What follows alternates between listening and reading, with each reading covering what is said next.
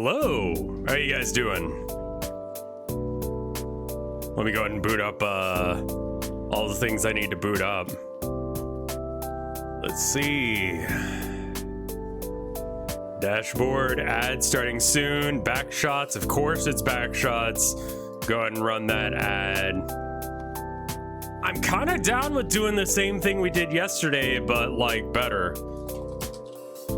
You know, at least for a bit. Yearly reminder that you've never ended up playing Hylics 2. I'm kind of okay with that life, man.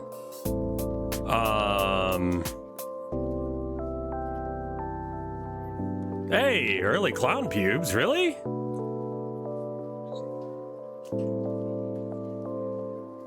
God. I'm gonna have to stop using Twitter here soon. Like, completely. I've been trying to back away from it, but like, I honestly don't know if anyone still follows me on there. Like, I need to actually probably just like check and see if like I get traffic from that website, because it just does not seem like it's worth my time, and it's got so much heinous crap on the sidebar. I'm doing a lot better today. I apologize for like skipping streams and ending streams early because of not feeling good. That will go away sooner rather than later.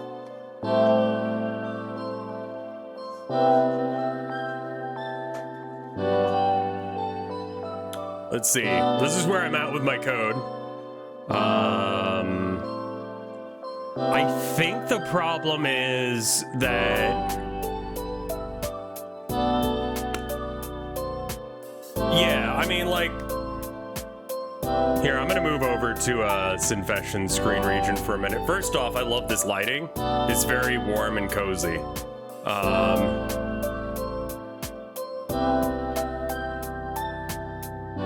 Yeah, that's good. Music's slightly too loud. Yeah. Should be better. There-ish.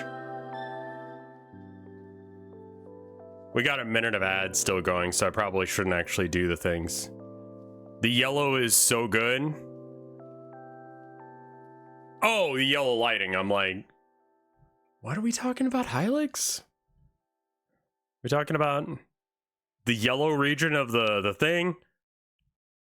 Yeah, no, like my vibes have been funky recently, but like it's a bunch of little things.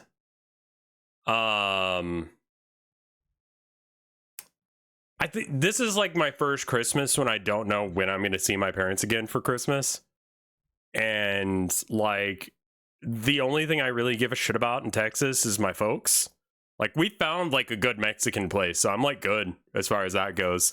Like, I need a good burger place still. But missing Texas for the food is just not a thing for me anymore. Like, I really don't. So there's a bit of that. Realizing that I've been doing this for, you know, 15 years and this is where I'm at. It's like not a great vibe either. So that's kind of fucking with me. The issue that I'm having with my code, however, is that I cannot get the world. So the world is a global that I've just made. It's capital T with the fucking the world shit. Is it still backshots?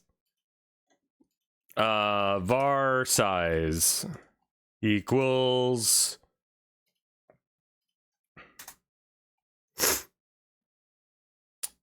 rand f. I should probably describe what I'm doing here.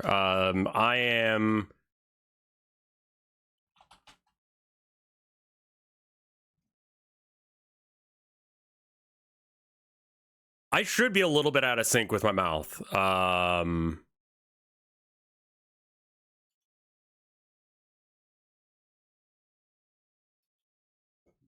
Yeah, it switched it back to buckshot. I hate that. Just chatting. We'll go back to doing art and shit in a minute.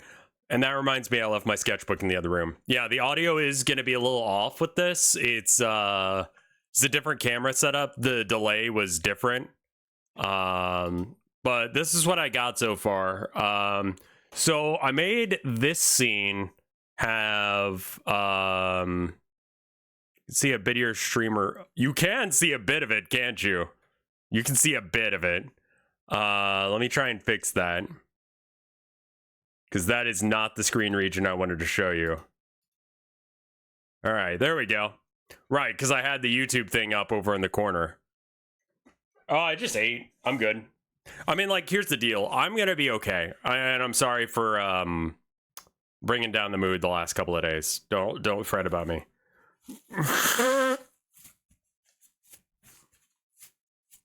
It's a seasonal affective shit. It's not being near my folks. I've not experimented with the Switch match stuff. I kind of forgot how that worked, and I need to go from there. So anyway, what this does is there's an array inside of the world here that as soon as it boots, it looks for all of the children that it's got. And then it's gonna try and find nodes in the array. And then it's gonna try and put those nodes in the array, but only if they're node 2D. And node 2D you'd think would be like a majority of these, but it's not. Confusingly, the world is.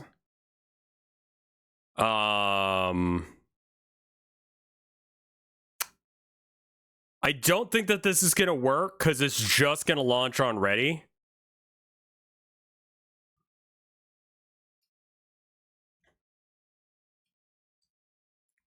So the reason I want this is that there's very few things that are node 2Ds. The goop tank is, the player character is, Queen is, and that's literally it, aside from the world itself, which is just everywhere. So if I have my characters go to the node TDs, that should have them wander in a like useful way. So I've got gravity affecting them. That's a thing that's going on. And then Where Are You Going sets up a, random wait time of 5 to 30 seconds. It waits. And then it checks the world's Who Here array. And then it picks a random number between 0, because that's the size where arrays start, and the size of the Who Here array. And I guess that's like var equals target, or var target equals blah.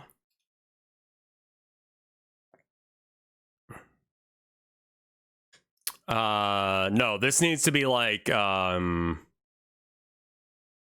need to have like let's just make this X, and then we can do var target equals X in, I don't know, something about the array. Who here?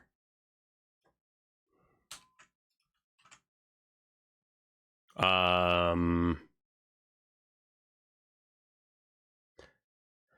need to remember my little array keys things. Give me a second. Godot array. Because I got a number that's one of the nodes in that array. I just need to var array equals blah 1 equals second. Print second. Print second.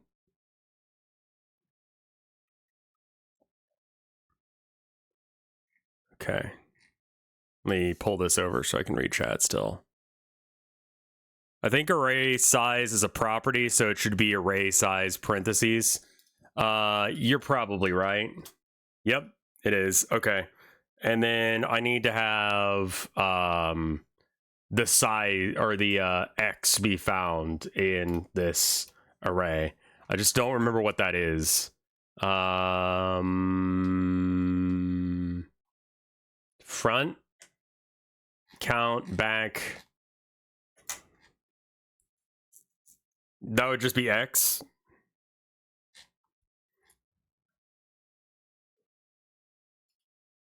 So it'd be like target equals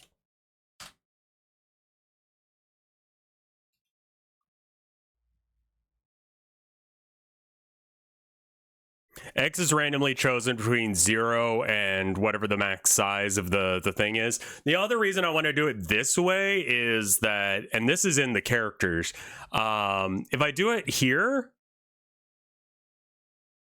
it's bracket X. Okay. Oh, not that. And that's going to find one person. And then I just need to have this like constantly be going off inside of here. Now, it doesn't. Direction is get next nav position. Lerp. Okay.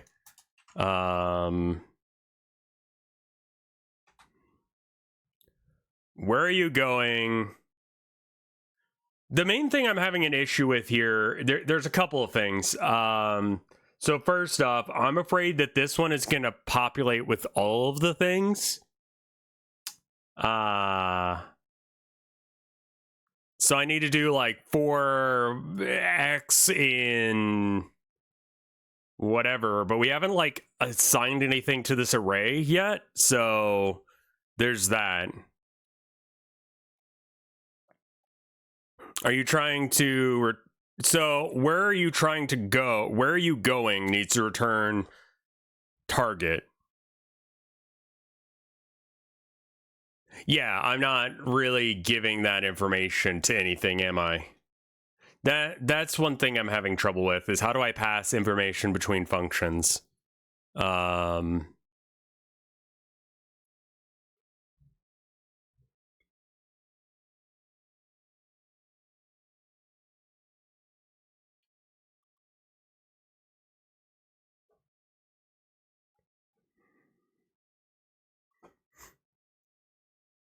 Yeah, I basically want this to run all of the goddamn time and then pass the target information over to this. And then we can have that be the...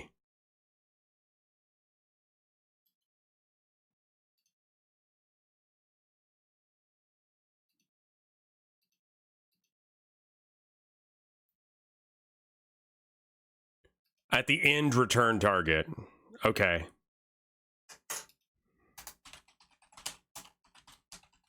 And is that gonna put target in here? Or I guess here?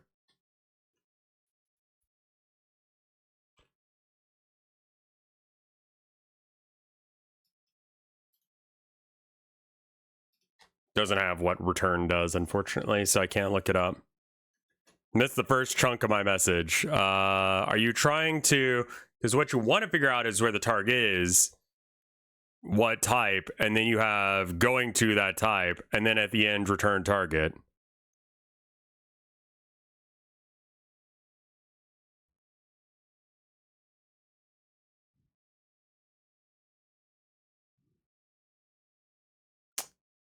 Isn't that what this is doing, then? You see how line 14 is void? Oh. Return lets you go var target equals where are you going? Okay, so I want to put this in here somewhere. Direction, nav agent, get next location path. Yeah, I was hoping that I saw that you had some surgery gear. Are you all right, man?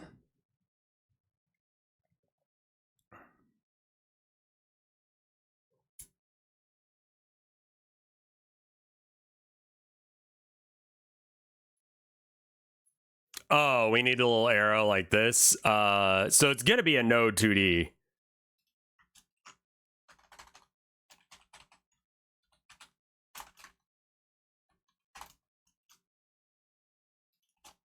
So that's gonna give you some node TD is what you're doing, right? Oh. Ooh, sounds like you probably got a spinal tap. Spinal taps are not fun. That is migraine. Like, that is headache central, man. That is the worst shit. Direction.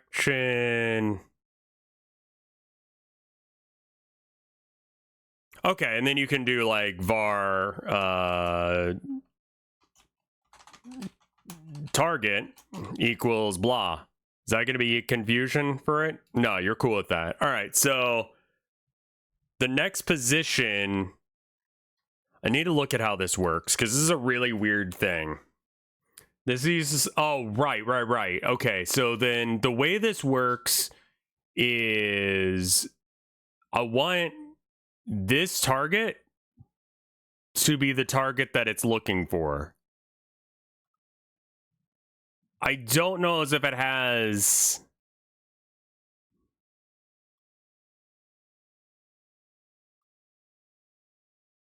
I'm also keeping a lot of,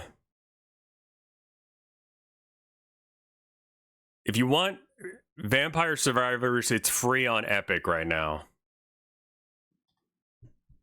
Neat. I don't know if this is going to work or not. Let's just run this and see what happens. Free, but the cost is epic, yeah.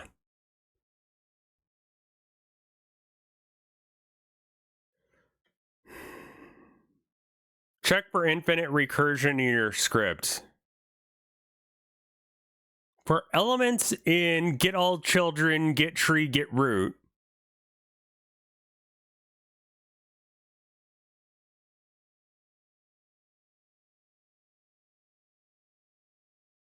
Well, it's running more often than I thought it would. I thought it was going to run at all.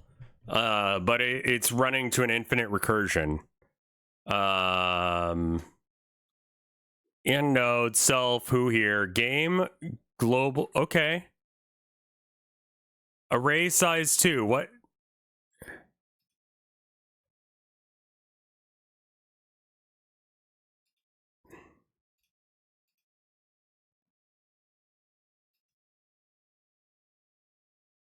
What in the actual shit fuck?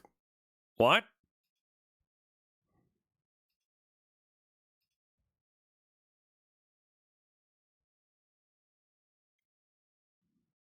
What's the plan for today? We're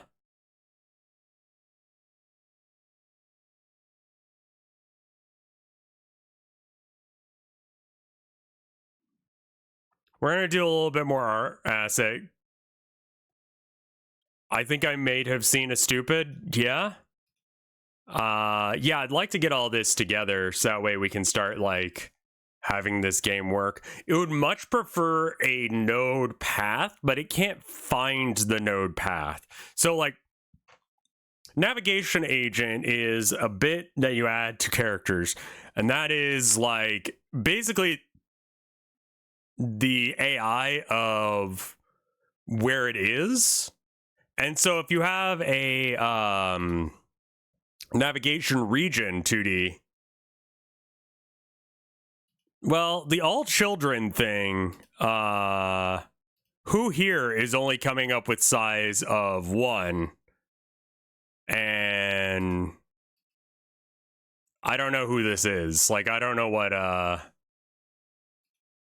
you found. What did you find?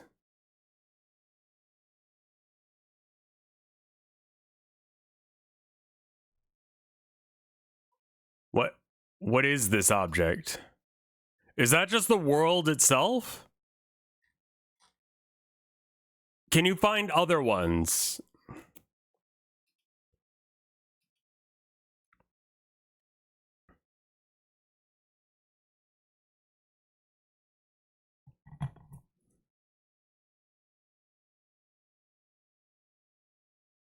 All right.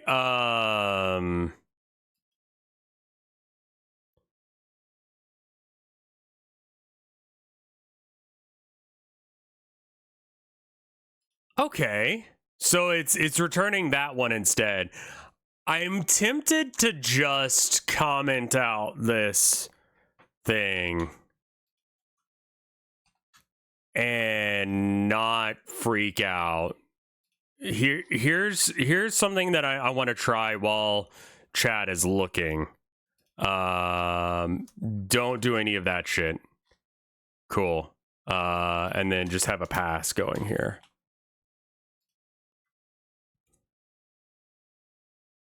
You have an infant recursion for the get all children thing. Yeah, I would. I'm hoping that I can maybe just add a nav region. I haven't been able to get this to work, so maybe it's in the script for where it needs to go. The scene root is the world. Yeah, I don't know how to make it so that way it doesn't include the scene root. So the main issue I have with the navigation region is this is for like top-down 2D games and not really like side-scrolling. So like it doesn't really have like it's got an X and a Y that it's trying to get the characters to. And they lack the ability to jump or move vertically. And I don't really want them jumping in the air at every little thing. I could make this line very, very small, but I'm not sure how big the hitbox has to be for this thing to work. You have to bake the navigation shit once you actually put it somewhere.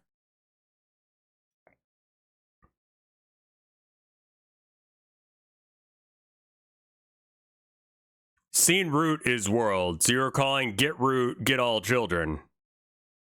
And it throws, yeah, so I want it to get all children from the root. Right?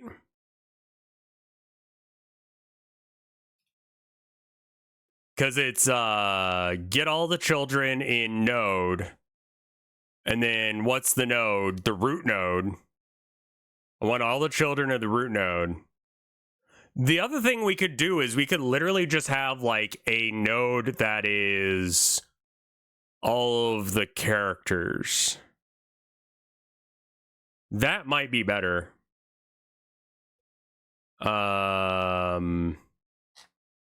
Just make a node 2D.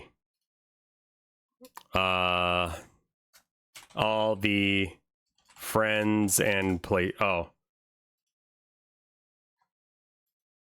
yeah. Why don't I do that? That would stop the problems in general. Add a child node. 2D.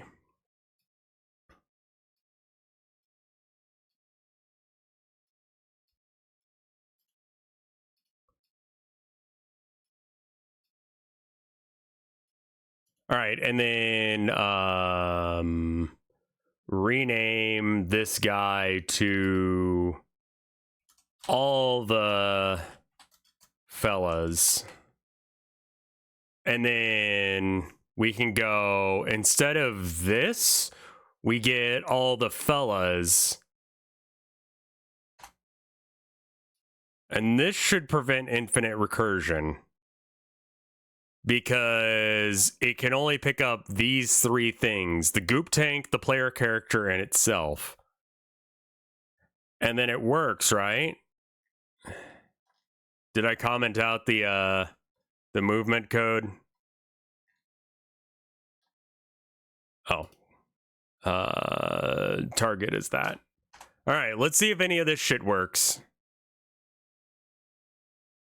Scooching the 4 for line 12.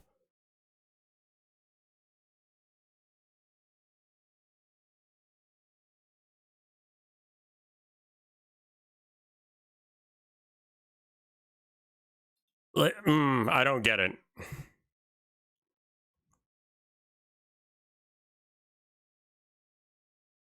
Oh, it's like too far down the thing. So we don't need this shit, right? Because it's trying to get all the children of element, and the element is all the fellas. So we don't need get the tree, get the root. We don't need all that shit. Change that to child.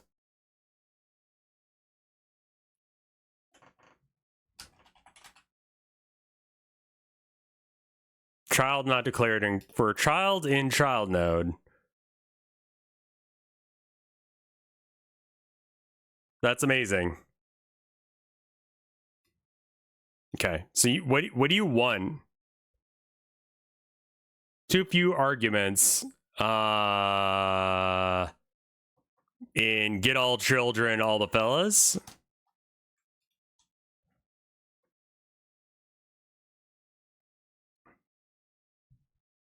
Indent the inner loop. What do you mean? Like which line?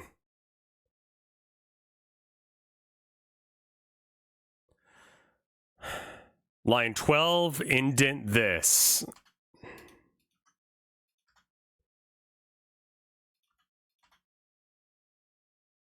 Hey, what's up, Luigi? Joe. All right, let's try it again. I don't know why that would change anything, but okay. Attempted to call get children on base null instance on null instance.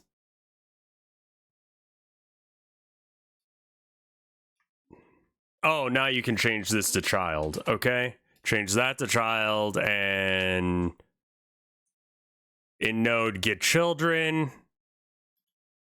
That is like not a thing. What is the node? The node is just one of the two things that we're saying. Well, we don't really need that.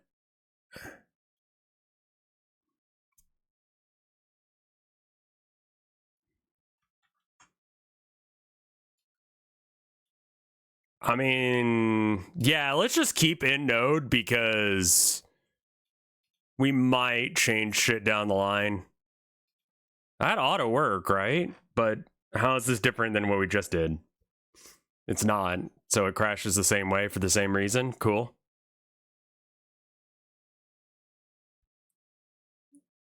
Are these like just not in existence yet?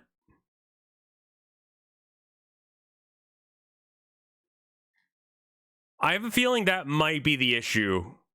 Is it's like this is trying to run as soon as this exists.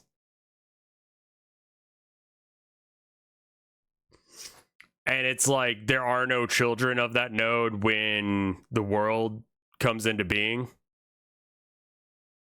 So then what good does that do us? The pass on line 6 is bothering me. Oh, yeah, let's just... Probably doesn't mean anything, but I'll get rid of it for now. Does return... Get all children return anything? I'm guessing not. Yeah, it's saying attempted to call function get children on base null instance on null instance.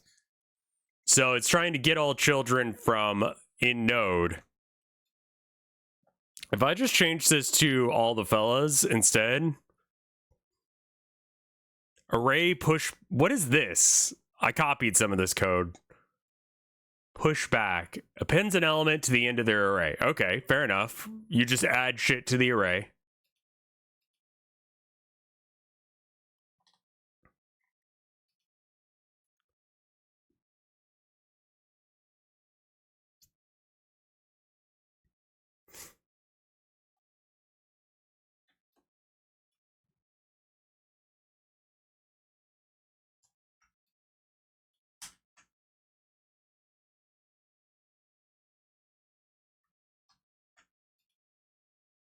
Okay. Don't know why that was such a problem.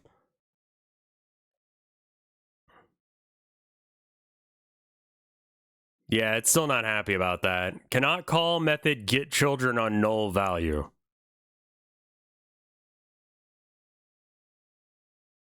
What? Returns all children of this node inside an array.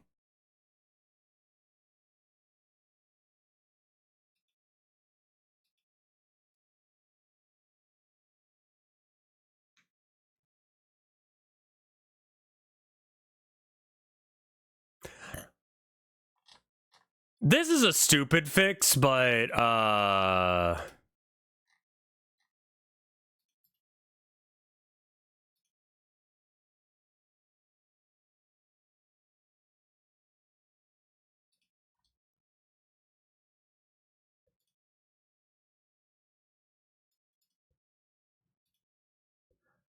I think it's like not giving it enough time to figure out that it's got a problem. If you add array to get all children declaration, it will show you an error. Okay. So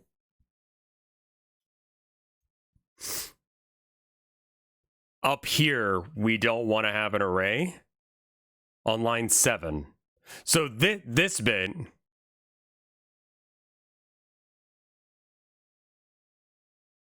that's not a prank. That's just real life shit.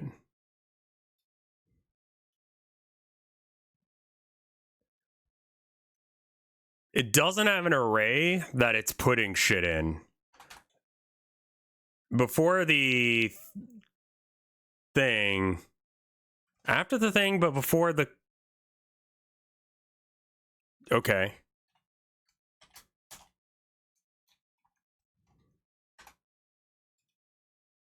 Can we change this to who here?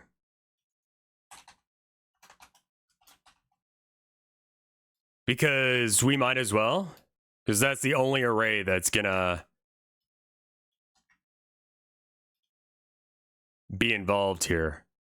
Get children, cannot get children on null value. 7.1, not all code paths return a value. That's just what the function will call the item internally, right? Okay, so the array.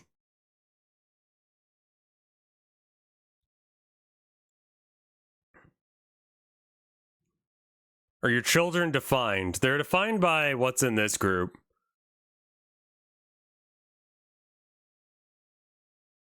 The error explains what is missing. So cannot call method get children on null value. I don't understand what not all code paths return a value means. You need to return who here somewhere. So I guess like at the end of this, maybe like return who here. Like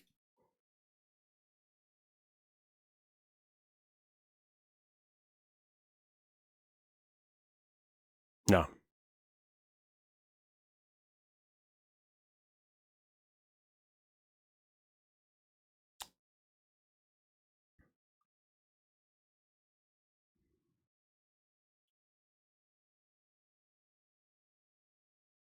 A possible branch in the code doesn't return from a function. Well, there's like only one. I don't understand what it thinks is happening. It looks inside the all the fellas array and it finds 3 things, right? So like, why is it finding nothing?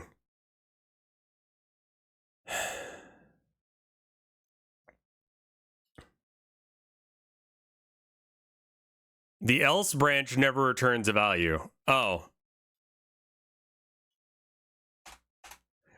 Fucking really?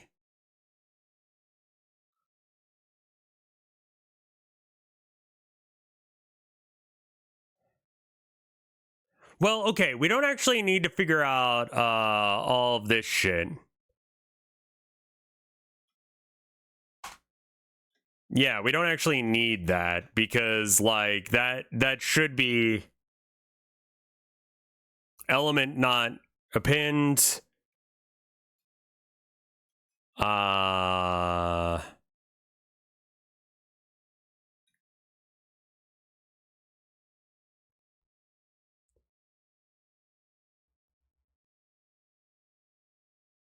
Get all children append, and then it's just array, I think. Yeah. What is the child here? For every child and all the fellas, get children. In the array, get all the children, child array, the node and the array. Are we appending the child? I think we might be appending the array. I'll try array first, and if that doesn't work, then we'll try the other thing. Okay, that didn't work.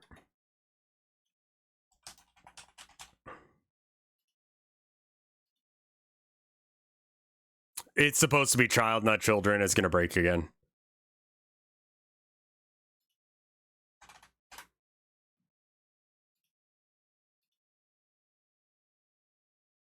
There's still a line with line 9. Yeah. Okay, for child in... So is child a real word? Because it doesn't seem like child's a real word anymore. For child in all the fellas, get children. So for every single child that all the fellas has, run get children. Maybe we just get rid of this shit?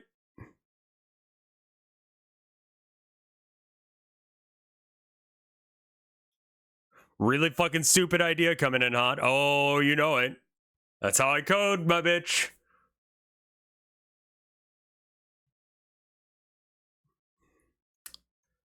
I'm gonna try getting rid of this for now.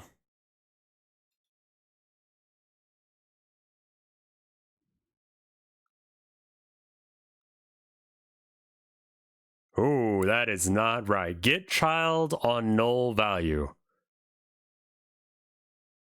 Make a var equal... var equals...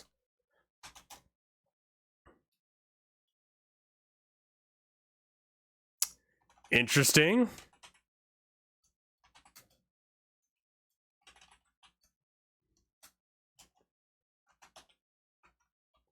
Get children. Brackety fella. And then colon. Oh, child.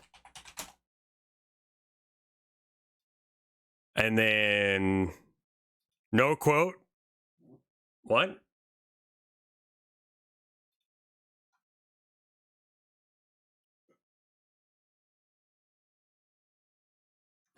I tried to go to UT for art, but they kicked me out.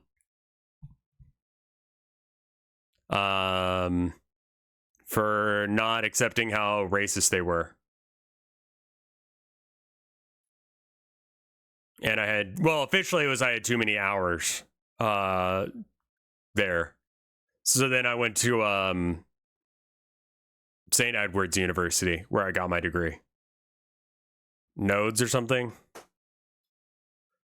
So, like, you're totally chill to ask that, don't worry.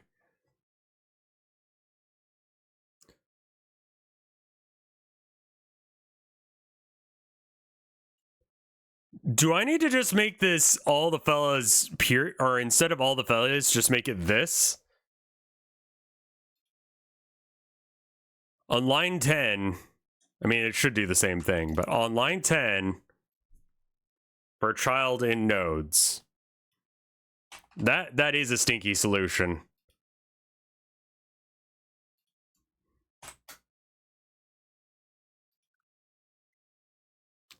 Okay.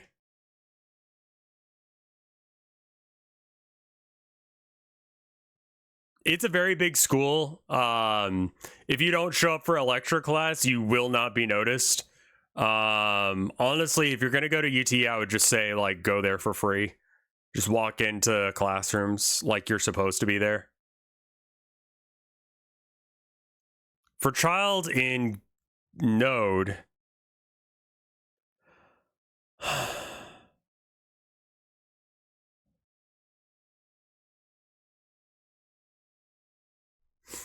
so get children still has a null value.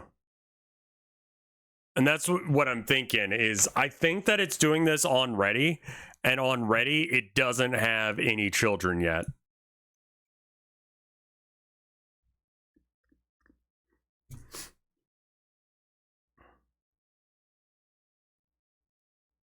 I think you need a quote around the node name.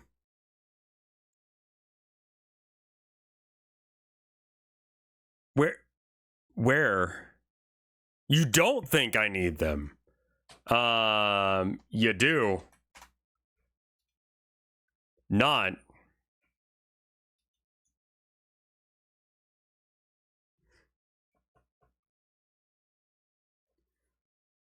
You are wrong, I guess.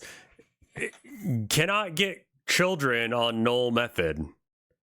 Like, but all the fella has children. Here they are.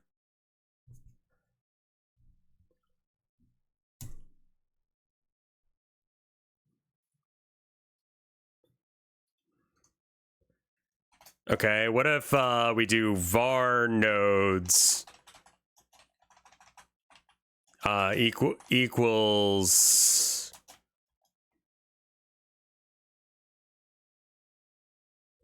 get underscore children. It's pretty much what you said. Not literally on 9, but... Oh, and then you need one less V.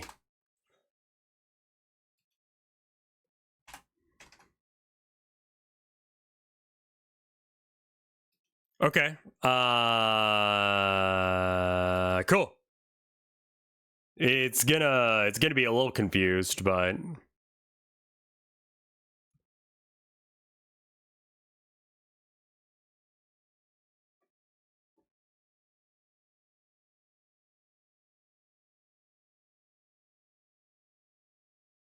I also figured out what that little line is. Well, it's not breaking. That little line, I think, is where the parallax layers are. I mean, I've been able to do this to Queen for a bit. Like, you can move her around. The walk cycle is pretty good. We're probably going to change what he looks like, and I think that might be what we need to do for our fellas today. I think I'm going to use more or less the same base for all the movement shit.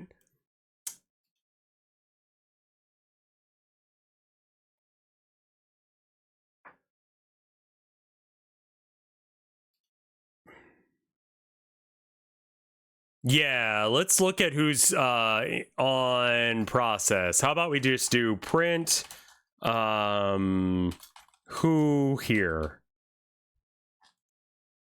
It's gonna be a little excessive because it's gonna do on every frame, but who gives a shit?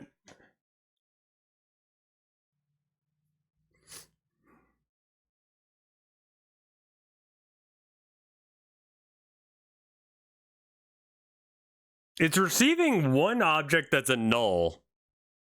Otherwise it looks fine. The nodes are right.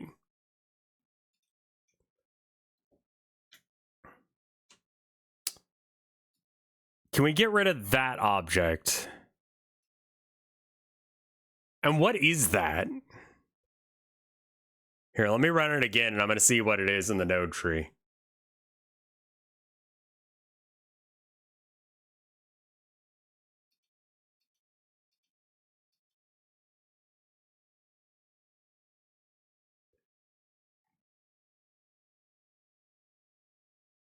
Do we just get rid of it? Line 8 is adding node. Null. Okay. Yeah, okay, so we don't need this anymore.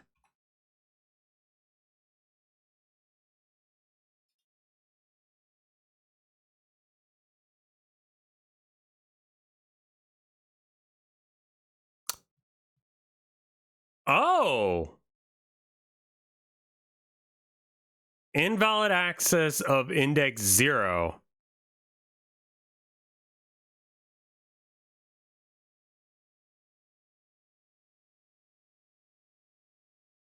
Holy shit, Woodman, that is hardcore. Thank you for the 10 months of support and congrats. Okay, I'm not the only one who didn't understand what the fuck happened there.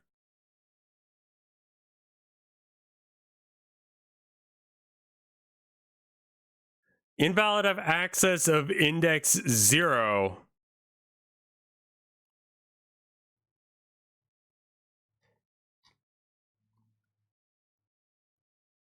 What? I think that it is trying to do this before.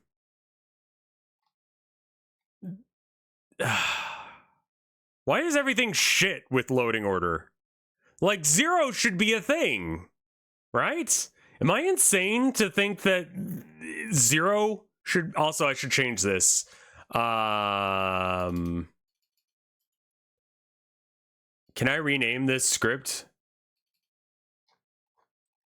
Edit, file, search, go to. Okay, can I do it in somewhere?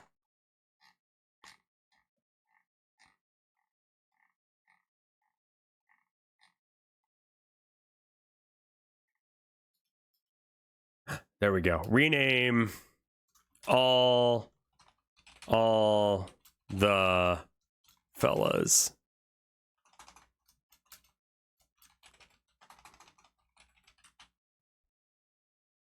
Wait, scene? That is not the right thing. I almost fucked up real hard.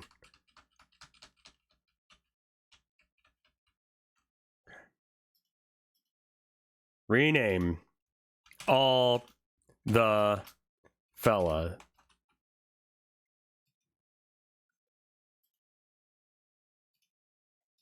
Oh, I should probably not be running the game while I'm trying to do shit like that.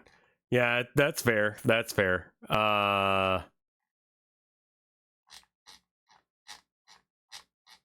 Okay, and then I need to make sure that Queen knows to be looking for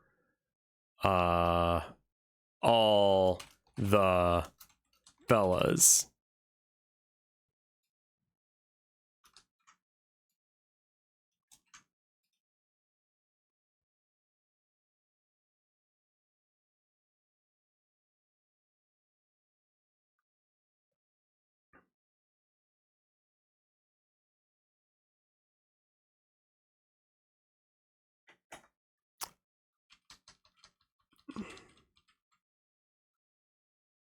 No! No, no, no, no, no.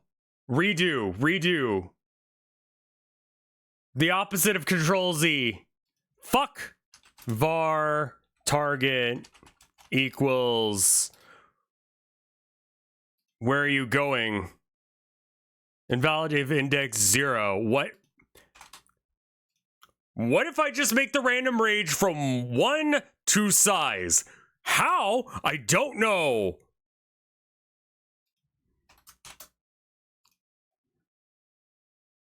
Like, if it's just like 0 doesn't exist, okay, fine. That's fair. I've just changed the target size down by 1.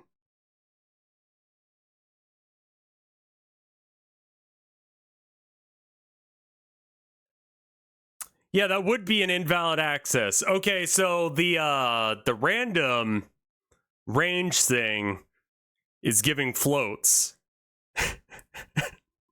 Let's find a different random function to use. Random.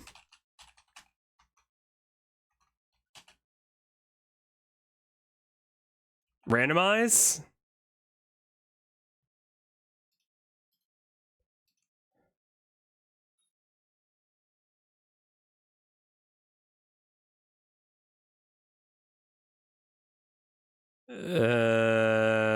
Not that one.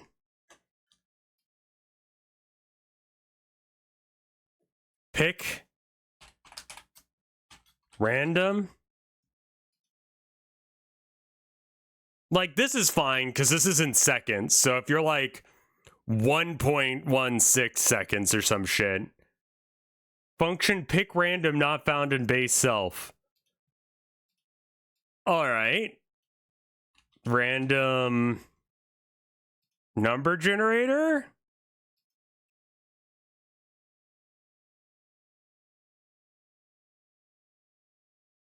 Well, I don't want a random float in that range.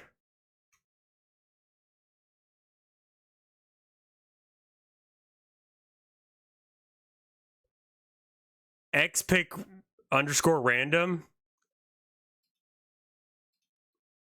You say that it has this function, but then it didn't do it.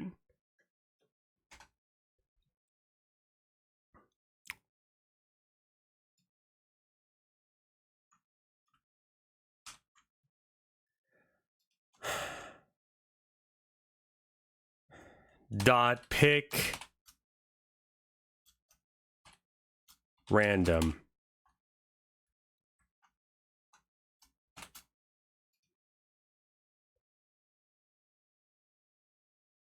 Okay. I put it in the wrong spot, but that should be fine.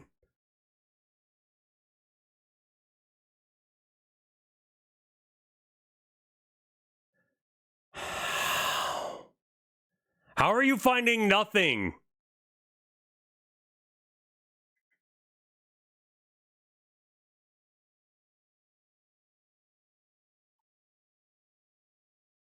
Godot, please.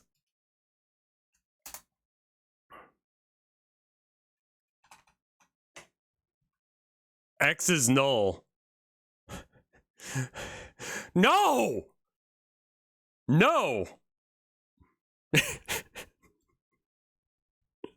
Can I just tell you no and make it work? Why would the fuck would it do that? We don't need to target bit. Random finds it itself. Okay, sure.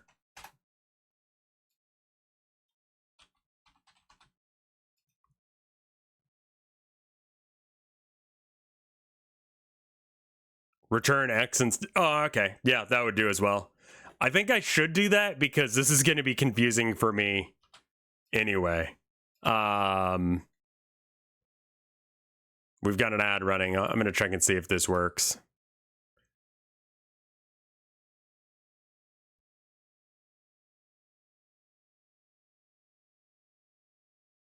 Oh, debugger. What are you mad about? Yeah, no, don't worry about that shit. That's a lot of errors. That's a lot of errors. Cannot take value from empty array. Huh. Well, that's some shit. I'm gonna go get my sketchbook. I'll be right back.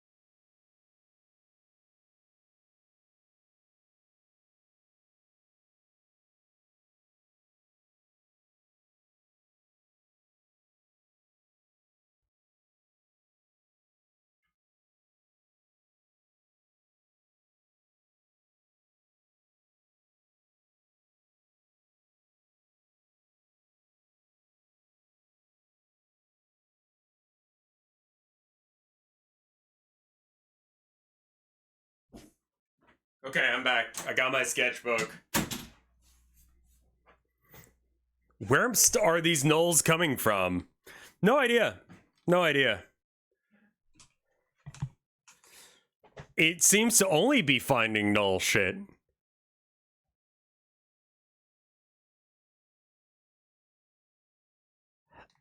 Can I offer a solution that's like not great?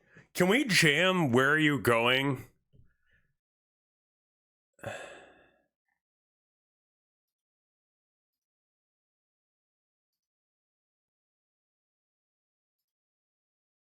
Could you jam the get all children shit and who here into each individual NPC?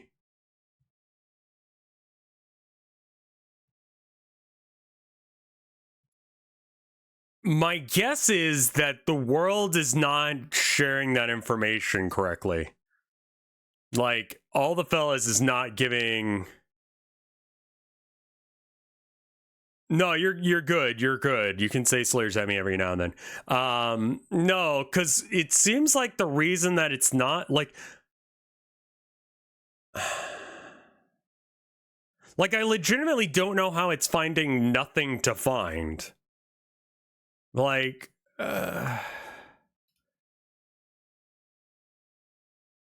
print who here?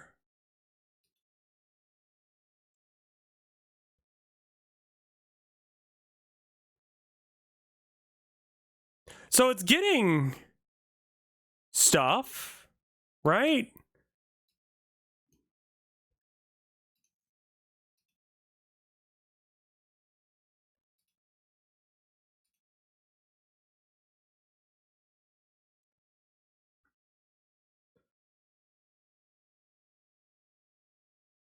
I can't tell if it's pulling up extra shit here because it's got like player character, queen, goop tank, and then this bracket.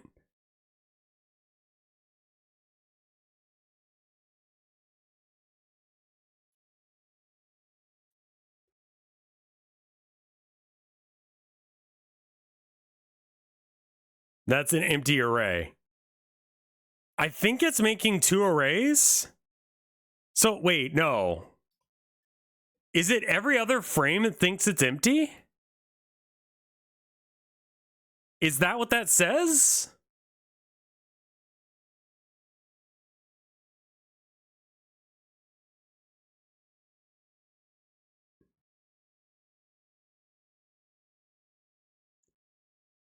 Like, I think it's resetting it every time. But when is it being told to reset? On Ready, it does the thing, and then it stops doing it after that, right?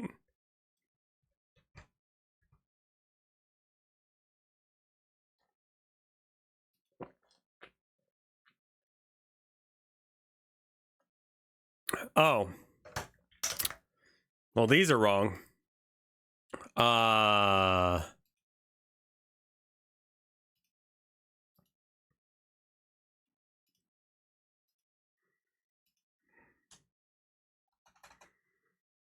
This is probably why it's not even bricking here.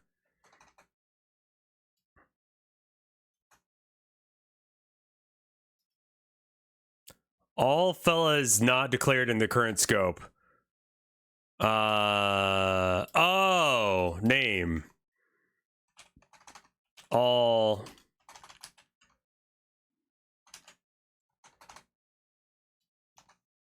That's the name you have to call on it with. So that's why it was still working here.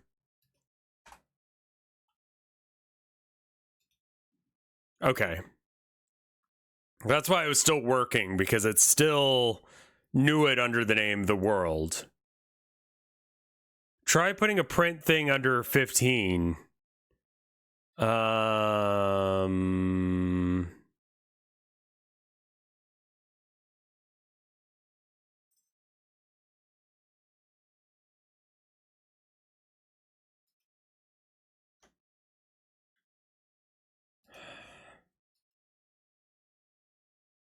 In the other script, yeah, probably in the other script, not the NPC nav one. Yeah, I don't know why it thinks that it should delete that information. So, it's in the process, return who here. Okay. On Ready, get all children that are in all fellas. Yeah, I think that that does sound right, because I don't know when it actually applies these to the correct array. So I think that we need to get rid of this shit And then this shit.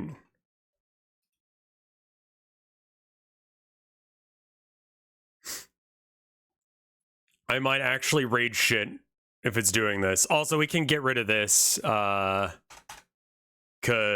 that is not a thing anymore.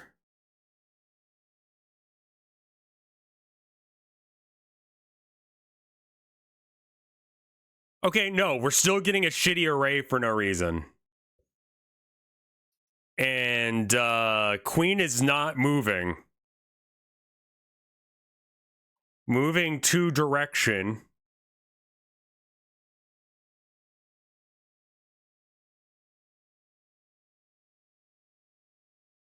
Okay, what? This shit's wrong.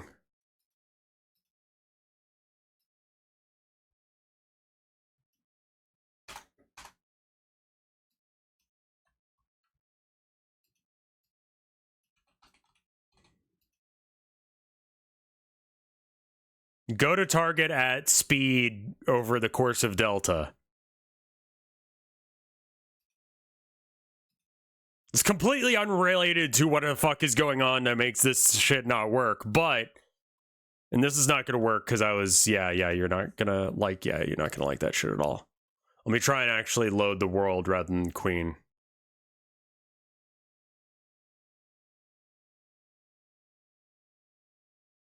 Invalid operands nil float in operator.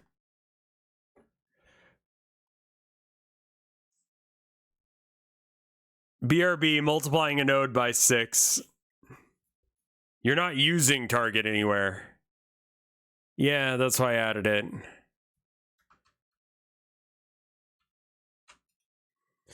Okay, let's fix one problem at a time. Why the fuck do you think that there's another array here?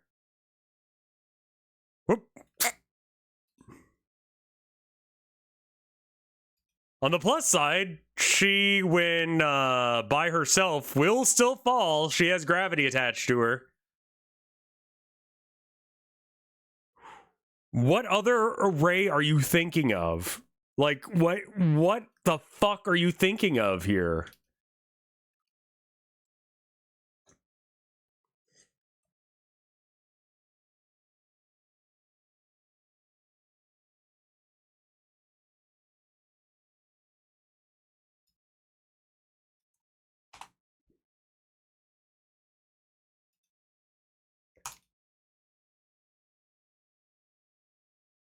The empty array is being printed in the... Yeah, okay, so this is inside all the fellas. So this is printing on process who here, which is the array that we've made using get all children, all the fellas, and get all the children, all the fellas returns all the nodes in... The nodes are get children, which is array node get children, returns the children of this node inside of an array. Maybe that's what it is? Like...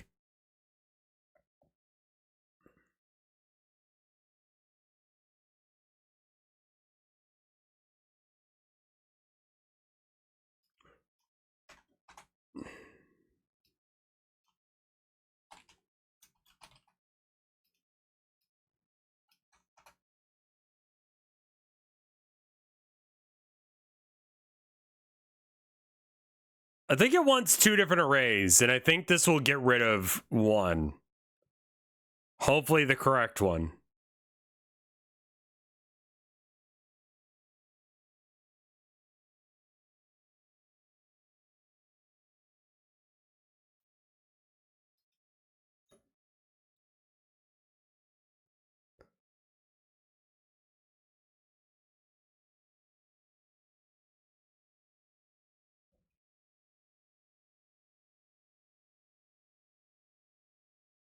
The point is the who here array isn't being reset. The empty array in the logs isn't being printed in the process call.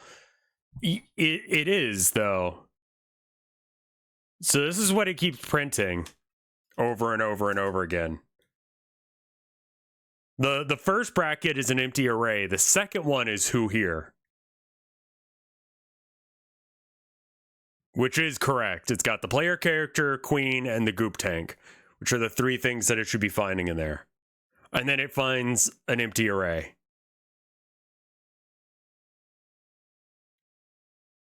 It's coming from the scene itself. There's an array in here that we care about?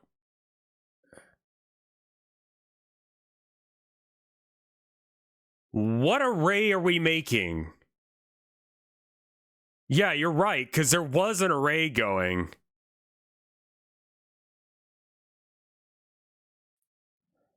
Yeah, because we run this scene by itself, it will print that. Question, what the fuck is printing this?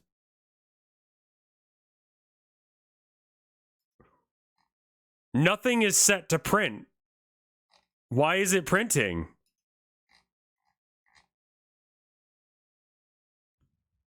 What?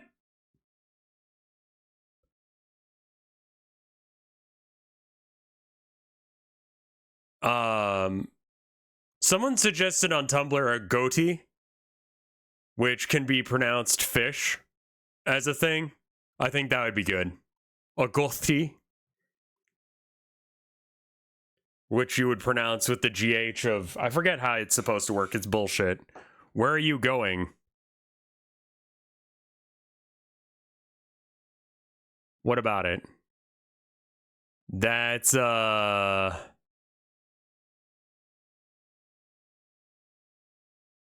would like to get some generic trash, yeah. And then I need to make sure that the card system works with abilities at some point.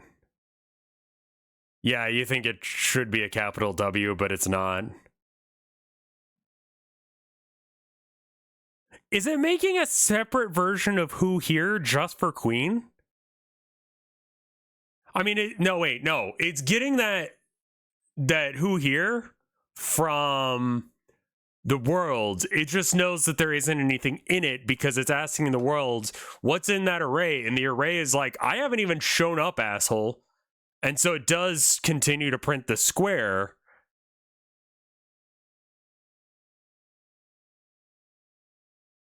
I guess?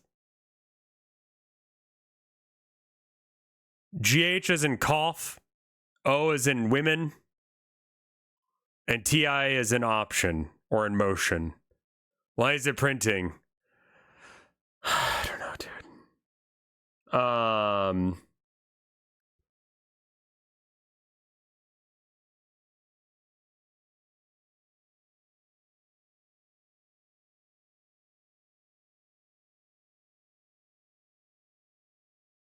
Scroll down. There's move and slide is just move. Like that's the whole code. That's it. I don't know where it's getting print from. My assumption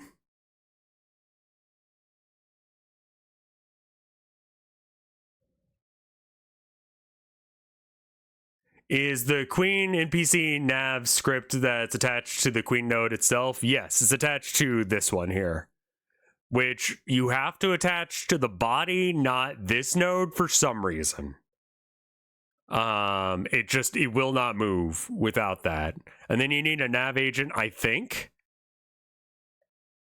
Where is the process print? What? That's a fucking great question. No one knows. The only time that there's a process print is in All the Fellas.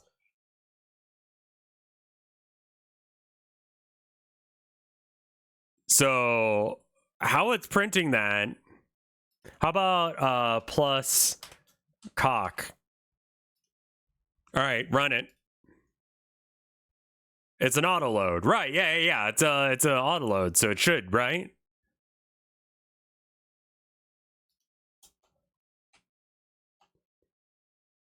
Invalid operands, array, string, and operator plus. Is that better? Do you want spaces? Is that the issue? Okay, how the fuck do you do this? I forget already. I thought it was just like this. Is that gonna be okay?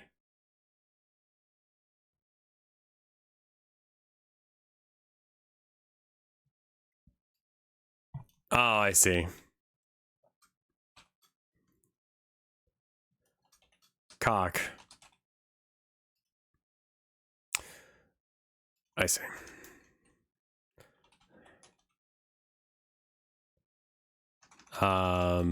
Var who. No, we already have a var who here, so we don't need that again.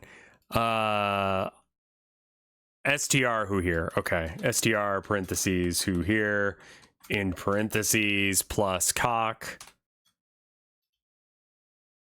Cannot print because it returns void. What in the shit are you talking about?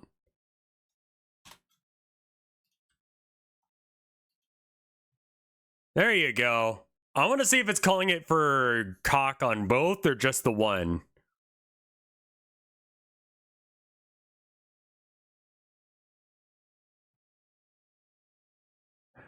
Okay. Okay. All right. So it's calling cock on both, which means that if we added another.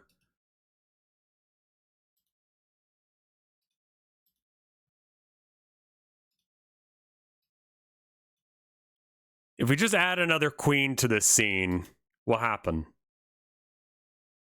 My bet is it just adds another queen to the array and still prints cock. Yes, okay, good.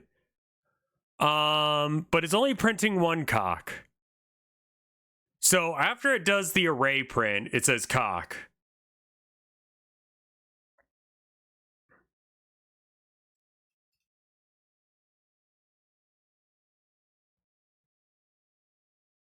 Does anything have all the fellas attached to it? Yeah, the all the fellas node in the world has that script attached to it. So, like, yeah, it will pick up new shit, but it's also sometimes going to find an array that's empty. I don't know why.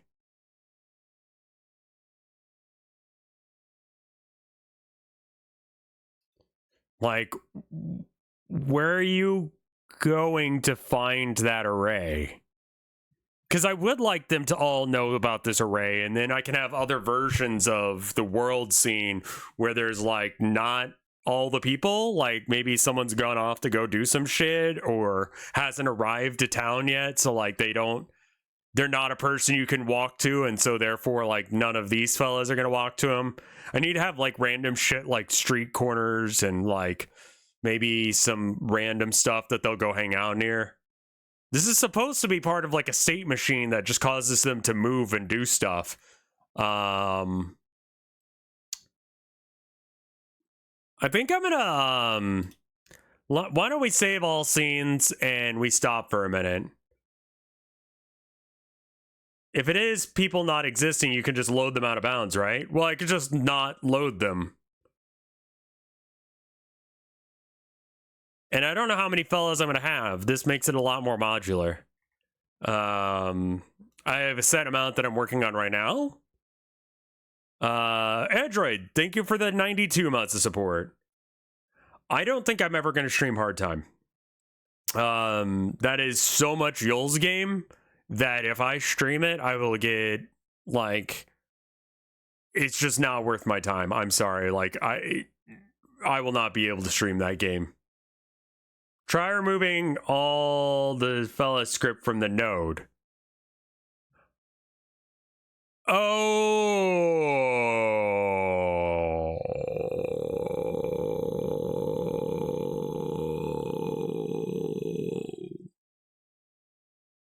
Oh, that would be very silly. Detach script. Run.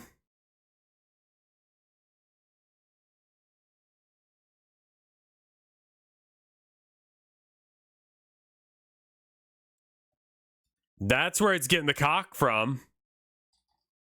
That's where it's getting all the cock from. I see. Okay, so because I've got cock, or I've got all the fellas as a global variable, it has like two different versions of it running.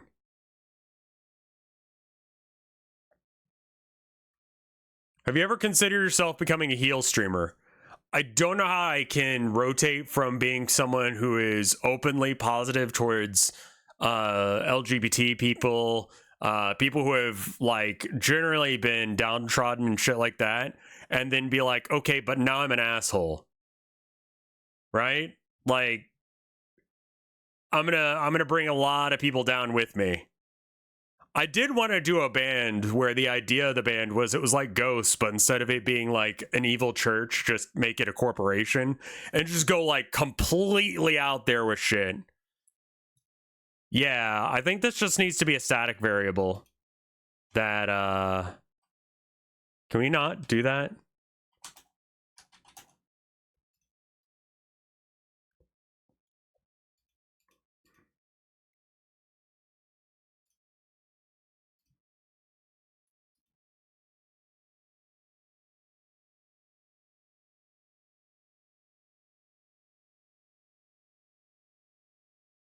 All the fellas not declared in this scope. How do I access the array? I'm an asshole affectionate. Yeah, I'm a dick, but like I take care of people, you know? And I don't want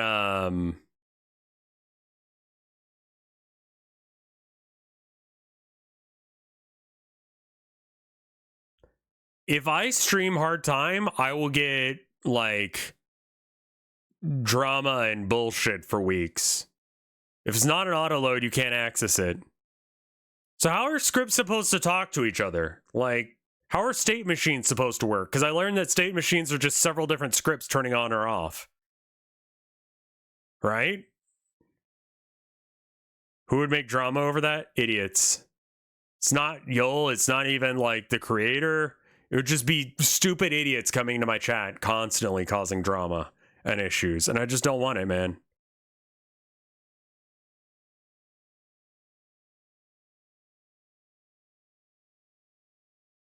Class name, the world?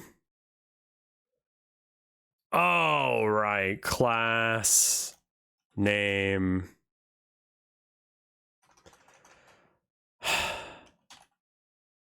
Underscore name. The world?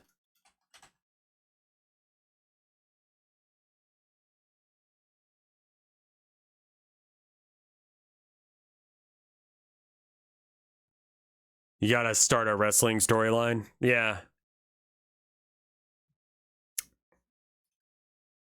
I think that this might need to be in here. Or something.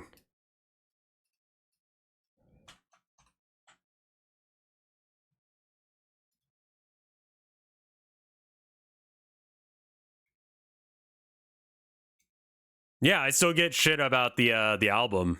Like almost 15 years later, I still get hate about it. So it's like, do I want to touch anything about that? Like, the world class hides a global class script.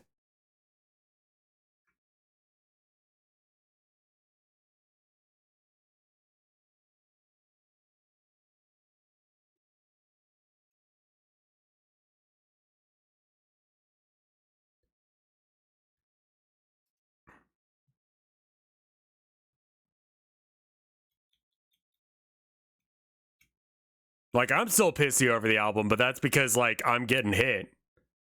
You know? This class name shit's not working. Yeah, Bees McBees is okay. I just haven't had time to work on that. If I wasn't working on this, I'd be working on Town of Nowhere. If I wasn't working on Town of Nowhere, I'd be working on March of the Mice. You know?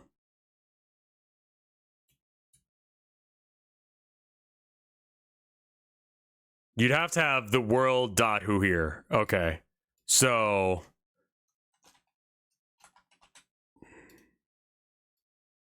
could not find who here in base class the world.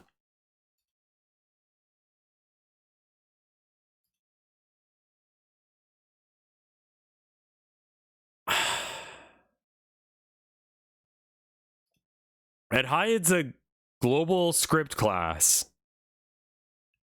What does that mean?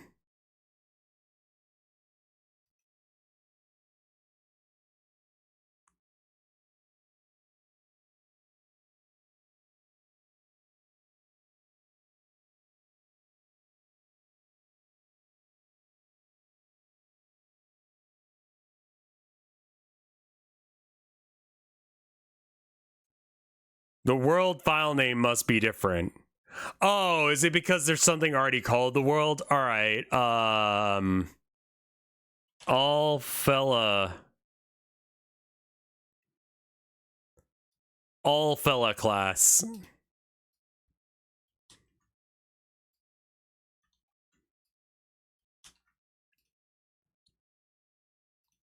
Cannot find all fella and base all fella. Yeah? What if I save the scene?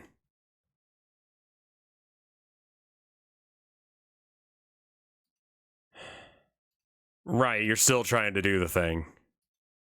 Save all scenes?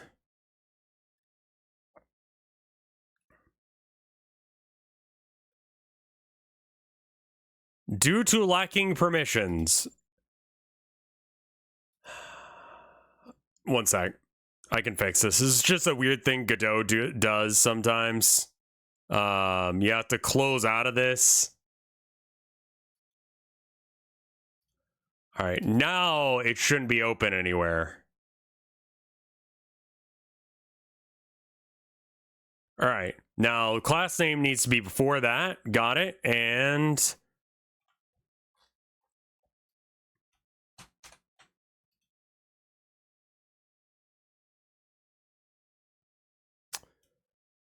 cannot find all fella in base class all fella.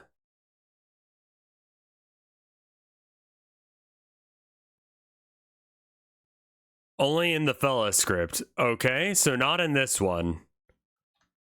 Remove it from the queen script. Cannot find who here in base all fella.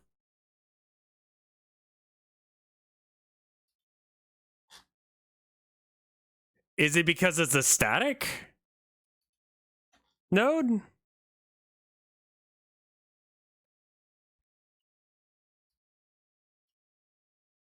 All fella hides global class script.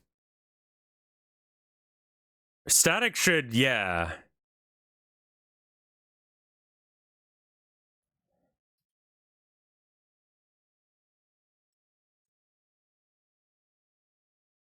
What does that mean? Like, I literally have no idea what class all fella hides.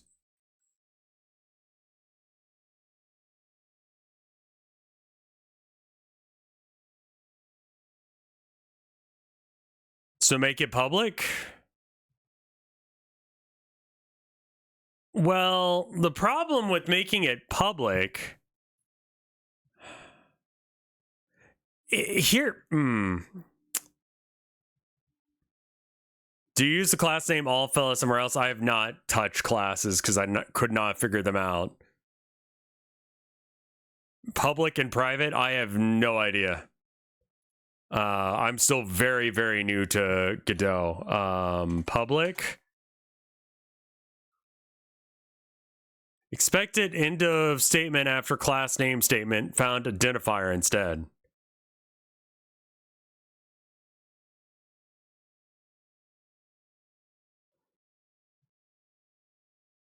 On line 1, 12. Which I assume it just means 1. Is it just 1 through 12 is shit? Print, hello. Nah, it still has an issue with that. I was thinking that maybe it would go to 13 if I added more. You might also need to detach and reattach the script. All right, sure.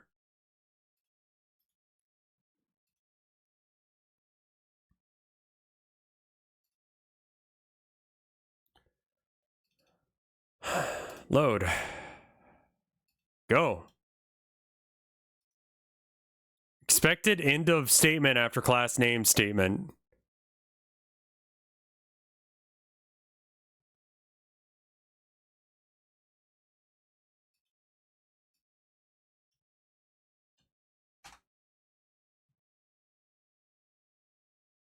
Is the script auto-loaded? I think public's breaking it. Well, as soon as I get rid of public, it goes back to class allfella hides a global class script. I'm not actually loading it in here in the globals.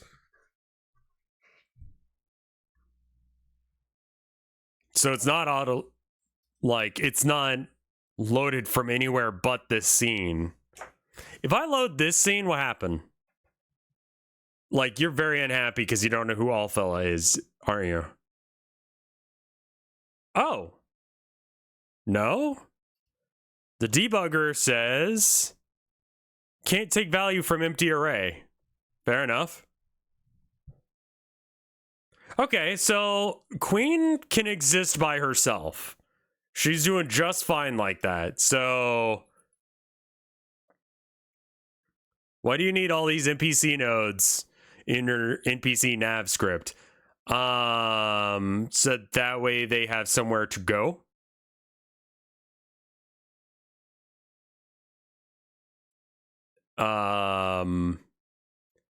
I would like for them to go places at random.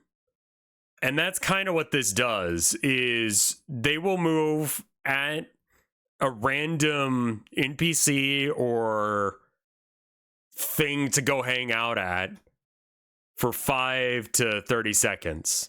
It's entirely possible they are not close enough to do that shit, and they won't make it in time before the 5 and 30 seconds or whatever is up, in which case they will go back to picking something else random to go walk towards. This will just have them randomly wander about, especially because some of the other guys will also be wandering about, and they are going to go into a different place. So people are going to start moving in random ass directions.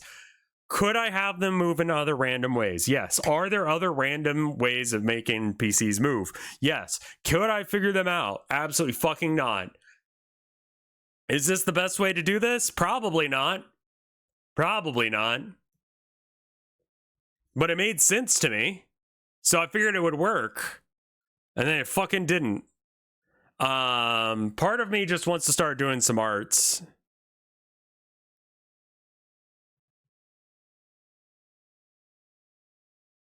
Well, thank you, Android.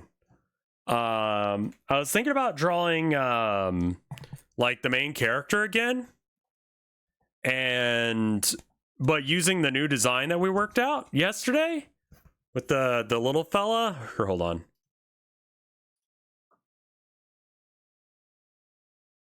So I tried to redraw the old man. And then we got a new variant of Queen. I don't know if I really care for that. And then we got the main character look. And for now, I was thinking about just drawing a walk animation, an idle animation for it.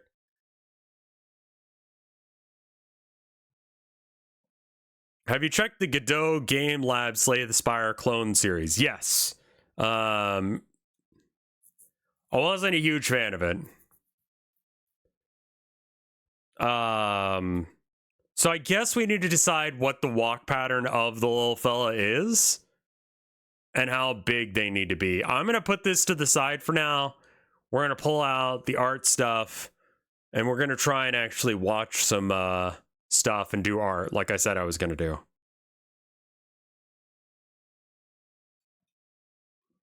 So everyone seems to like the little boxy fella. So maybe we just open that as a base of a thing to work on. And then we can have the little fellas move around like this.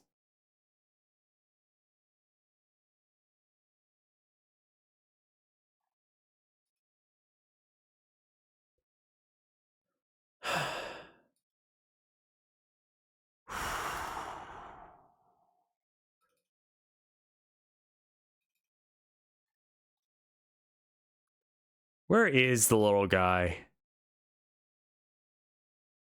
Wait, where's our little fella?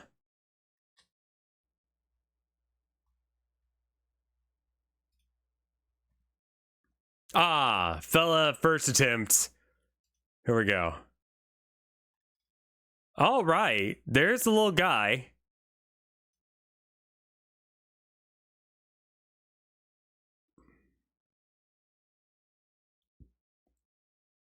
It's a blend.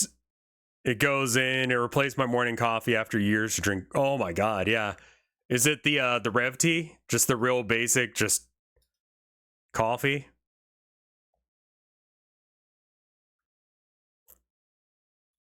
Yeah, that one, if I'm gonna have tea, that's the one I have. Still. It's really solid coffee, like tea. It's kind of heresy, but I don't care. All right, so yeah, that's what we're gonna do is I'm gonna try and redraw these guys, but in the meantime, someone told me there's a new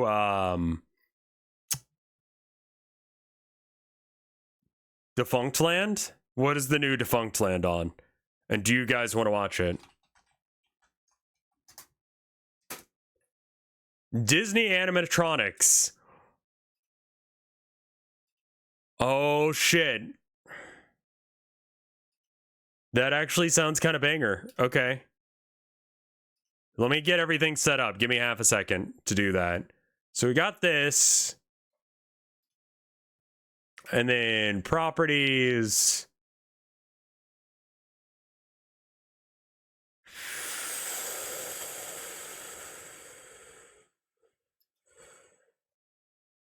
Oh, this is not in a separate window. That's why. Okay. Close that. Open that. I did hear that, Ego. The fact that the newest one looks a bit more like Hillary than it does Trump. Let's see.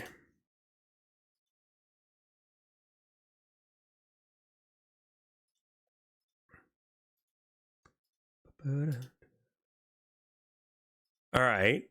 Okay. Let's see what the screen region looks like for this. I still think that this is the wrong way to do this, but I have been corrected once. See, this feels like it should take up a majority of the screen, and my art should take up very little, rather than the way I've got it right now.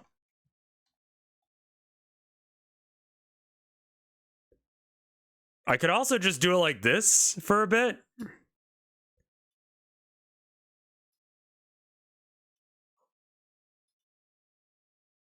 And then every now and then switch it over to the other thing. Like just take this away and be like, here's what I've been doing. All right, back to it. You could put the art over chat. I mean, I could just like...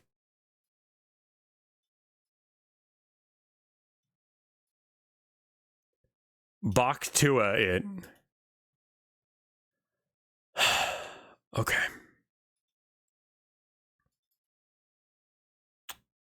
Paste reference. Okay. And then this one is going to be just really small, but hyper focused on the center of the screen.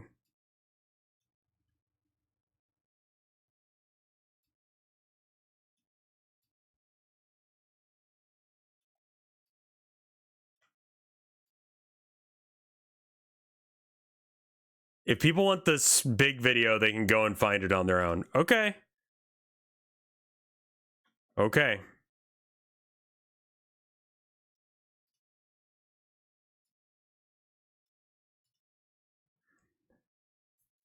All right, let's give this a go. I want to see what Defunct Land's got for us. And I'm going to redraw our little fella as an orb guy. Let me know how the audio levels are. There's something inside us. Has it always been this way? That should be about right. In recorded history, humanity has harbored a set of innate desires, ancient dreams that go beyond mere survival. For thousands of years, our species has hoped to accomplish such seemingly impossible tasks as achieving flight, controlling the elements, and mapping the stars. Among these is a less discussed but enduring ambition, the desire to create life from machine. 4,000 years ago, ancient Egyptians devised speaking statues of their deities. These early mechanical figures could perform simple movements with jointed parts, such as the lifting of an arm or the turn of a head. The figures were supposedly operated by temple priests, who would speak to devout mortals on behalf of the gods. although in retrospect they were probably just improv. In its time, this was impressive technology. I mean, that's But pretty these statues rad. required a live operator to achieve movement. Therefore, this was merely a form of puppetry. The hope remained for an autonomous device, a living Yeah, machine. sure, it was a puppet, operated but they were without the working on assistance it. Give of them a human. break. This was the beginning of humanity's pursuit to achieve mechanical life.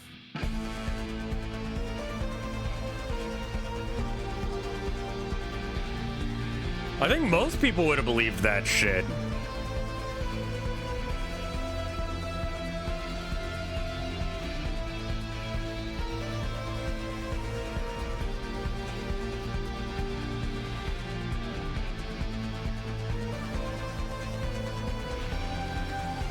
Why does he not drop these on Netflix? Probably because he makes more money doing it this way.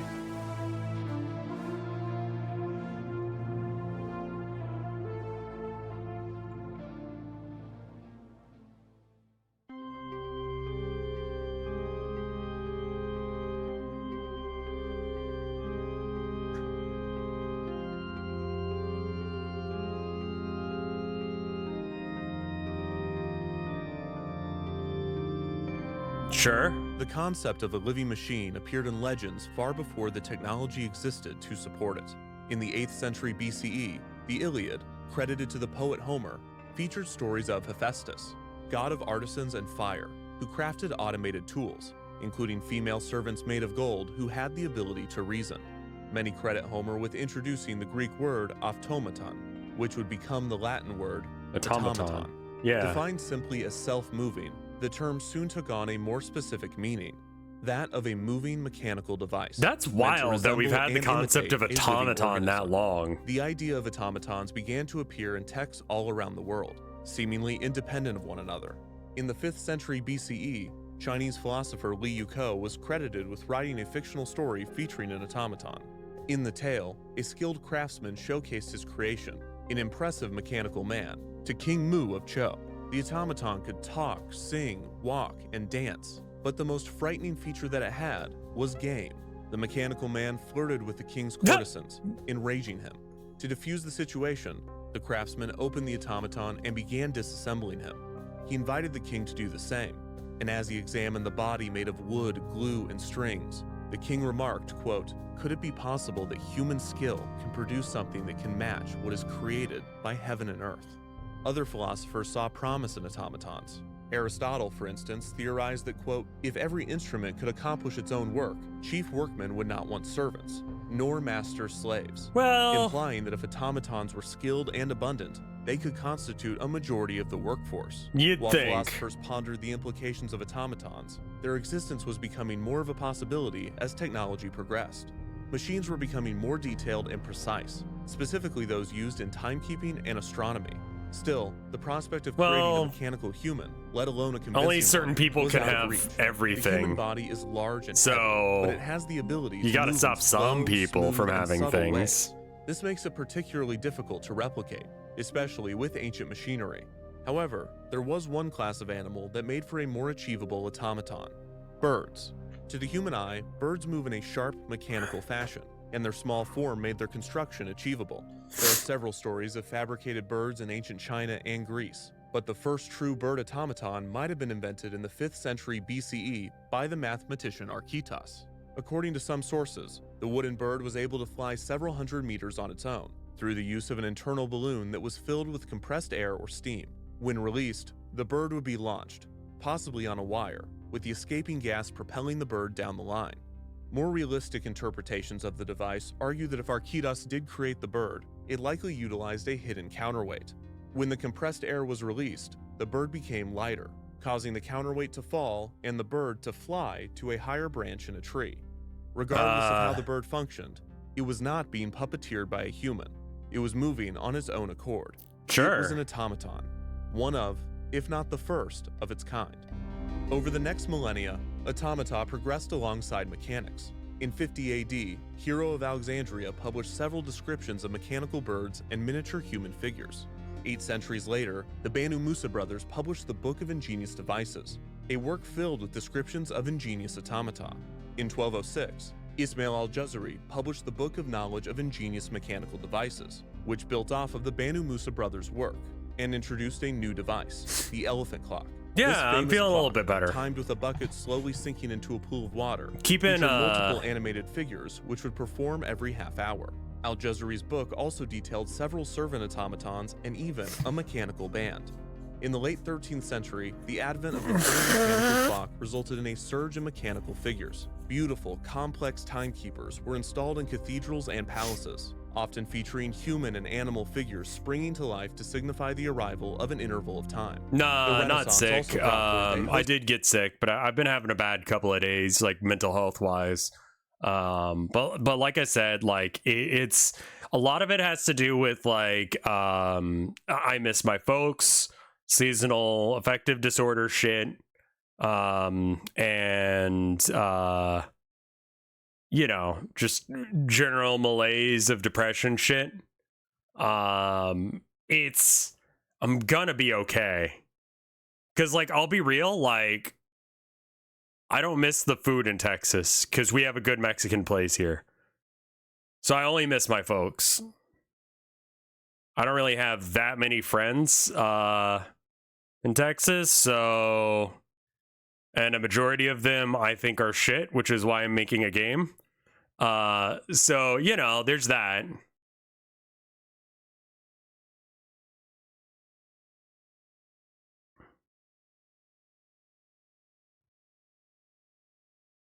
So I don't want people fretting about me. I'm gonna be okay.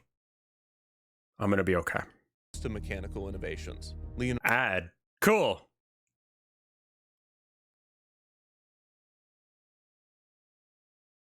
Yeah, I mean, it's gonna be okay. I'm just gonna have to find a good burger place. Because I know it sounds ridiculous to, like, be upset about that, but legitimately, where am I gonna get a good burger? Like, that's my favorite food. How dare you not have burg?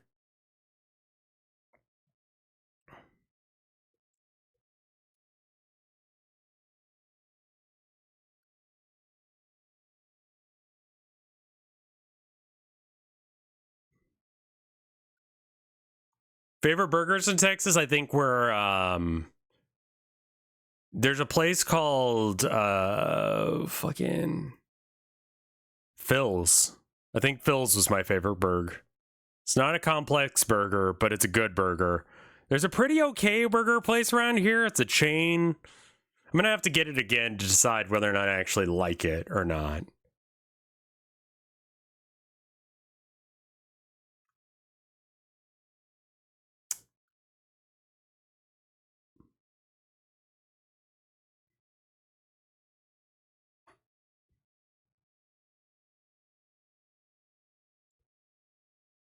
With a F or PH? What? Have you asked local folks? Well, local folks know what the fuck a good burger is. They've told me to go to places and I'm like, you poor summer child, this is fucking rancid.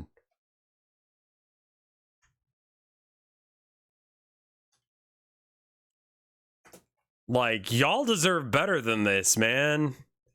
We got 35 seconds. Oh, Phil's, Phil. Yeah, they'll be like, oh, I fucking love McDonald's or some shit. Or they'll be like, go to this place. It's been around forever. And it's like, because they have no competition. Like, this place makes me shit myself.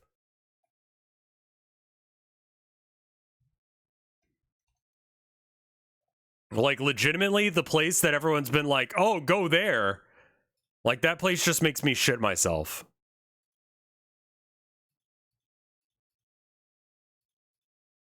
Like, I don't like that place. Like, I get sick every time I eat there. And it's like, it's okay, but goddamn, man. Like, I can just eat a shit burger from, like, Burger King or something to get it cheaper.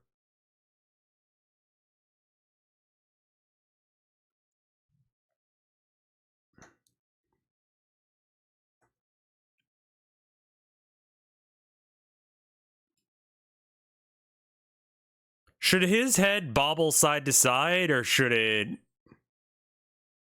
go up and down? I think it should bobble side to side.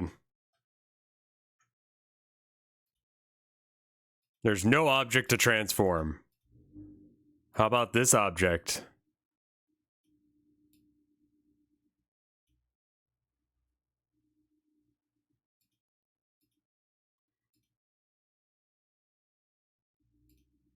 Leonardo da Vinci designed several That's back automatons, now, so we can do including that. a lion who could walk and a knight who could move multiple limbs. Wow. In the 17th century, French philosopher René Descartes was rumored to have designed automatons. He even said, God, what was the line, my dick? Including the unverifiable rumor that he had constructed one of a small child as a replacement for his young daughter, who had died of scarlet fever at the age of 5. While it is not known whether it was actually built, this is one of the first mentions Give of her automata being used the not simply automaton. to create life, but to resurrect it. In his writings, Descartes often grappled with the concept of automata, not simply speculating that machines could be made to appear as living organisms, but theorizing that living organisms might function no differently than machines. He believed that a perfect automata of an animal would be indistinguishable from a real one. Descartes attempted to clarify in his argument that humans could never be fully replicated, outlining a test to distinguish man from machine. In this same discourse, Descartes coined his most famous idea, Je pense donc je suis, or in English, I think, therefore I am. Living during the Inquisition, Descartes' writings on existentialism were radical and dangerous, and after hearing of Galileo's conviction by the Roman Catholic Church, Descartes chose to abandon publishing additional ideas on the subject. Yeah, no Descartes' shit. writings on the line between man and machine would become even more relevant in the next century, as the true age of automatons was about to begin. Like, In yeah, people are getting in 1738, trouble for French saying the inventor world Jacques isn't the Vaucanson center of the would set earth. up an attraction or in a it's center of grand the showroom in universe. Paris. Charging You a might fee to wanna, like, small calm groups, down. Vaucanson would present a new invention, an automaton unlike any the world had seen. Resembling Antoine Koissavau's marble statue, the flute-playing shepherd, Vaucanson's automaton was 5.5 feet tall, and it sat atop a 4.5 foot tall pedestal. Powered by weights, the shepherd could not only move, but it could perform, playing 12 different melodies on the flute. The instrument was not an illusion. The flute player blew air into a real flute, changing its fingering, mouth position, and wind speed Wow. to accurately play the music. This was achieved using a complex series of bellows, gears, and pipes, with most of the mechanisms being contained in the pedestal below the statue. The largest piece of the machine was a cylinder, known as a camshaft. Right. The cylinder featured a series of ridges and bumps. Several cam followers read these as the cylinders rotated, synchronizing the many pieces to create the programmed movements. In order for the mechanical hands of the flute player to accurately finger the notes on the instrument, Vaucanson had to use real skin on the hands. Or maybe this was not necessary for the machine to play the instrument, and Vaucanson just wanted to use real skin on the hands. As Yeah. impressive as the automaton was, it was also disconcerting, and not just because it used real skin on the hands. Musicians He were keeps worried saying of the that. machine's ramifications on their profession. Some criticized the automaton's technique, but many untrained listeners could not detect the faults. From a philosophical perspective, the machine was most notable for its human-like movements. Specifically, since it was made to play a wind instrument, Vaucanson had to design the device so that air would blow out of the figure's mouth. The result, as many pointed out, was that the figure literally breathed. The French writer Voltaire labeled Vaucanson the new Prometheus. The following year, Vaucanson debuted 2 additional automatons. I need to have, Another like, a musician, line this one for capable of where playing their the feet pipe and be. tabor, and a mechanical gold-plated duck. The duck was capable of several lifelike movements, including eating grain and defecating it. Vaucanson claimed that there was a complex chemical system that achieved the digestion, but it would be revealed a century later that it was merely a hidden compartment that would release dyed breadcrumbs to appear as feces. Yeah. Shortly after debuting these machines, Vaucanson took a position in the French government and claimed to be working on his most advanced automaton yet, an anatomically correct human being. Vaucanson would never finish this work. Yeah, abandoning 'cause he was the full of project shit and after that wasn't becoming real. Disgusted by it, with no additional context given. Vaucanson's 3 automatons, which he sold and would continue to be displayed, were widely influential. French philosopher Julien Offray de la Mettrie would assert in his work L'Homme Machine, or Man a Machine, what René Descartes a century earlier did not, that humans are no different than animals, and that humans function no differently than a machine. His views, which made That's reference to wild that Vaucanson's they're work, talking were seen about as extremely machines. controversial, and La Mettrie was forced to flee France because of them. Automatons continued first to be baby innovated toy. past Vaucanson.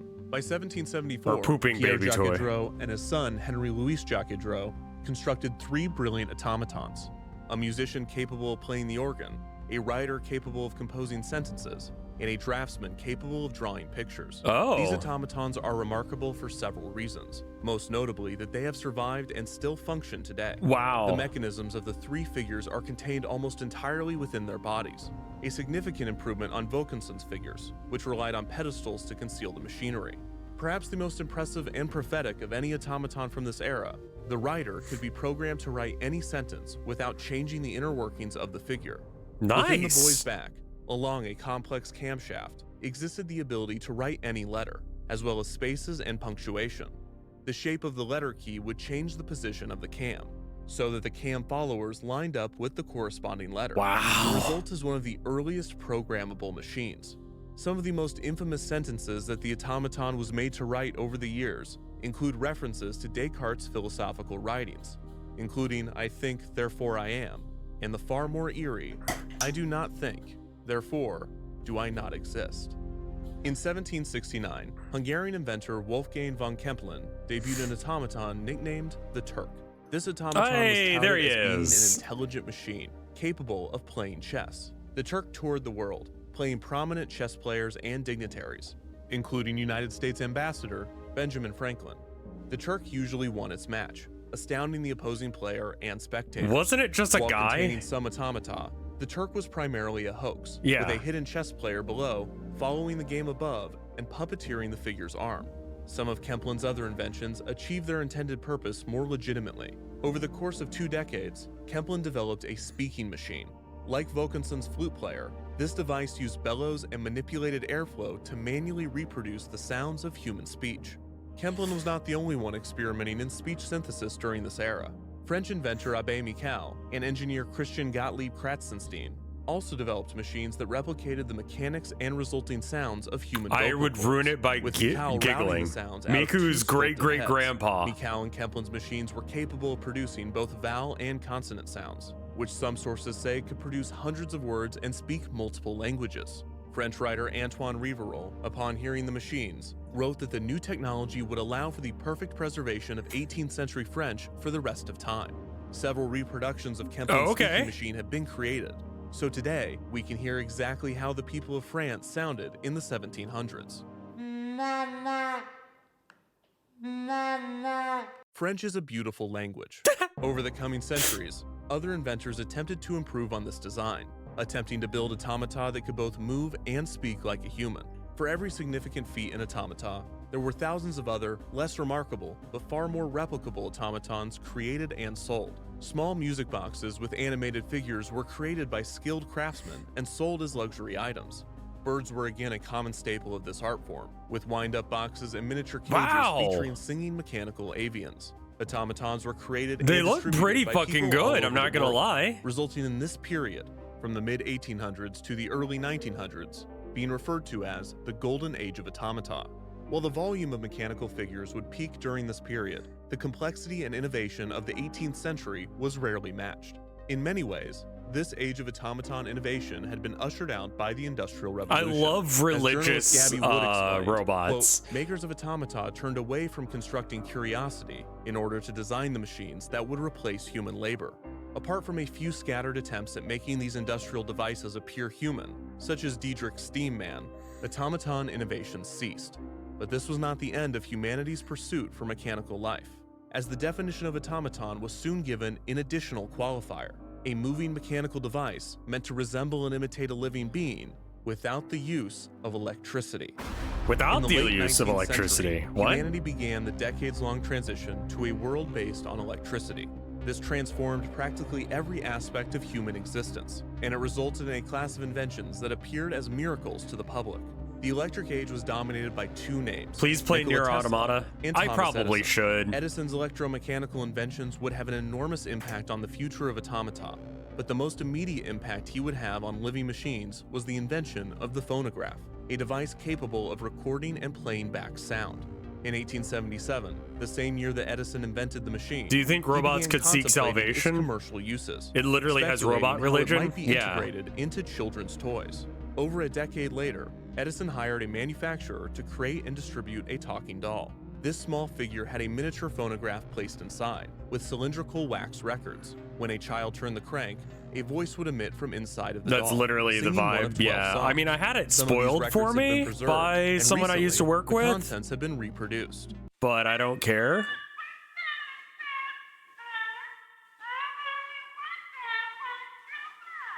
Terrifying. The products were poorly designed and manufactured. Yeah, no and shit. as a result, the dolls flopped, with Edison abandoning plans for a second generation. Shortly after the dolls failed, the phonograph's cylindrical records would be used in another entertainment device, fortune-telling machines. These figures had extremely limited movements, but their ability to play back Also depends on if you get the true ending spoiled. I got boardwalks and amusement parks. what's While not wrong the most with the technically impressive, bad moving guys? figures with human voices Don't sweat began it to too hard. populate the Okay, world. good. Do I This, have along with other to? electrical innovations, elicited both wonder and fear from the public, sentiments that soon found a home in the emerging genre of science fiction. In 1920, Czech writer Karel Čapek wrote Like, a what do play I named need for R.U.R., playing in which Mirror? Can you get it on artificial Steam? humans You can, created for right? the purposes of labor rebel, resulting in the extinction of humanity. The play was a massive hit around the world, and is most famous for introducing the word robot. The play instilled a fear in the public of an apocalyptic robotic uprising, as well as further worries of intelligent machines displacing humans in the workforce.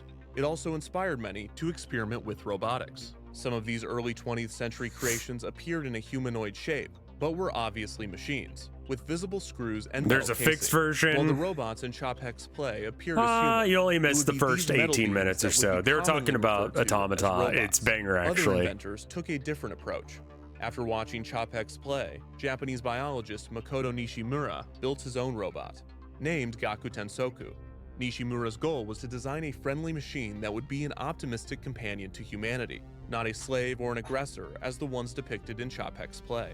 Nishimura gave his robot skin made of rubber, and the machine was capable of moving its arms, turning its head, and most impressively, creating facial expressions.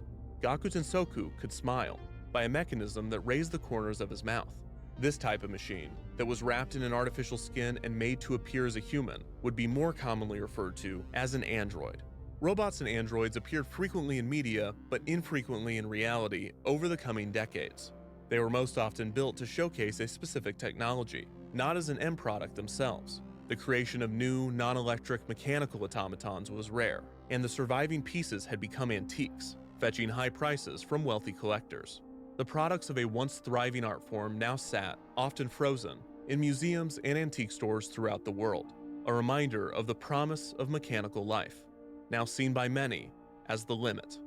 But it was in one of these antique stores that the next step in the search for a living machine would begin. In 1949, in an antique store in New Orleans, a preserved automaton of a bird perched inside of a golden cage performed once again, flapping its wings and whistling a song. The sudden change in state, from still to full of life, enamored its potential customer, a filmmaker from California, Walt Disney. Walt purchased the strange bird, and after returning home, he brought it into his studio's machine shop, handed it to one of his employees, and instructed him to open it up and figure out how it worked. New Orleans. You prefer that pronunciation?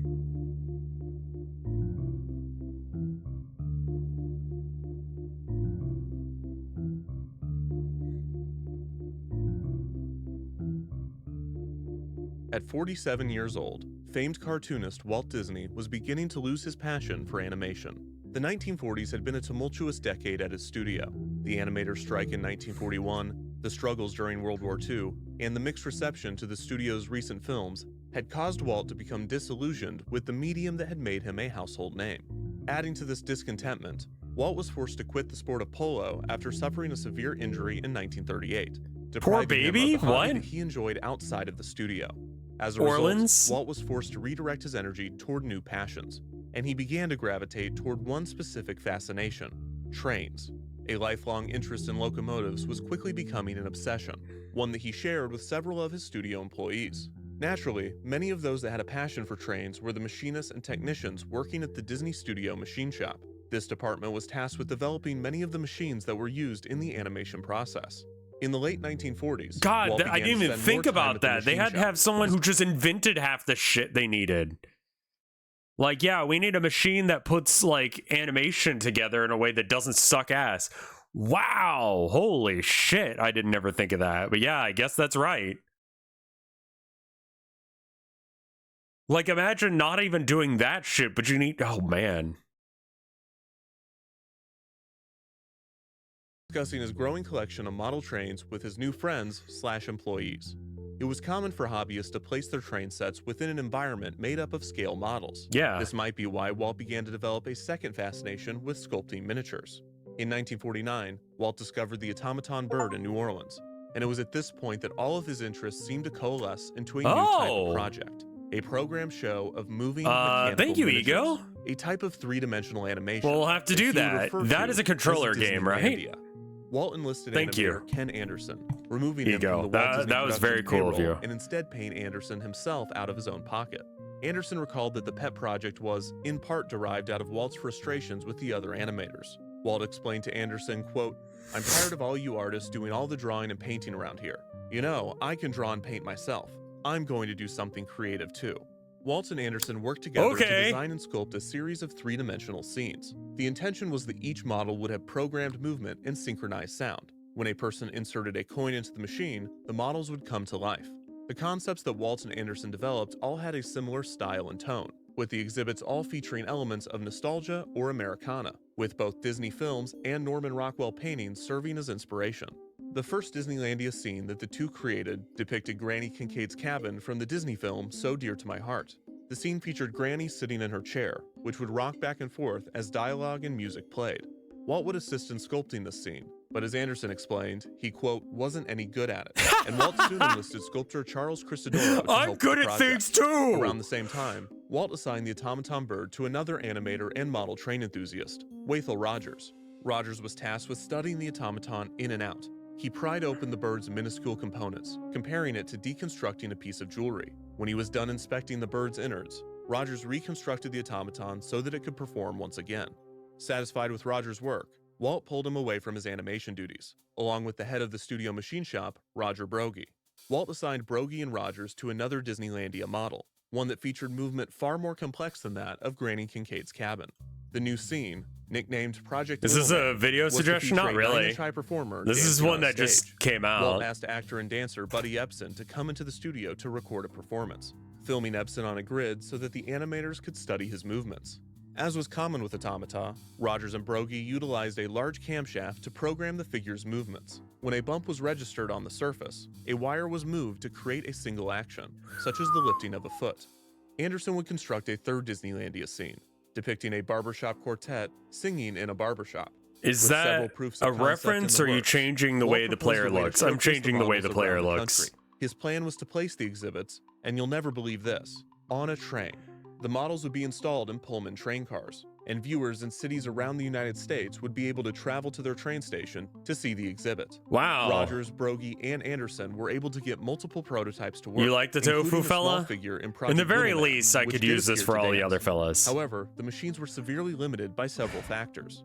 For one, they were programming shit. the movements by adjusting the ridges on the camshaft was tedious and frustrating. The number of movements and the length of the performance was limited to the size of the camshaft. The camshaft also had to be placed close to the figure, and Broggie and Rogers had already made it quite large.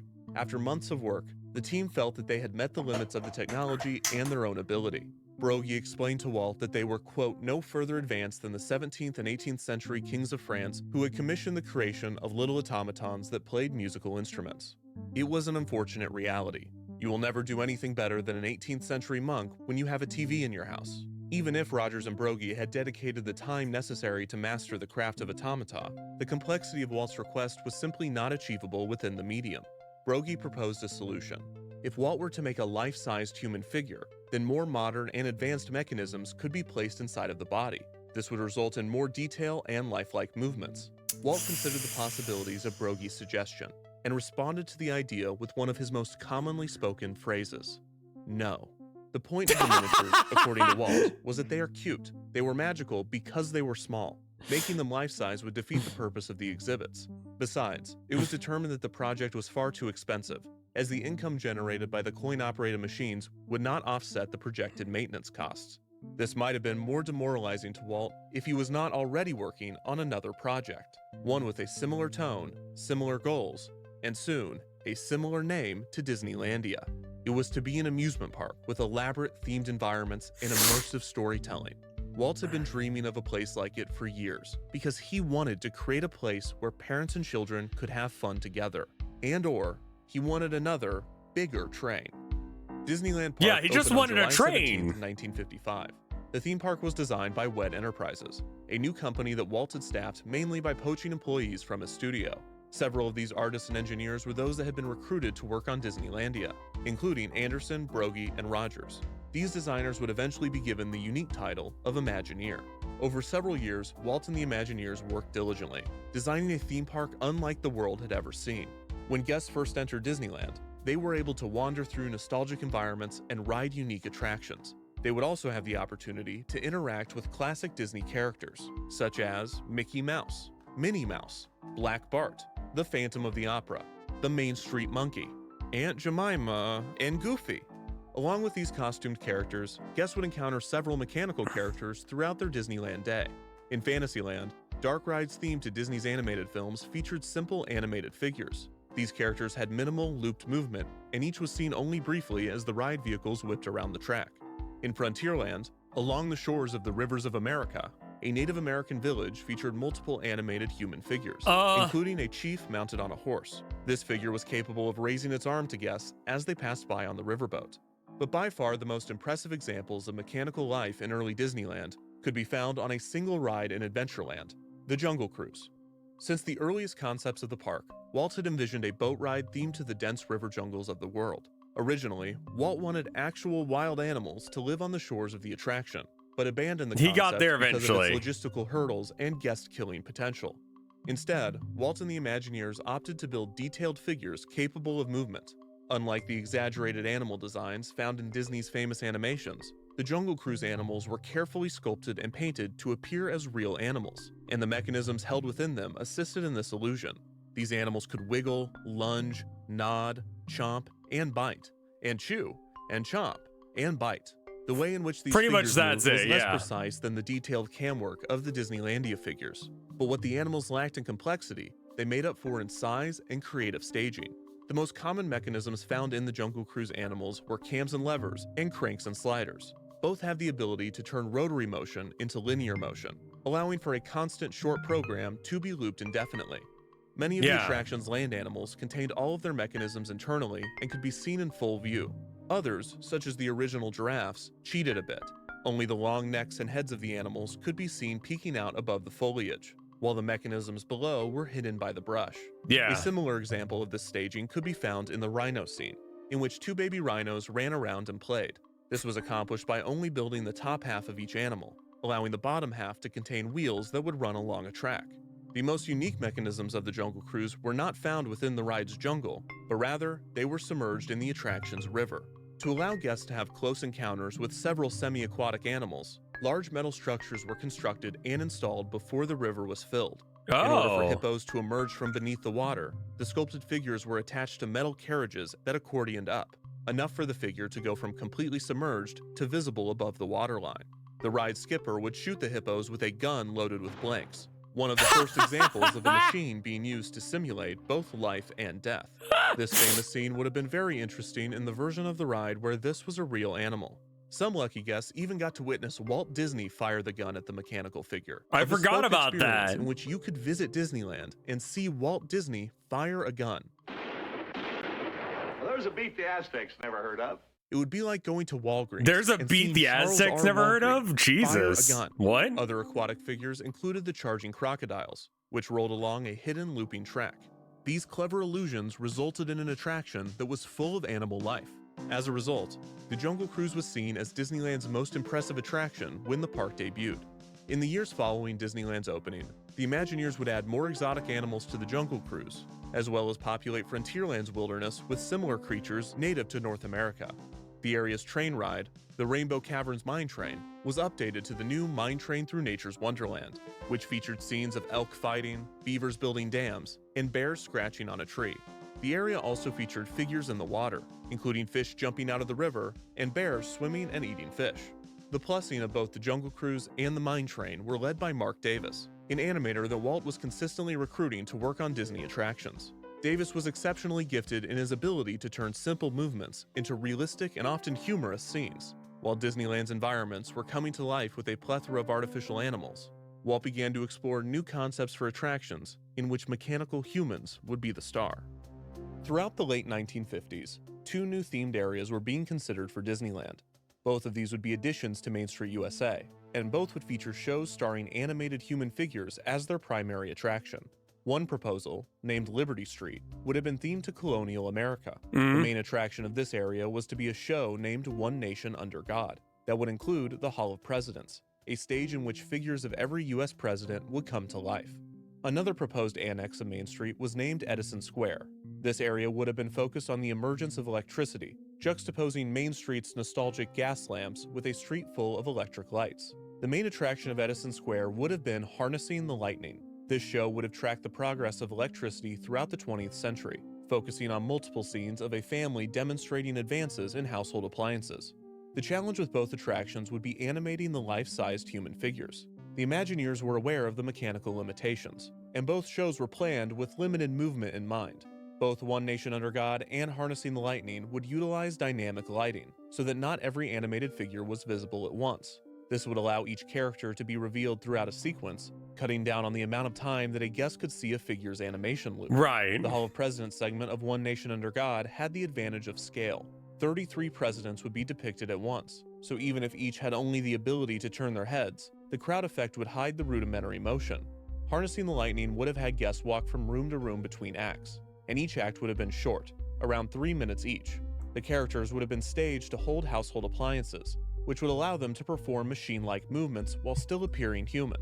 To further help with the illusion, Imagineer John Hench suggested that the humans be depicted in a caricaturized style, to prevent them from coming across as lifeless. These solutions would help to sell the illusion of life, even if the show were to use mechanisms as crude as those found on the Jungle Cruise. Still, this was a compromise to Walt's vision for both shows, and despite the Imagineers dedicating years of work to both Liberty Street and Edison Square, neither concept would come to fruition. Instead, Walt focused the park's funds and the Imagineers' I've never been to Disney other expansions, such as a major addition to the Tomorrowland section. You know how I found out? I found out something really fucked up recently, and it is like I can't not think it anymore. Okay, so you got Disney Land and Disney World, right? Do you know the easiest way to know which one's which?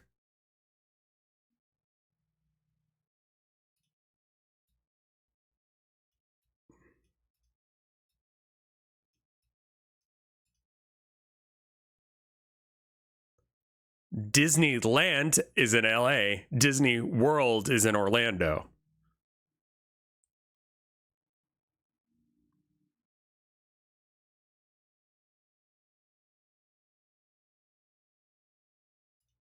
I fucking hate that. Of the park, but the idea of attractions with human figures lingered. The technology just wasn't there. At least, not yet. What happened next is a bit uncertain. It was at this point, around 1959, that the Studio Machine Shop began it's in experimenting Anaheim with instead? building a mechanical human head. The first head to be created was of a man of Chinese descent. There are 3 theories as to why this occurred. In the most popular account of events, Walt walked into the Studio Machine Shop one day with a new idea, another new themed area for Main Street USA. He said, quote, "Look, I want to have a Chinese restaurant at the park. Out in the lobby will be an old Chinese fellow like Confucius. Not an actor, but a figure made out of plastic. Now the customers will ask him questions, and he'll reply with words of wisdom." While at first this seems random, fortune-telling machines were abundant, and a few were already in Disneyland. Fortune-telling machines often depicted Confucius or another Eastern philosopher, so the idea of a Chinatown with a fortune-telling Confucius could be a natural evolution of this common fixture of amusement parks. The second theory is that machinist Jack Gladish was experimenting with a talking head in the Studio Machine Shop, either as his own personal project, or because Walt had assigned it to him in preparation for one of the complex shows in development. According to historian Todd James Pierce, Gladish built a functioning prototype skull. However, when it came time to place the fake skin on the head, the latex material did not fit properly around the eyes. The figure appeared to them to be of Chinese descent, and so Gladish and the machine shop decided to proceed with the imperfection and pretend as though it was purposeful. After presenting it to Walt, the Chinatown concept was invented to support the team's progress on the figure. The third theory as to why a Chinese head was developed is that Disneyland was simply missing something. It already had caricatures and fear-based depictions of Africans and Native Americans, but it had no such material for the people of Asia.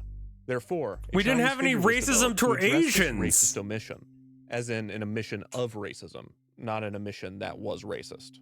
Regardless of the reason, a mechanical figure was designed for like they aren't being Chinese racist enough. The theory that Roger Broggie had proposed almost a decade prior was turning out to be correct. A larger figure did indeed allow for more lifelike movement. The machine shop I like how was they able to told fit him multiple no, and then they went solenoids ahead and inside did of the it mechanical anyway, head. it seems A like. solenoid is an electromagnetic mechanism created by winding a copper wire into a coil. Sure. When electricity passes through the wire, a magnetic field is created, pulling the plunger into the coil.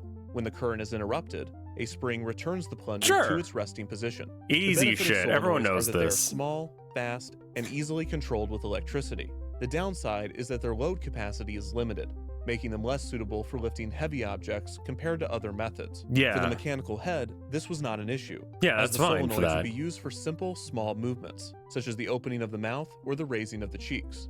Walt wanted realism out of the head from the beginning, suggesting specific facial expressions and complex mouth movements. Walt explained to the team, quote, "You know they've done this in Europe for hundreds of years. If they've done this well, we can do things now much better." He instructed the team to watch television with the sound turned off, in order to study the way that people's mouths moved when they spoke. Wathel Rogers recalled, quote, "You could always tell who was working on the job. They never looked at your eyes when you were talking to them, always at your mouth." One of the most significant obstacles the Imagineers faced with the mechanical figure was the skin. The latex used for the initial prototypes was not flexible or durable enough to last on the talking head, and Imagineer Harriet Burns had to constantly create new skin when one inevitably peeled and deteriorated. The Imagineers soon turned to a unique hot melt vinyl named Duraflex, which had properties that more closely resembled the flexibility and durability of human skin. The material also lent itself better to repairs if an issue did arise. While the mechanically inclined studio shop designed the Chinese head, the creatives at WED began to write the show for the Chinese restaurant.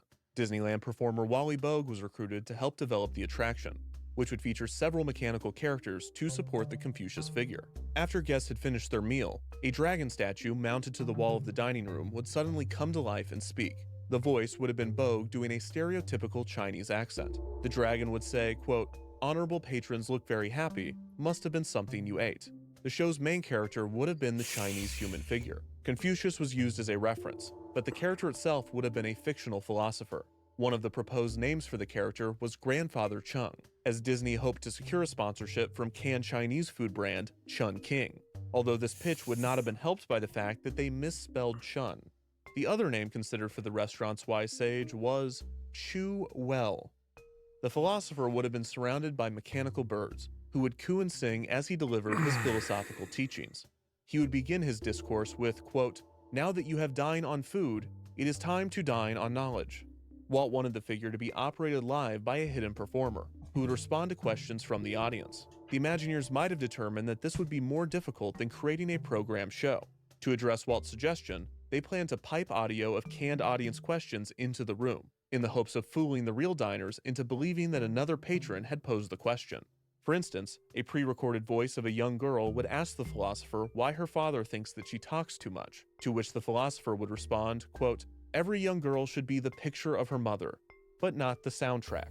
Another line of wisdom from the philosopher was, quote, "Psychology books very handy if applied right, suggest 3 brisk strokes overhead of child." A white man doing his version of a Chinese accent while delivering jokes about child beating would have absolutely murdered a crowd in 1950s Disneyland, but it would not have the opportunity due to Walt's sudden and swift cancellation of the Chinatown area of the park.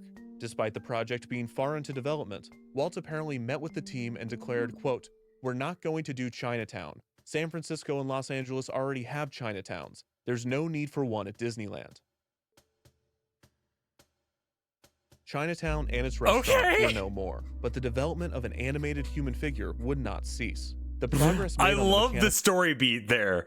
They're like, they're already Chinese people all over the place. We don't need that shit here. It's like, Walt, please. How are you being more racist than anyone could have imagined? Jesus fuck.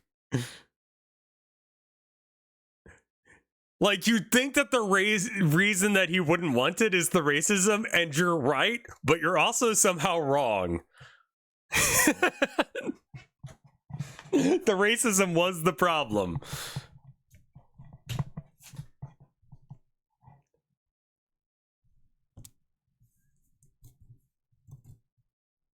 head had convinced Walt to move forward with One Nation Under God, focusing the attention of the Imagineers on the show's proposed star, a Winkin, Blinkin, Abraham Lincoln.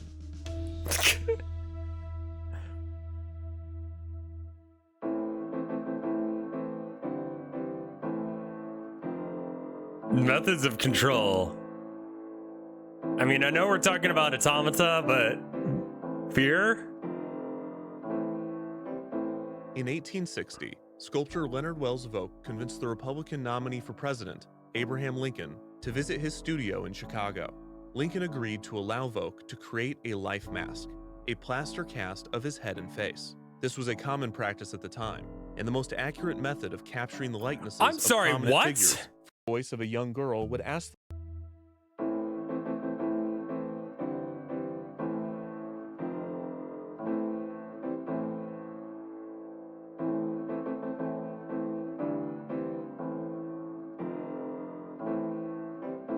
In 1860, sculptor Leonard Wells Vogt convinced the Republican nominee for president, Abraham Lincoln, to visit his studio in Chicago.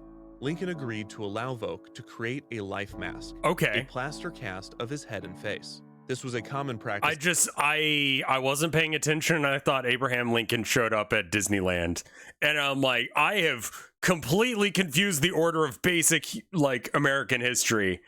Like, when the fuck did he get shot? Like, I thought he didn't retire, and it's like, yeah, no, he did not go to Disneyland. He got his life mask done before he was shot, which is when you would do it.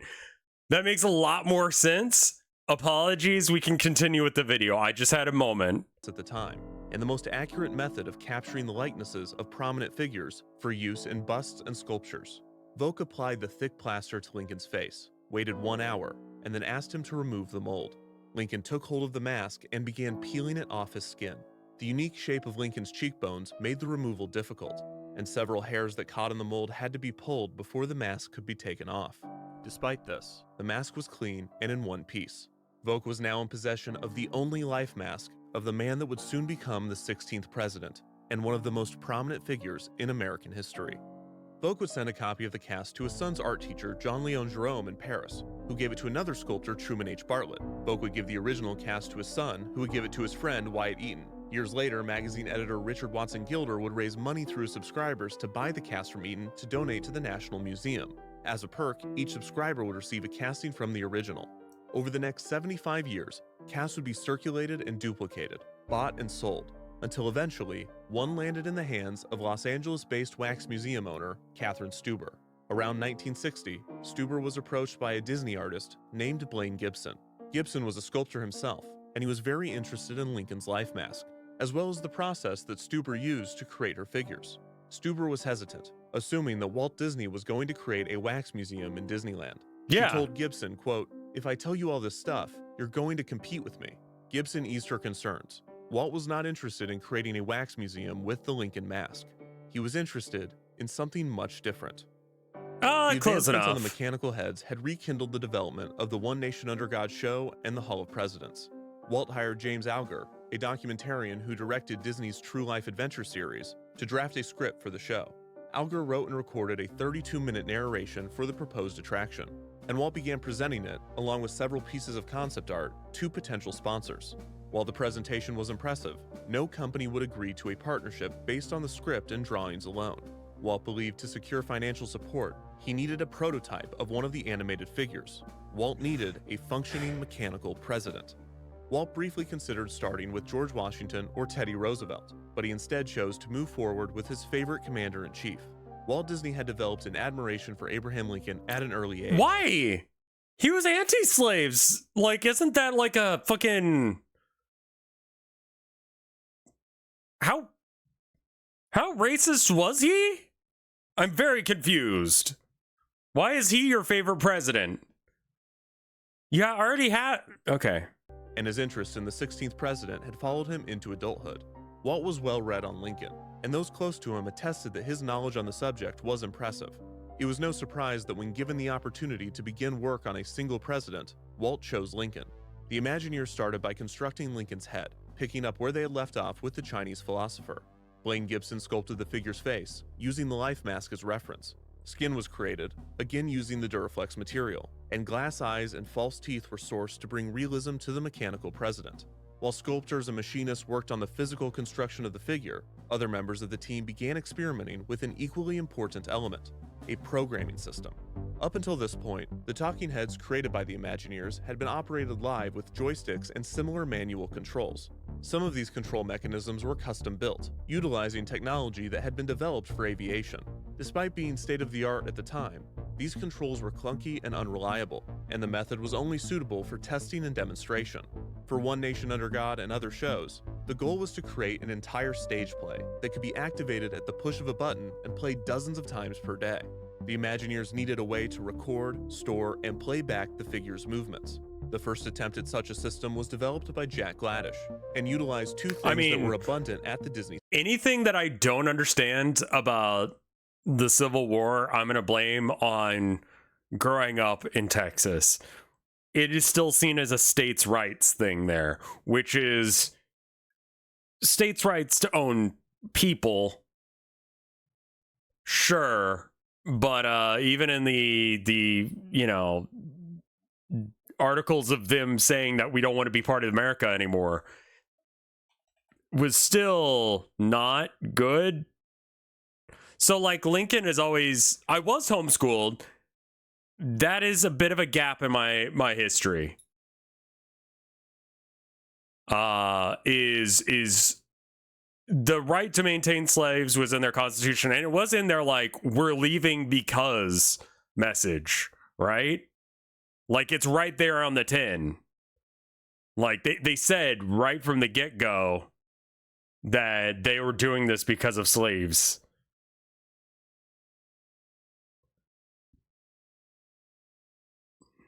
Like, you ever learn something in school and then just never get that updated?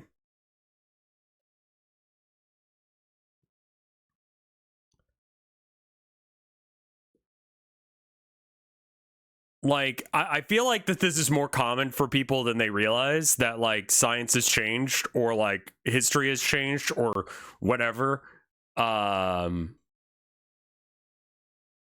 I just never got updated on some of the specifics of the Civil War.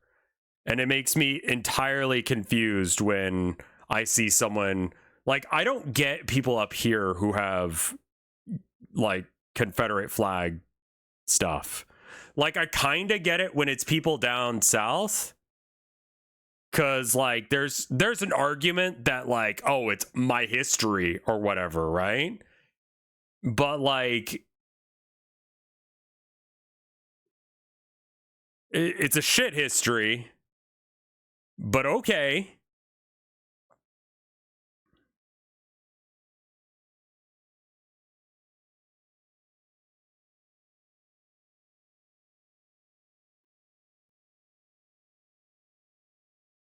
There's some people who like have Confederate flag stuff out. And those houses should be fucked up. They often have other things, but anyway, we're gonna watch this. Studio, film stock, and moviolas. Moviolas were film editing machines that allowed an editor to play back the film while working, but Gladish would use them for an entirely different purpose. Instead of exposing the film stock to light and capturing a series of images, Gladish simply used the film as a canvas. On the surface of the film, Gladish brushed conductive silver paint. He then attached a connection to the moviola so that when the reel was played, a contact would graze the film's surface. Sure. When the silver paint would touch the contact, a circuit would be closed, causing a solenoid to be activated, resulting in a single action. When the silver was absent, the circuit would open, causing the solenoid to return to its resting position. This ingenious, albeit crude method was already far better than the programming systems that most automatons used. The duration of a camshaft program was only as long as it took for the cylinder to complete one rotation, while Gladish's film stock method could fit hundreds of feet of programmed information onto a single reel. That's Multiple shows perfect. could be created and swapped out by simply changing the reel of film, with no need to change the mechanisms of the animated figure. Unfortunately, the system also had plenty of issues. For one, the silver paint began to chip rather quickly, and the program needed to be repainted constantly. Second, this was not an efficient way to store information. Only 6 tracks of paint could be placed onto a single reel, meaning that only 6 movements could be programmed onto each moviola. Walt was constantly asking that Lincoln be capable of performing additional, complex movements, which meant more mechanisms, and therefore, more tracks needed to control them. If this method were to be used for Lincoln, an entire room of moviolas would need to be dedicated to the programming. Well, the Gettysburg flag isn't necessarily racist shit. An entire warehouse of moviolas would be required, each of which needed to be synchronized perfectly with one another every single show. No Steppy Sneaky. Gladish's system was a huge step forward, but a more advanced system would still need to be developed for the attraction. Walt continued to request that additional nuances be installed in Lincoln's face, and as a result, the head was becoming quite heavy. This clashed with another of Walt's requests, that Lincoln would start each show seated and then rise from his chair to deliver a speech. Walt enlisted Mark Davis to work on the figure, having him focus on all of the mechanisms below the neck. Davis already had an interest in human anatomy. In the UK is and weird. After joining the team, he began studying prosthetic technology. Davis recalled that, quote, "It was the British who had done the most work on prosthetics, how to make an artificial hand or an artificial leg, because Britain had been bombed so heavily that there were more people in need of that there than in other countries." Wow, Davis compiled that's his dark. research into a booklet. This was filled with theories and sketches of how the team might accomplish animating Lincoln. Davis explained, quote, "It was rough, and the most terrible thing was that Walt wanted Lincoln to be pretty sophisticated. We didn't have the technology for it. I have a notebook that I did, How to Build a Mechanical Man, and all of this was wrong. We weren't building a mechanical man. We were building an illusion of man. That took a while to soak into me, and into everybody else." In 1960, Walt began negotiating with major corporations to build Disney attractions at the 1964 New York World's Fair. This was an opportunity to showcase sorry. Thank you. I'm running out of space on my screen here. I love robots. Like, this kind of stuff, I love them. Like, I did want to go into robotics when I was younger, and make prosthetics and shit. Biomedical prosthetics. Like, replacement hearts and, shit like that. Because I'm just like, that's the path forward to immortality. Like replacement parts that we can switch out. Like the brain is the only thing that we can't really do that to, and maybe someone else will figure that shit out. But it turns out it's super fucking hard. Why is your brush tiny? Because I'm insane. And I like doing more work than I need to. Leg DRM, yeah. Unfortunately, biomedical shit has gone absolutely crazy, and it's literally Deus Ex plot, like literally cyberpunk level kind of plot on just regular people's like diabetes supply and shit like that.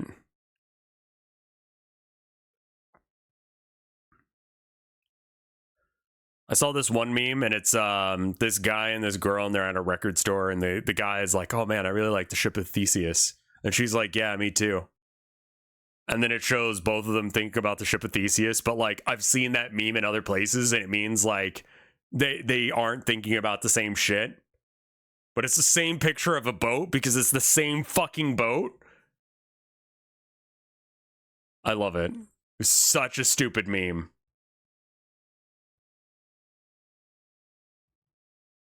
The shit of Theseus? If you eat a shit and then you shit it out, is that your is that what we're doing?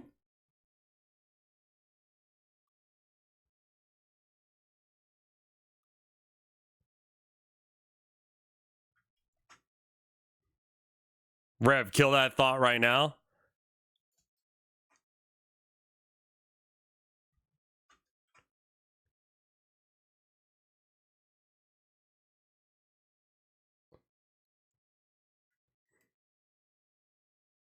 All right, imagine human centipede. Whose shit is it?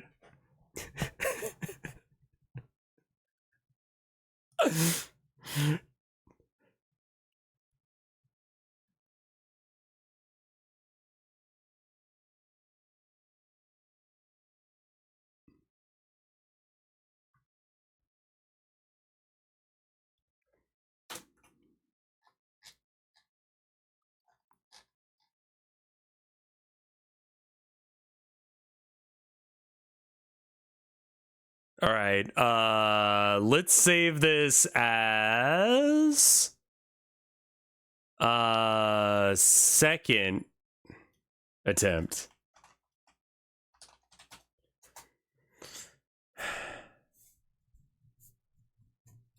Talent of the Disney organization to East Coast audiences. Patients are now and stuck develop with new dead technology machines for inside of them. Disneyland That's using sponsorship fucking money. awful. Walt was interested in finding a sponsor for One Nation Under God and debuting the attraction at the fair. However, the Imagineers informed him that the technology necessary to operate the entire Hall of Presidents show was at least 5 to 10 years away. Development continued on the The animated fella figures, looks great. as Walt sought We'll to secure shade him some and partnerships for stuff in other a second. I just want to make attractions sure at that he the fair. At the works. same time, Walt and the Imagineers continued to make improvements to Disneyland. In early 1960, Disneyland management flagged the Pavilion restaurant as a venue in need of a refurbishment. Since the restaurant straddled Main Street USA and Adventureland, the theming was inconsistent throughout the dining space and the menu. To solve this, Walt tasked his Imagineers with creating a tea room themed to Polynesia. John Hench drew concept art of the space, and the art prominently featured birds in cages suspended above the heads of diners. Oh no. Walt rejected the idea, believing that the birds would defecate in the guests' food. Hench pivoted and claimed that the birds in the art were actually mechanical birds. This idea was approved, and development on the Enchanted Tiki Room began. The Is YouTube restaurant chat borrowed on? It many elements is. from the Chinatown restaurant concept, including the format of the dinner show and the use of programmed animated figures. As automaton makers had been doing for thousands of years, the Imagineers took advantage of the unique properties of birds, finding it much easier and quicker to achieve lifelike movement with the tiki birds than the Lincoln figure. Still, Walt demanded more naturalism than had ever been achieved with mechanical birds. Specifically, he wanted the birds to be able to puff out their chest as they sang. This was a particularly difficult task for designer Harriet Burns, who had to find a fabric that allowed for this motion. As with the talking heads, solenoids would be utilized. These were placed inside of the bird's back and would give the birds the ability to quickly open and close their beaks. However, solenoids were too jarring and limited to provide all of the realistic movements that the Imagineers wanted to achieve. To accomplish fluid motions, pneumatic tubes using pressurized air were designed. A pressurized air system would be housed outside of the showroom, and tubes would be routed into the mechanical birds. This allowed for stronger, slower motion, which the Imagineers could easily customize by changing the pressure of each individual action. Like the solenoids, these mechanisms were digital, meaning that there were only two states, activated and resting. A joystick control was created for the birds, revealing the range of motion of the fully articulated characters.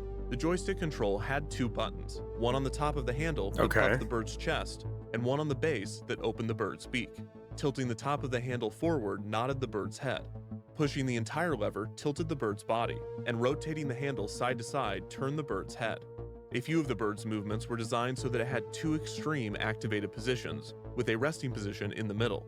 For instance, while the joystick control and the pneumatic pressure gave the appearance that an operator could turn the bird's head gradually in either direction, in reality there were only three positions. Resting, which in this case was looking forward, activated left, and activated right. The movement could not be stopped between these positions. Thanks to these advancements, the Imagineers were building the animated figures for the Tiki Room restaurant quicker, cheaper, and more predictably than any of the mechanical human figures. That is so wild Because to of me. this, the dinner show starring the singing tropical birds was fast-tracked through development. The only missing component was a reliable system to record and playback the performance. The necessary breakthrough finally came thanks to a unique collaboration between several departments at the Disney studio, with the sound engineers, electricians, and machinists working together to create a custom programming system for the figures. This new method controlled the animation, not with paint, but with sound tones. In order to understand how this worked, it is necessary to understand the basics of sound recording. Sound Okay. is produced by vibrations. Right. Human ears have a thin layer of skin. I'm sorry, Count Cannoli. I hope that you take some time to take care of yourself. I think I'm going to be doing the same here soon, depending on how things go. Why is this in Defunct Land? They have to explain how shit works. Fella's second attempt needs to be here. Load that shit in. Is locked or can't be opened due to lack of permissions? Is it because it's open? Don't worry about that shit. Okay.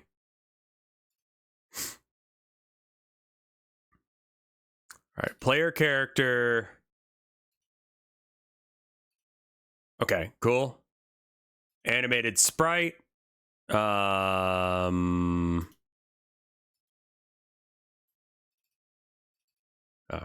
Just hit play. Referred to as the eardrum. Their response to I want to be in hospital. Good. Why are you sorry? Just seems like it sounded like something you didn't want to do, but I do think that it would be for the best. It sounds like you need it. It's been a rough one for a bit, man.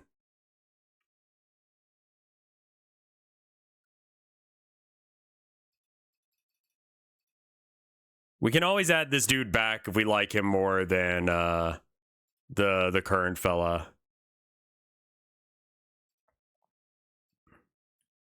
All right, vertical we want 1, horizontal we want I don't know how many there are here.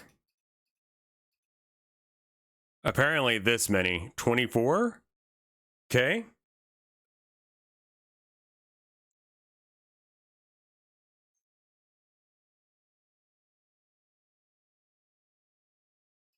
these vibrations and converts them into electrical signals. These signals are sent to the brain where they are processed as a sound. In order to replicate this process using a machine, a mechanical eardrum, known as a diaphragm, responds to the sound waves, and this movement is converted into an electrical signal. The electrical signal travels along a wire and to a recording head. The recording head passes over a tape coated with a magnetic material. As it does, the electrical signal alters the orientation of the magnetic particles, imprinting the signal onto the tape and recording the sound. For playback, the process is reversed, with a playhead reading the stored magnetic information, converting it back into an electrical signal, and sending it to a diaphragm. This diaphragm vibrates, producing the sound that emits from a speaker. This process of recording sound has more uses than simply audio playback, and the engineers at the Disney Studio devised a way to utilize this technology to create a system to control the animated figures. Instead of using a microphone to capture sound waves and convert them into electrical signals, the live controls that the engineers were using, such as the joysticks, already controlled His the head figures bobbles a using little electrical weird. signals. Just like I did sound, not solve the these cock signals array can be issue, recorded no. and stored onto a magnetic tape. If the signals from the live controls were played through a speaker, they would likely not sound pleasant. He's got kind of a producing limp fuzzy, going. buzzing tones similar to electrical noise. And Instead his of head sending this movement should be a electrical little signal less through extreme. a playback head and to a speaker, the signal could be sent to a machine. This way, the Imagineers could use it to program the mechanical figures. When a tone was detected, it would activate a mechanism on the figure. This system functions similarly to the silver paint method, but the process was already a significant improvement. For one, the magnetic tape would not flake He's off also like the like silver moving paint. too Additionally, much. the Imagineers could now program the figure's movements in real time, as opposed to before, when they were estimating the timing when painting with the silver.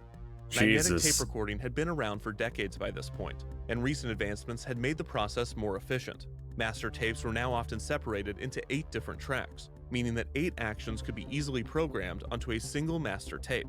This was already an improvement over the 6 actions of the silver Is there a paint reason method, you wanted but to still change not him?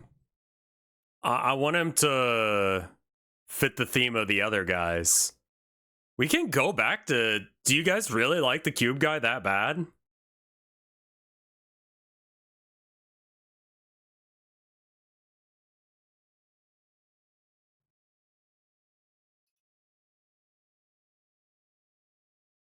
Like, because we can just bring up that guy and fix him. Fella first attempt clip. Like, the main issue with this guy is that his run pattern's the exact same shit.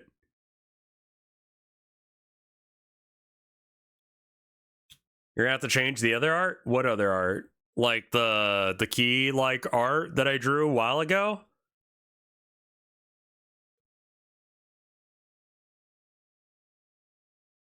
That's not in the game anywhere. That was just sort of a like, I need to make sure I draw this. Like, just as an aesthetic, like, this is the vibe I'm going for here. Leave him as a secret fella. You could have skin box thingies. Loot boxes?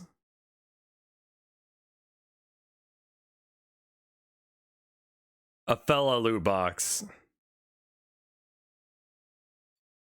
Okay. I mean, I could. I'm gonna go to the bathroom and get some water and stuff. So why don't we take a 3-minute? I think that we're gonna have like little stuff like you know, Bree have like a little Easter egg, like maybe a little like model of Bree in someone's house or something, shit like that. I'll be right back. 3 minutes. BRB.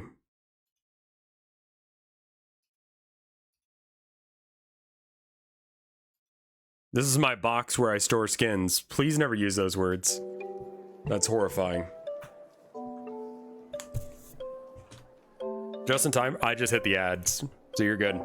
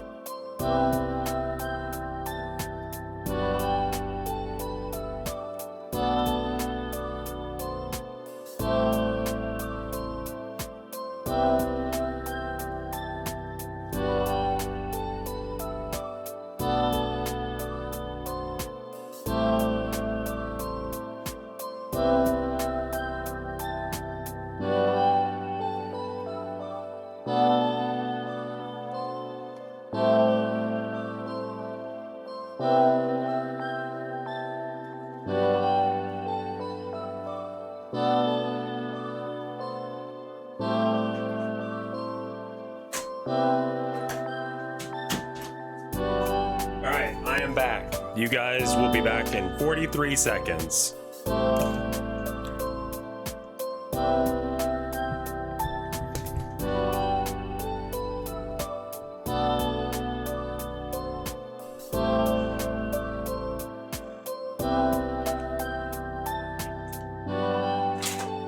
got myself some hard candy because I wanted a snack, but I've already eaten, so I don't really need another snack. We're back in 16 seconds. Got a snack, bud? Shrimp checking. We are unshrimped and back.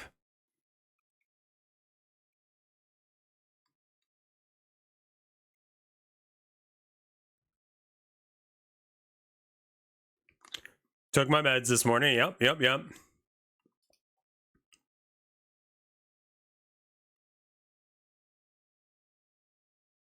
That's pretty awesome, Count Cannoli. Okay. So the current animation, like his head wobbles too fast. Like we need to make a decision here. And I don't really have a design for the main character. So he could stay as the little like card guy.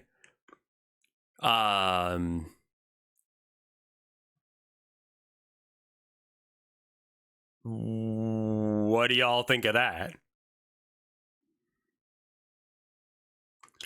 Like he's the only square one and everyone else is some rounded character.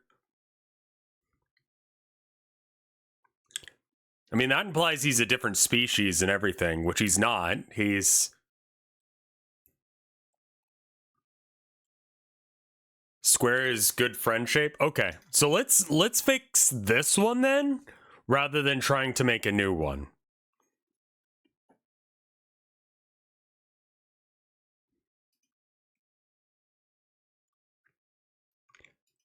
Maybe he's just a little different. Everyone gets sent here when they are trying to do this thing. Like, it's a cultural obligation. It's better than jury duty. It's like a cool thing to get done. But it's like, oh, fuck. I gotta go and do this thing. Whatever plans I had in my life, they're over now. This is my thing now. And people want to be a part of this because it's a cool fucking honor. But let's see if I can just and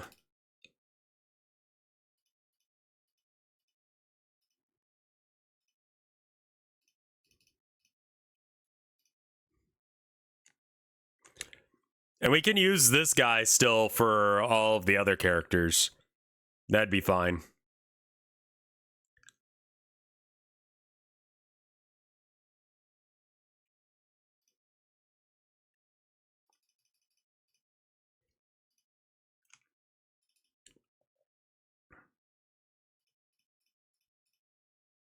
I think there needs to be like another cycle to this animation of where he's coming down with the other foot.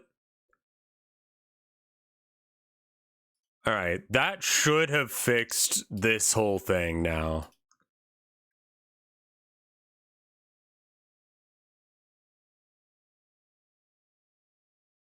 Wait, what the fuck? What the fuck?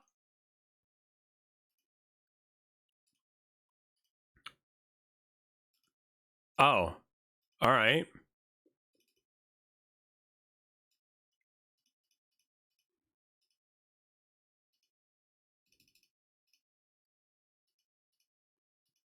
Okay. Big Lots is closing its doors. That sucks. Big Lots is kind of like banger. Nearly enough to program a single figure, let alone a stage full of them. The Imagineers needed to fit multiple actions on a single track of audio. Luckily, a method to do this had already been created by aerospace engineers, who developed the technology for aviation and the space race.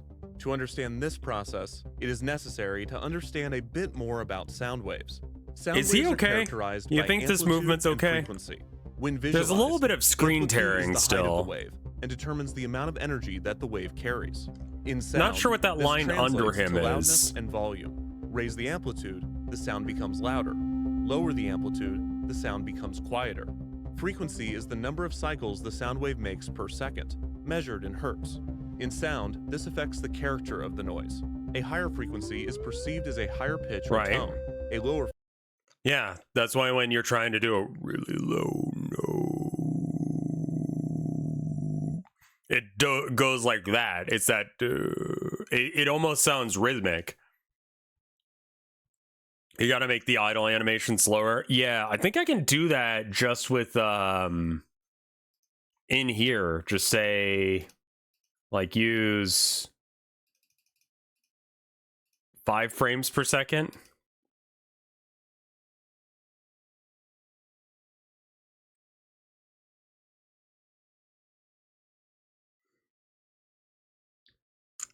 Many of us look to you as a beacon of goodness in these dark times. We all need to stay strong and hold our shit together, including you. Yeah. Thank you.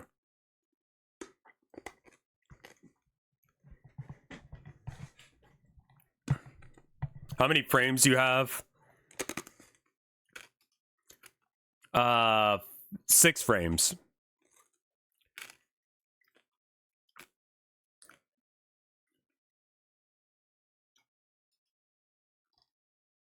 I'm not seeing like a white line under any of this.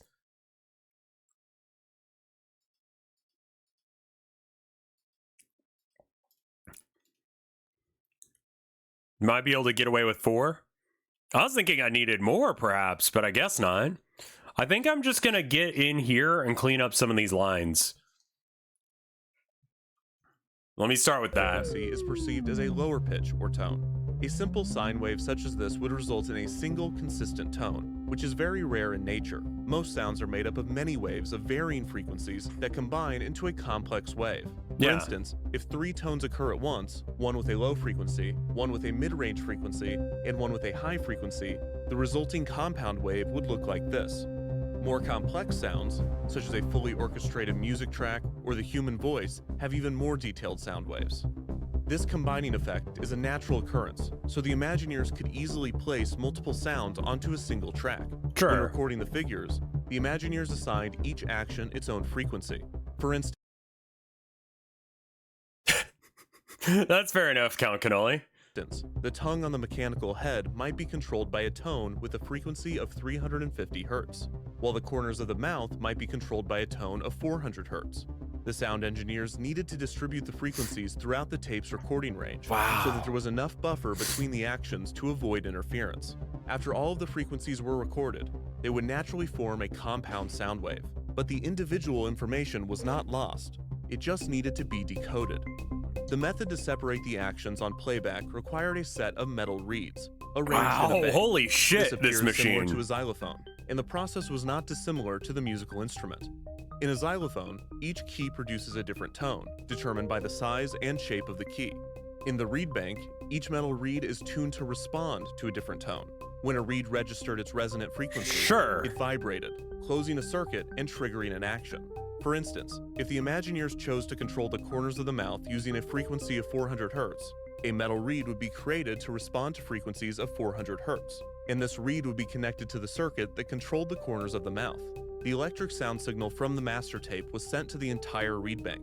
Each reed listened to the entire range of sound, but could only respond to their assigned frequencies. This new method allowed for 10 to 20 actions per track, meaning that an 8-track master tape could have as many as 160 actions on it. The animated figures that utilized this system of audio tones were given the name audio animatronics. The term animatronics was a combination of animation and electronics, but the audio part has a disputed etymology.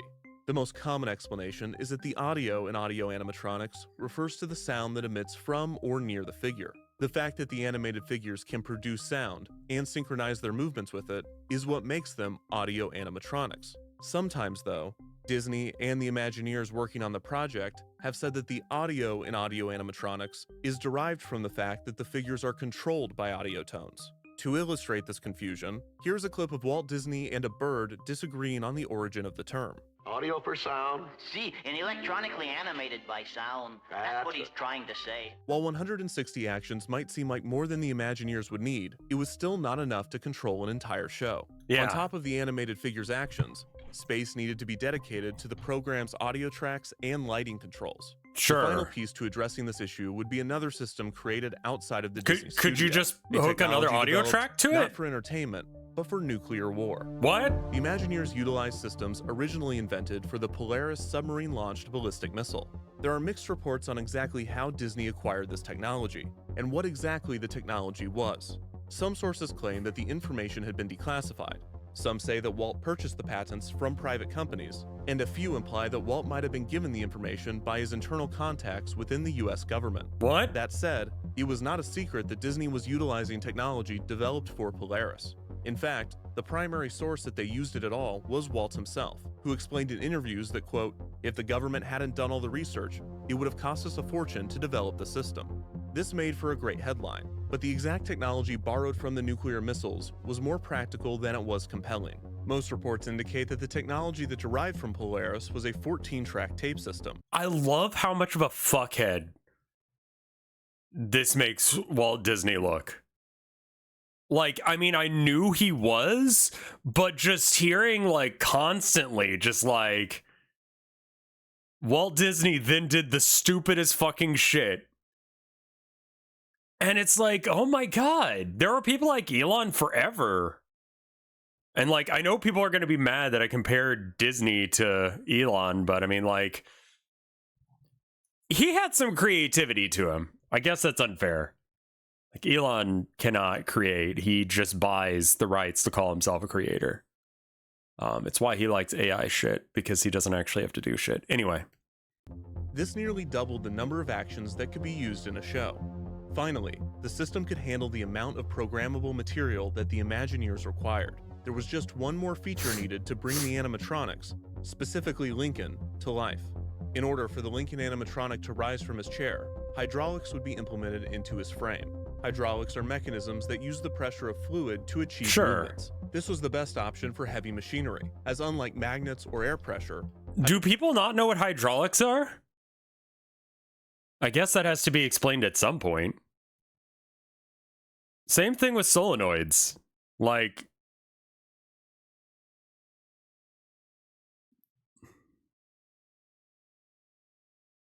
Yeah, no, dying was not the thing that made Steve Jobs an asshole. He was an asshole before that. You're right. But, yeah. Hydraulic fluid does not noticeably compress when force is applied. Yeah. Hydraulics would allow Lincoln to accomplish demanding tasks, such as standing up and lifting his arms.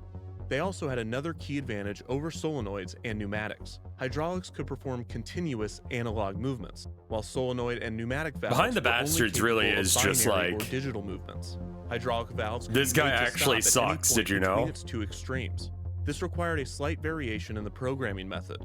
While the pneumatics and solenoids responded to the presence or absence of a tone, the hydraulics responded to a change in voltage. A resting position for each movement was determined, along with a corresponding resting voltage. When the voltage was increased, the mechanism would move in one direction in response. If the voltage stayed at that level, the mechanism would remain in that position. If the voltage was decreased, the mechanism would move in the opposite direction. The combination of these mechanisms, along with the complex programming method, made human animatronics feasible. Still, it was a daunting task to finish one. And while work continued on the Lincoln figure, the new programming system would be put to use in the Enchanted Tiki Room. Despite originally being designed as a dinner show, the Tiki Room had become so complicated and impressive that Walt felt it deserved to be its own attraction. The new show would feature 225 animated figures, including crooning birds, singing plants, and chanting totem poles. Even with hundreds of possible actions, the Imagineers still needed to get creative with the show's programming. The show's 4 hosts were given more actions and a wider range of movement than some of the background birds, and several characters shared programming with one another to save room on the tape. Of course, all of the complicated systems and delicate machinery were complete. Wait, wouldn't that, like, why couldn't you have done that? Like, yeah, I mean, surely you can do all of them from the, or a majority of them, like, if they're singing a concert with each other, like, they're all going to be using the same mouth movement, right? Completely hidden from guests. And when the attraction debuted at Disneyland in June of 1963, it was pure magic. All the birds sing words and the flowers bloom in the dinky, dinky, dinky, dinky, dinky room. The room came to life in a way that had never been seen before. And yet, this was only the beginning of what audio animatronics could achieve.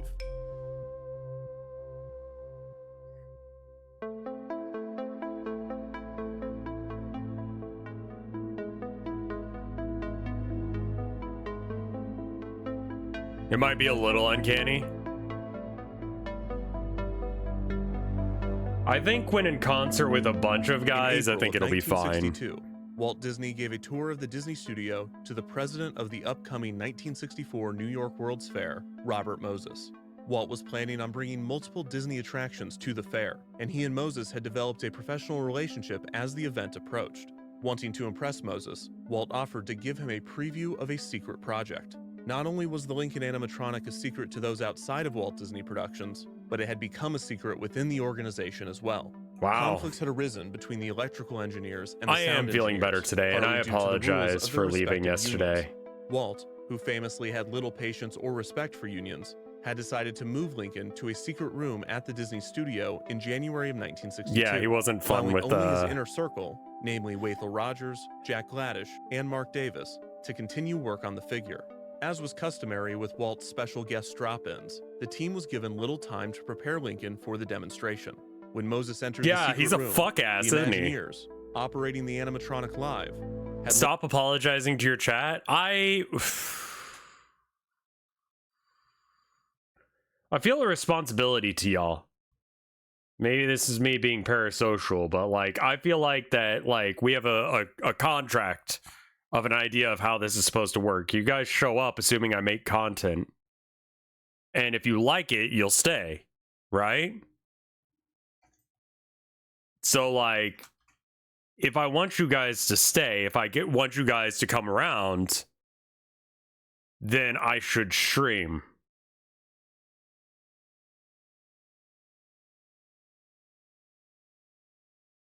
Getting all John Locke on us.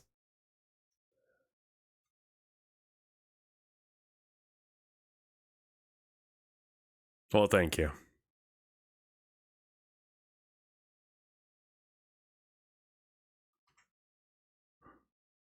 Like, for a lot of you, this is your relaxation time and your downtime. And I'm making an active decision to talk about politics less as a result of that. But also, just in general, I think it would be a good idea. It doesn't seem like it's something that really... honestly, a lot of it is just stupid culture war shit. And who gives a fuck? You know? Like, oh, Stellar Blade, Grums was upset about it. Who gives a shit about Grums? You know?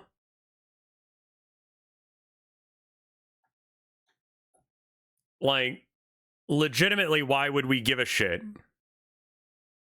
So it's like, if no one gives a shit, then why would we watch a video on him? Why did I watch a video on him?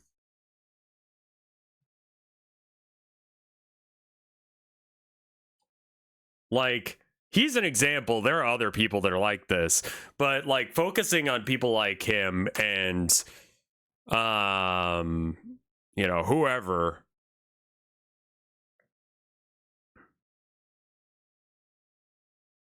Like, oh, Elon Musk did such and such. Trump did such and such. Like, they suck for that. Don't get me wrong. They suck hard for that. But like, simultaneously, did it do anything good to you for me to bitch about it? Not really.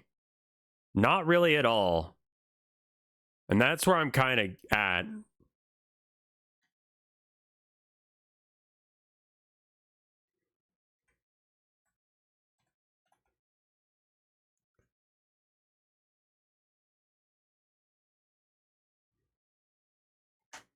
It is a working relationship, but it is also a friendship. Yeah, it is awkward.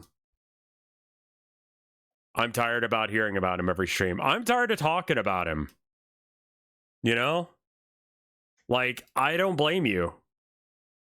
And it doesn't help. It didn't change shit. So that's why I'm going to stop talking about it as much. Not because I don't think it's as important. I think that it is, but some of it would be better served if we just didn't. Grums is an example of that, less than Elon, but still. Don't be parasocial, chat. I'm not being parasocial with chat. Chat deserves better than that.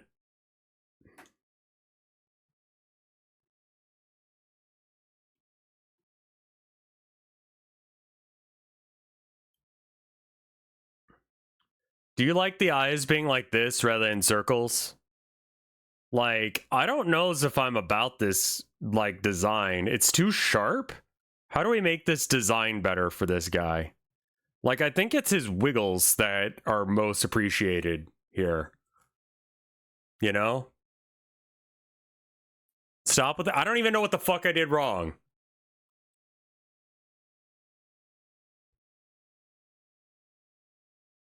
I'm not even sure what people would be mad about. I'm sorry. I'm sorry to y'all. Okay.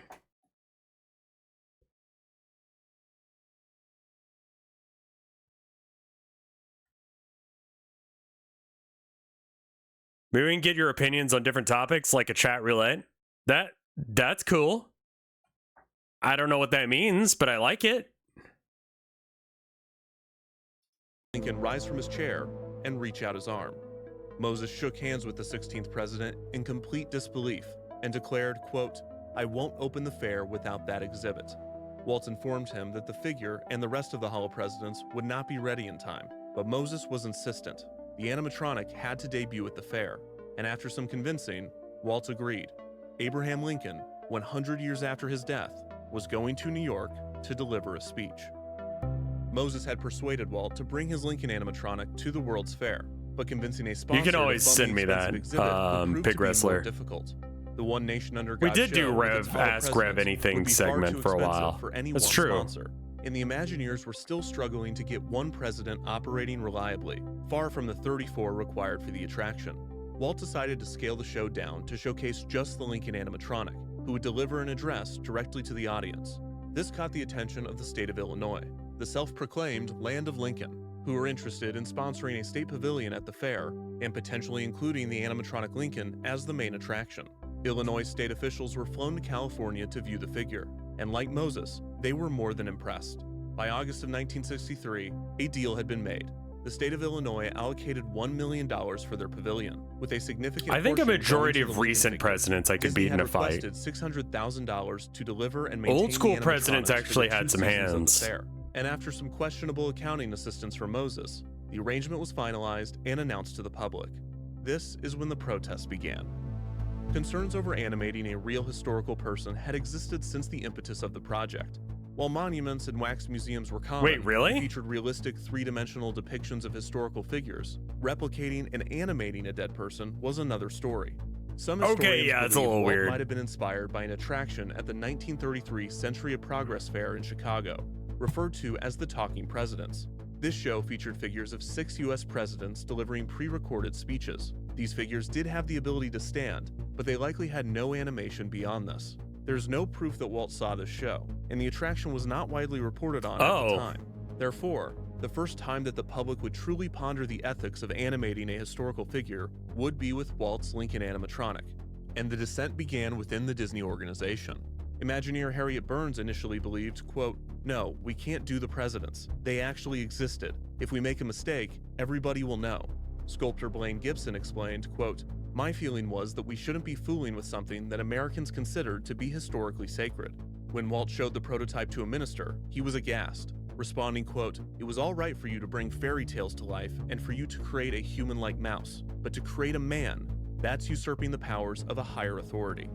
These initial objections my were just the beginning God! of the flood of criticism the project would receive upon announcement. Newspapers in Illinois called the concept of a Lincoln robot grotesque. The Herald and Review deemed it, quote, "a cheap carnival trick that would demean the memory of Lincoln and degrade the Illinois exhibit." Walt and Moses traveled to Illinois to give a presentation on the project to the state legislature in hopes of quelling the negative press. Walt explained at the meeting, quote, "I have more at stake in this than the state of Illinois. I am staking my reputation on this, my integrity. I am not a carnival operator." Walt's presentation helped ease some concerns, but it did not dispel all criticism. One person that attended the presentation argued that, quote, "It's almost as ghoulish as the idea to play a mock recording of the voices of the 4 presidents enshrined at Mount Rushmore." Another scoffed, quote, "The next thing they'll have Mouseketeers giving guided tours of the White House." Newspaper columnist David Feltz penned a scathing criticism of the figure's creation, writing, quote, "The very idea of a life-size figure of Lincoln, fashioned from fiberglass and plastic, animated and given a tape-recorded voice, is revolting even if the figure should be exhibited only in a wax museum on a carnival midway. But that such a macabre effigy is to be the central attraction of the Illinois exhibit should stir vigorous protest here in Lincoln country." Walt moved forward with the project despite the I pushback, cannot and he would believe end that up they're building actually 3 upset about additional this attractions shit. for the fair, each of which prominently featured audio animatronics. PepsiCo's UNICEF Pavilion would feature It's a Small World, a boat ride through scenes in which the children of the world sang in harmony. Most of the characters in the ride were simple mechanical figures animated using cams and levers, but a select few were programmed with magnetic tape and synchronized with the ride's music.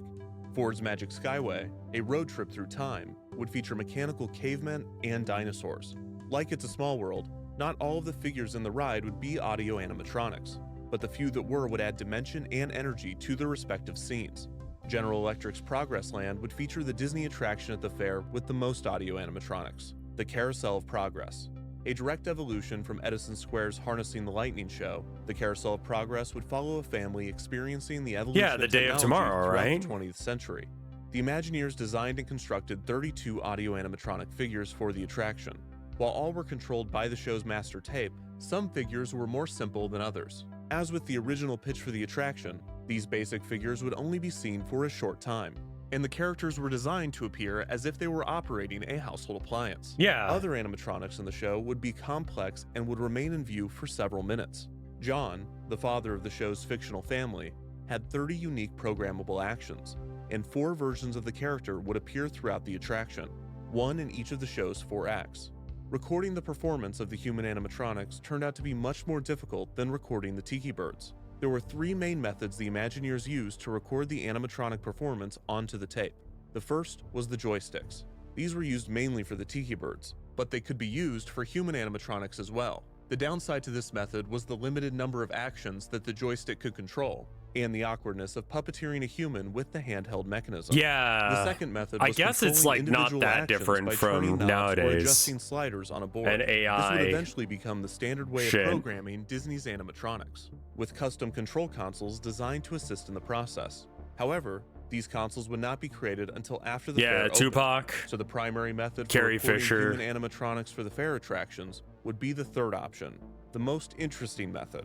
For the Carousel of Progress, John and other members of the family were programmed by the Imagineers, mainly Wathel Rogers, using a specially designed control harness. This device was prominently featured on Disney's television special covering the fair attractions, and Walt acknowledged its strange look to the audience. Now, this contraption here might look like something from outer space. While many have speculated that this method was faked for television, Wathel Rogers and others have confirmed that it was real, functional, and apparently as painful as it appears. Yeah, it looks The like it benefits of the hurts. control harness were that multiple movements could be recorded at once, and that the programmer was performing similar body movements to the ones that they wanted the figure to replicate. The drawbacks, though, far outnumbered the benefits. The programmer's movements were not directly copied to the figure, with the harness not being sensitive enough to perfectly replicate the range of motion.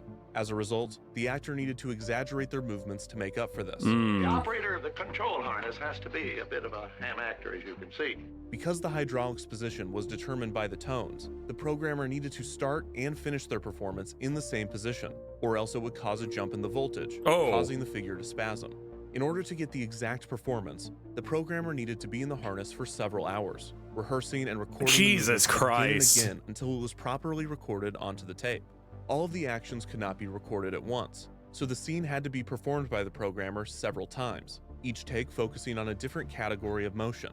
A mouth harness was also created to capture jaw movements, in order to match the figure's mouth closer to the vocal performance.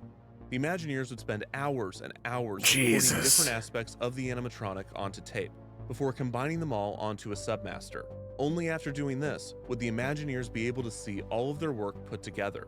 Dozens of actions, such as the moving of limbs and the timing of the mouth, all recorded separately in isolation, needed to be synchronized to create a convincing illusion of life. If the timing of one or more of the actions was off, the Imagineers could adjust the timing of the tape. But if this was not enough to solve the issue, Rogers would have to put the harness back on. He recalled, quote, "I remember times when I was in that harness so long, with everything so tight and so tense, that I'd come unglued. I don't think I've ever recovered from some of that stuff." While the recording process was tedious and uncomfortable, the result was mind-blowing. The Carousel of Progress's narrator was capable of speaking, blinking, turning his head, lifting his arms, and more. One thing he could not do was stand up, and he appeared seated in all 4 acts.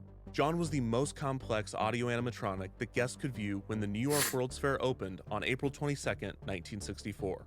But that was only because one audio animatronic was not working. As the fair approached, the criticisms of the Lincoln animatronic continued to surround the upcoming attraction. Walt's response to the objections remained consistent. His defense was his dedication to an authentic portrayal of Lincoln, almost as though if he were somehow able to perfectly reanimate Lincoln in a way that was indistinguishable from the real human man. Will Nice there would be Fashions no come reason back? to I object to don't such know an if they endeavor. will. This did not stop The, journalists and the public from debating I don't like the seeing ethics of people the talk shit animatronic, about me or and my some friends questioned why the in robotic secret. animation was necessary to the show at all. Even Blaine Gibson admitted that he initially believed that, quote, "it seemed like it was something that could be done much better by actors. I just didn't think we could do it in an acceptable way." Interpretations of Lincoln by live actors was commonplace, both in theater and in film and television. These performances were often praised and were viewed as respectful portrayals of the 16th president. Okay. So why did Walt not go this route for the Lincoln show? In hindsight, the suggestion feels preposterous. Walt and the Imagineers had spent 5 years and hundreds of thousands of dollars developing the animatronic. Of course, they wouldn't throw all that away and proceed with the Lincoln impersonator. But to the public that was hearing of the show for the first time, and that were not aware of all the work that had already been done, it was a valid question. Of all of the audio animatronic attractions created for the fair, the Lincoln show was the most questionable use of the technology. The cavemen in Ford's Magic Skyway and the dolls in It's a Small World were on simple loops, too tedious and repetitive for an actor to perform. Plus, these were cartoonish, stylized depictions of humans. True. Some Imagineers had suggested doing the same with Lincoln, hoping that if the animatronic People appeared miss, more like a caricature, yeah, the people public would be less misuse critical in of the fashions and depiction. nice fashions, Walt rejected the unfortunately. idea, demanding, quote, "No, I want him to breathe. I want him to be alive." The Carousel of Progress featured realistic human figures, but the show required these characters to instantly transition between sets, costumes, and appearances. In this case, the omission of actors was understandable, as the technology was being used to accomplish something that actors could not. This was not the case with The Lincoln Show. The show that would debut at the fair, titled Great Moments with Mr. Lincoln, was simply Abraham Lincoln, alone, in a theater, delivering a speech. Why could this Last time that Abraham Lincoln showed up to a theater, like, it didn't go well. I'm just saying, did we check and make sure, like, what they were beefing about? Because that would be an issue for me. Like, I like the guy, but I'm just, maybe we should stop putting him in theaters. be an actor? Not in a like in a motorcade or anything either. Like, that seems to be another way you get shot in the back of the head. Why was Walt doing this? Apart from a personal passion for the technology, one of the arguably benign reasons was also Walt's main defense: realism. No human actor, even with prosthetics and makeup, could have the build and facial structure of the real Abraham Lincoln. The Lincoln animatronic, on the other hand, was sculpted from an actual life mask, and his body and face could be constructed to look identical to the real president. However, it wasn't. The Imagineers learned quickly that real did not always appear accurate. Yeah. For instance, Gibson made subtle changes to the animatronic's face, specifically sculpting more pronounced cheekbones, to better acclimate the figure to the public's collective memory of Lincoln's appearance. Exactly. Another example of this distortion was the figure's height. The real Lincoln was 6'4", which was considered very tall, both in Lincoln's era and in the early 1960s. It still is. And also today. Yeah. However, when the figure was initially constructed to be 6'4", a common complaint from those previewing the animatronic was that Lincoln did not appear tall. The Imagineers decided to alter the figure's height to 6'7", distancing the animatronic from Lincoln's actual stature, but bringing him closer to the public's understanding that Lincoln was exceptionally tall. A similar liberty was taken with Lincoln's voice. For many decades, the public had assumed that Lincoln, known for his famous orations, had a deep and strong voice. By this point in the early 1960s, this misconception had been well corrected, and it was then common knowledge in academic circles that Lincoln had a high-pitched, shrill, bordering on unpleasant speaking. No way! That is fucking wild. 7 years ago, I wanted to get all these black people into a much safer, better world. All right, guys, let's go. Voice. Despite this, I Walt didn't know decided that to go- until now. Well, who the fuck? I think I assumed it'd be like 7 years ago. Like, you expect it to be this big old, because he's a big man.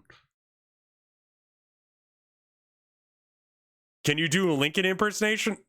I just did, apparently. It called his voice reedy. imagine you see this 6'4" fucking giant who is known for beating the shit out of everyone, right? Like, he was fucking wild with it. Like, he would wrestle anyone. He was a accomplished wrestler, right? That is some Mike Tyson shit. There's a recording of Abraham Lincoln? Holy shit.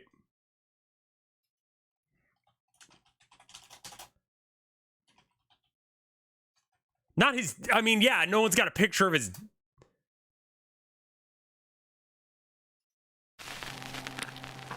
Alright, I am Abraham Lincoln, and I want to put my dick in your mouth, and I want to put my ball in your jaw and liberate my sperm cells. Real.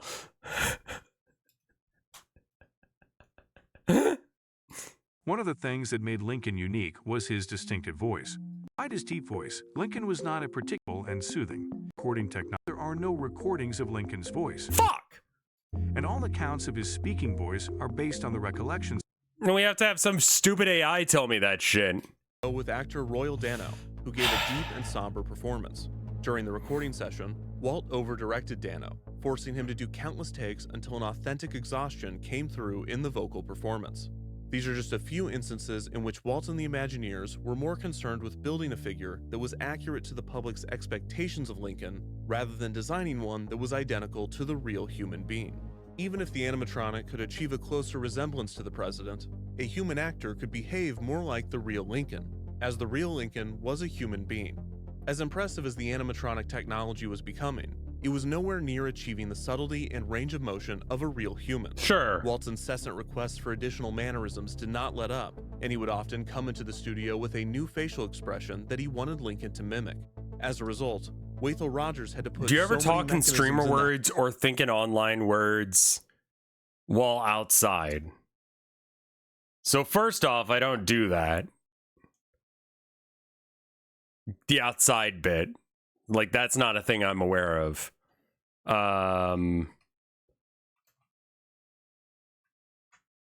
But I generally avoid talking about my work when I'm out.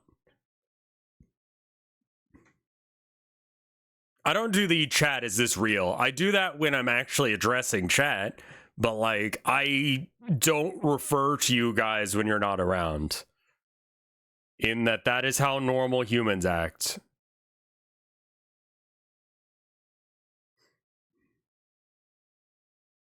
I don't do Pog either.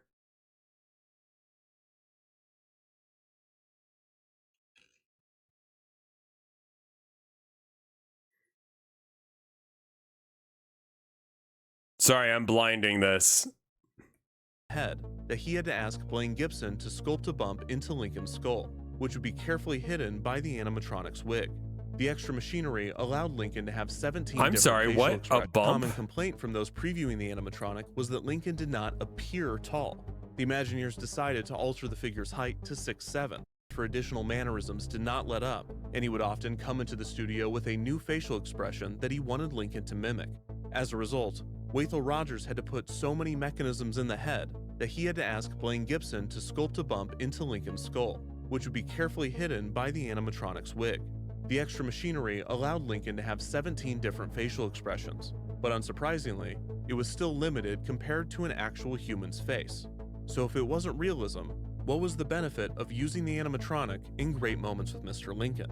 The most obvious is that the technology was the star of the Like, I remember when I was like going to a therapist, I do remember using the term, let's speed run through this bit. And she was like, what? And I'm like, oh, yeah.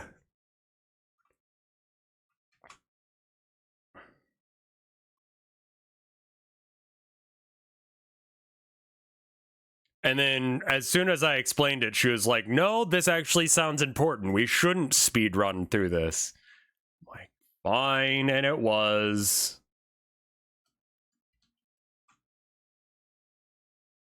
I'm trying to think of other times that I've done similar shit, but generally speaking, my reference points on life are from life and not totally the internet. But speedrun was like a pretty straightforward one for that. Simply having an actor pretend to be Abraham Lincoln was not nearly as compelling as seeing a state-of-the-art robot pretend to be Abraham Lincoln. Walt sometimes claimed that the fact that it was such a unique experience would motivate audiences to listen closer to Lincoln's words than if they were being delivered by an actor. But this was not the only explanation he would give. In private, Walt acknowledged that he had some ulterior motives to the animatronics technology, but it is difficult to tell how serious these statements were. Jack Gladish remembers Walt admitting, quote, "I'm tired of finicky actors. I want to develop a fully animated, articulated human being to use in place of motion picture actors and actresses." Disney artist Frank Thomas believed that Walt's resentment toward his animators might have played a part in the animatronics development, recalling, quote, Oh my "We God, always he felt was that doing never this for really knew how AI to animate it, reasons. and he resented this to a certain extent. He always kidded about it. He'd tease us and needle us about, I'm gonna figure out a way to replace you guys, particularly if he got his animated figure starting to work. He'd say, I'm going to teach them to animate, the first thing I'm gonna teach them to do.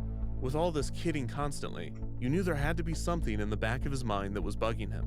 On one occasion, Walt argued that the animatronics were necessary for the logistics of a theme park attraction, explaining, quote, "You can't have human beings working 3 or 4 shifts. We can't afford to pay them, or they'll make mistakes, or somebody won't show up. We've got to figure out a way to have automated shows." Again, this reasoning, while true for the other Disney attractions at the fair, did not necessarily apply to Great Moments with Mr. Lincoln. The format of the show would have required an actor to speak for around 5 minutes, with around a 10-minute break in between. It would be highly unlikely that using multiple actors, even with makeup artists and wardrobe assistants, would have been more expensive than the animatronic, which cost between $500,000 and $1 million to build. Wow. Adjusted for inflation, that's $5 to $10 million today. And as far as a human actor not showing up for work, the animatronic was far less reliable, as evidenced by the fact that the Lincoln animatronic was not functioning when the fair opened. Realism, cost, and reliability might have all been pretext to obscure the true benefit of the animatronic technology in the eyes of Walt. His frustration that actors make mistakes and that they are finicky is evidence of his well-documented perfectionism and desire for control. The animatronic technology allowed him to literally dial in the exact performance he wanted. The mannerisms, the expressions, the timing could all be determined. There was no performer to interpret, to adjust, to adapt. Walt didn't need an actor to bring Lincoln to life through their craft. Walt could bring Lincoln to life, perfectly, every time, like a machine. Actually, a machine. There is one more theory as to why Walt decided to carry the torch of humanity's age-old search for mechanical life. Not for money, or power, or even control, but for no discernible reason at all. What if Walt was not aware of his own motivations? What if it was simply something inside of him? The same thing that had driven automaton makers to experiment with the craft for thousands of years. No, I think it was probably the fuck drive, unions thing. Ego, something deep inside, not just Walt, but humanity itself. There is some credence to this theory. When National Geographic reporter Robert DeRoos visited to view the progress on Lincoln, he asked Walt, quote, "Is anyone else doing this kind of thing?" To which Walt responded, quote, "I don't know anyone crazy enough." When New York's Parks Commissioner Newald Morris asked Walt why he was doing this, Walt responded, quote, "Because I can't stop." That's real, yeah.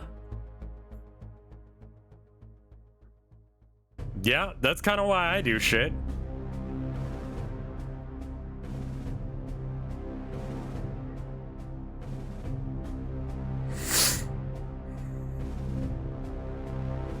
On April 16th, 1964, Lincoln passed his final testing in Yeah, he was innovating, but he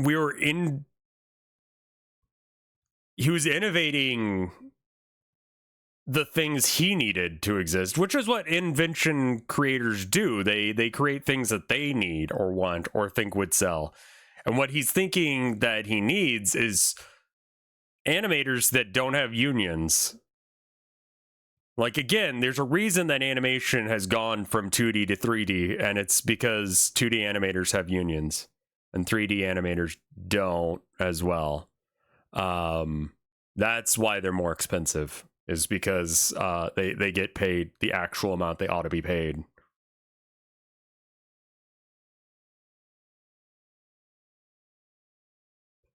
California and was shipped to New York City. The Imagineers then rushed to configure the show in the Illinois Pavilion. Lincoln was scheduled to deliver his first speech on April 20th at a preview for dignitaries and special guests of the fair. However, when Lincoln was installed and the Imagineers began testing, he did not work. The figure would go into fits, flailing his arms, freezing, and on at least one occasion, overshooting his chair and smashing it to pieces. There are several theories as to what the exact issue was. The most common story is that the power supply at the fair was different than the one that the Imagineers used when programming Lincoln in California. The fair's power supply was unreliable and experienced constant fluctuations. I mean, According it to John would. Hench, That's convention these surges shit. would change the electrical signals and cause Lincoln to go into spasms. Right. The Imagineers pulled 20-hour days in an attempt to get the figure to 20-hour days. Yeah. work in time for the preview, to no avail. When the day came, a full room of special guests were already seated to watch the show when Walt was informed by his team that Lincoln could not perform. Walt walked out onto the stage and delivered the bad news to the audience. The 1964 New York World's Fair opened without great moments with Mr. Lincoln, and the Imagineers scrambled to get the attraction operating as soon as possible. Walt and the team refused to debut the figure before it was fully ready, knowing that if the animatronic were to malfunction, this would only add fuel to the controversy surrounding it. With this in mind, the Imagineers developed clever solutions around the figure's unpredictability. Originally, the resting position of Lincoln was seated, and when a malfunction occurred or an input signal was lost, the figure would quickly return to its seated position. This often resulted in Lincoln slamming into his chair, causing an abrupt and unsightly end to the show. The solution was to Imagine him just sitting there talking and then he's just like, must sit! And then he just obliterates the chair. He just slams his fat fucking ass down and destroys it. I love that. I fucking love that shit.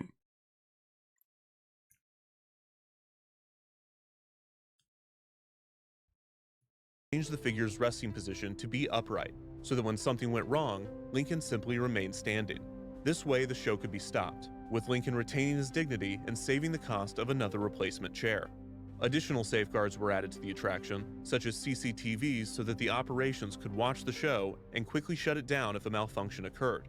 After over a week of long, stressful recalibration sessions with the figure, the Imagineers were able to get the animatronic to perform correctly. Mark Davis recalled, quote, "Mr. Lincoln went through his performance, and God, not one glitch. We wanted to hug him. The only thing was, you couldn't go up and hug a big piece of machinery like that because it could kill you. This thing had 500 pounds of hydraulic pressure. It could kill you. Sometimes you worked on it and forgot that it wasn't a human being. This thing could floor you." Of course, this certainly never stopped Walt from messing around with the animatronics. In fact, it's somewhat of a miracle that he didn't get his hand ripped off by one of these things. Perhaps they knew better than to mess with him. 2 weeks after the fair opened, on May 2nd, 1964, Great Moments with Mr. Lincoln officially debuted, and audiences were finally able to witness the reanimation of the 16th President of the United States. The world has never had a good definition of the word liberty. Even before its first performance, the attraction had already been deemed the most controversial exhibit at the fair, but many skeptics left the show impressed. The Imagineers programmed Lincoln to behave in a very subtle, dignified manner. Selective dynamic lighting assisted in the illusion, highlighting the most impressive aspects of the figure while hiding many of its defects.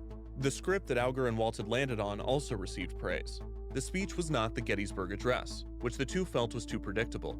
Rather, a script had been written that incorporated excerpts from several of Lincoln's addresses. When initial reviews were published, the voice performance by actor Royal Dano received more criticism than the animatronic figure.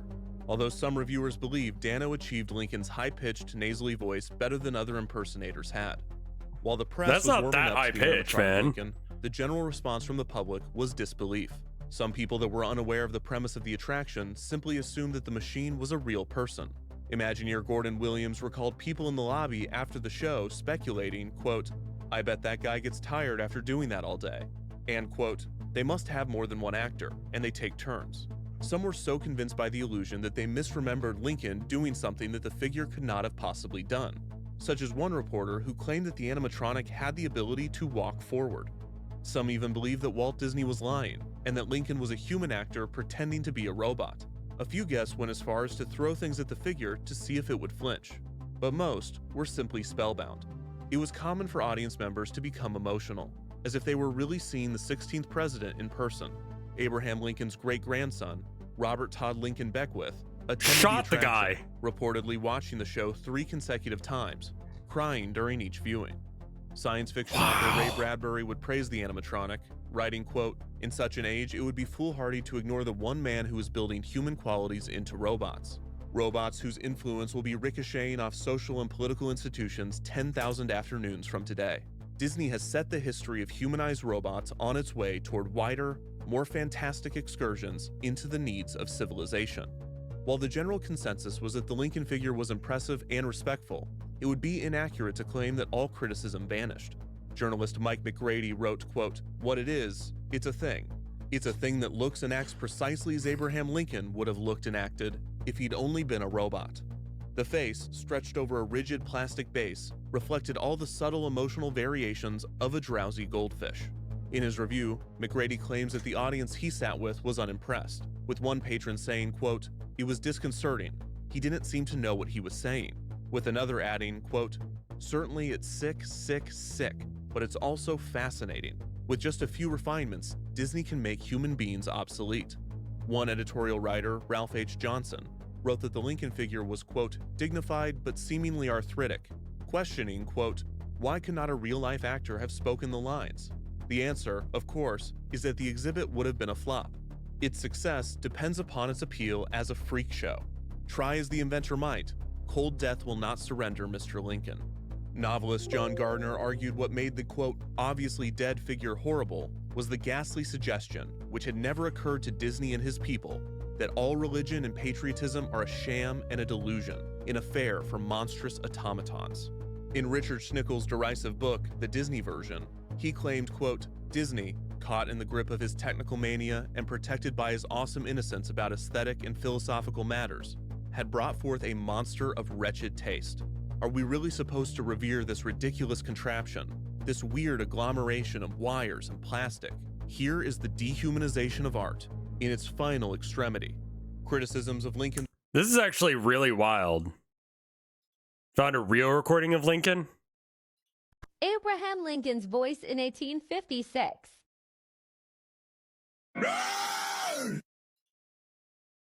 Good. Robotic resurrection persisted, but overall, the public was more excited about the possibilities of animatronics than they were concerned with their moral implications. Thus, the age of audio animatronics had begun, and the world was quickly populated with a new breed of mechanical life. After the first season of the fair, the Lincoln animatronic was moved to Disneyland, where it would perform in the Opera House on Main Street.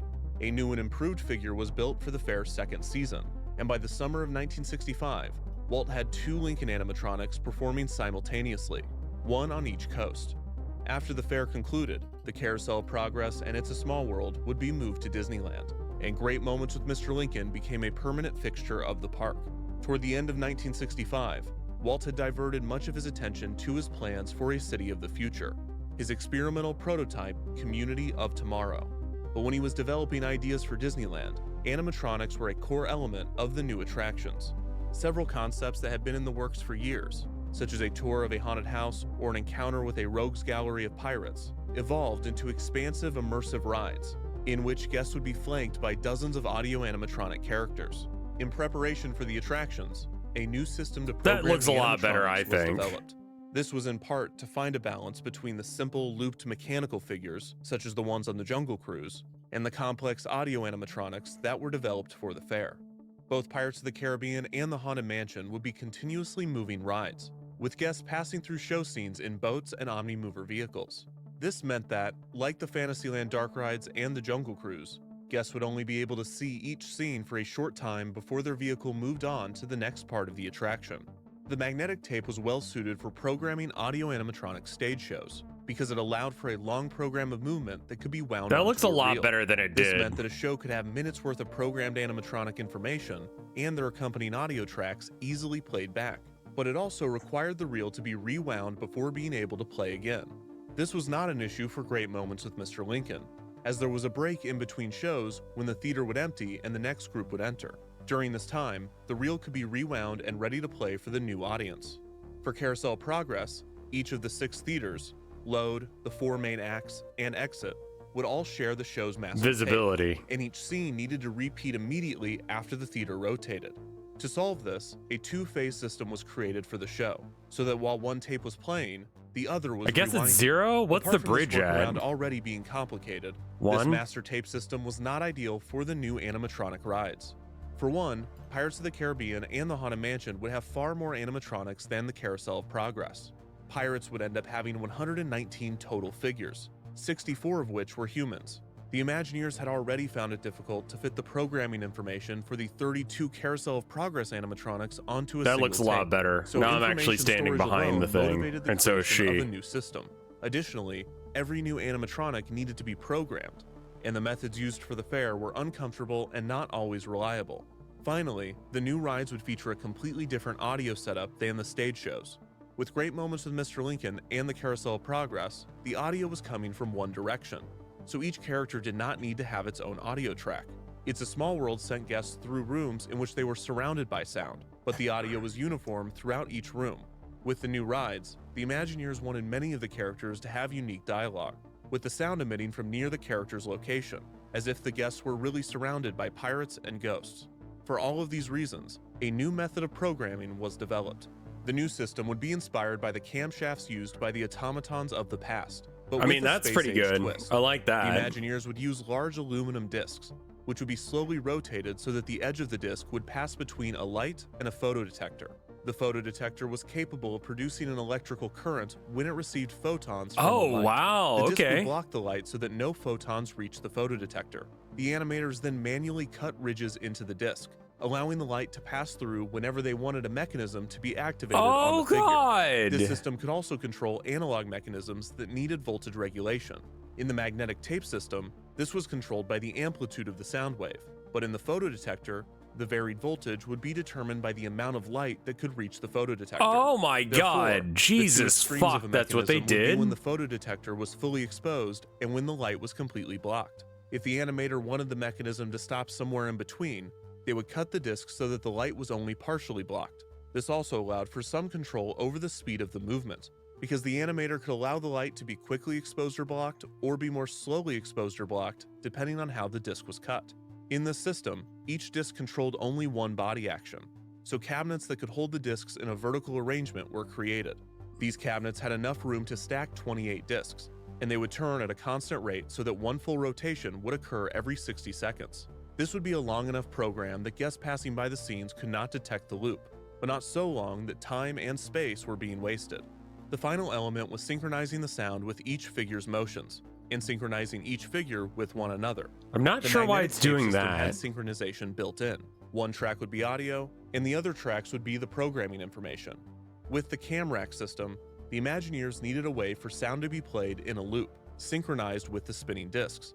Luckily, Disneyland had already been using loopable magnetic tapes since it opened for sound effects and ambient music. These repeater mechanisms sent the tape through a long path before repeating, so all that the Imagineers needed to do was install one of these repeaters that was calibrated for 60-second loops to match the rotation of the programmable discs. The finale of both attractions would feature 2 ensemble musical performances, sung by the animatronics. The 2 theme songs, Yo-Ho, A Pirate's Life for Me, and Grim Grinning Ghosts, would be written so that the music and lyrics lasted exactly 60 seconds, so that they could be perfectly looped along with the spinning discs.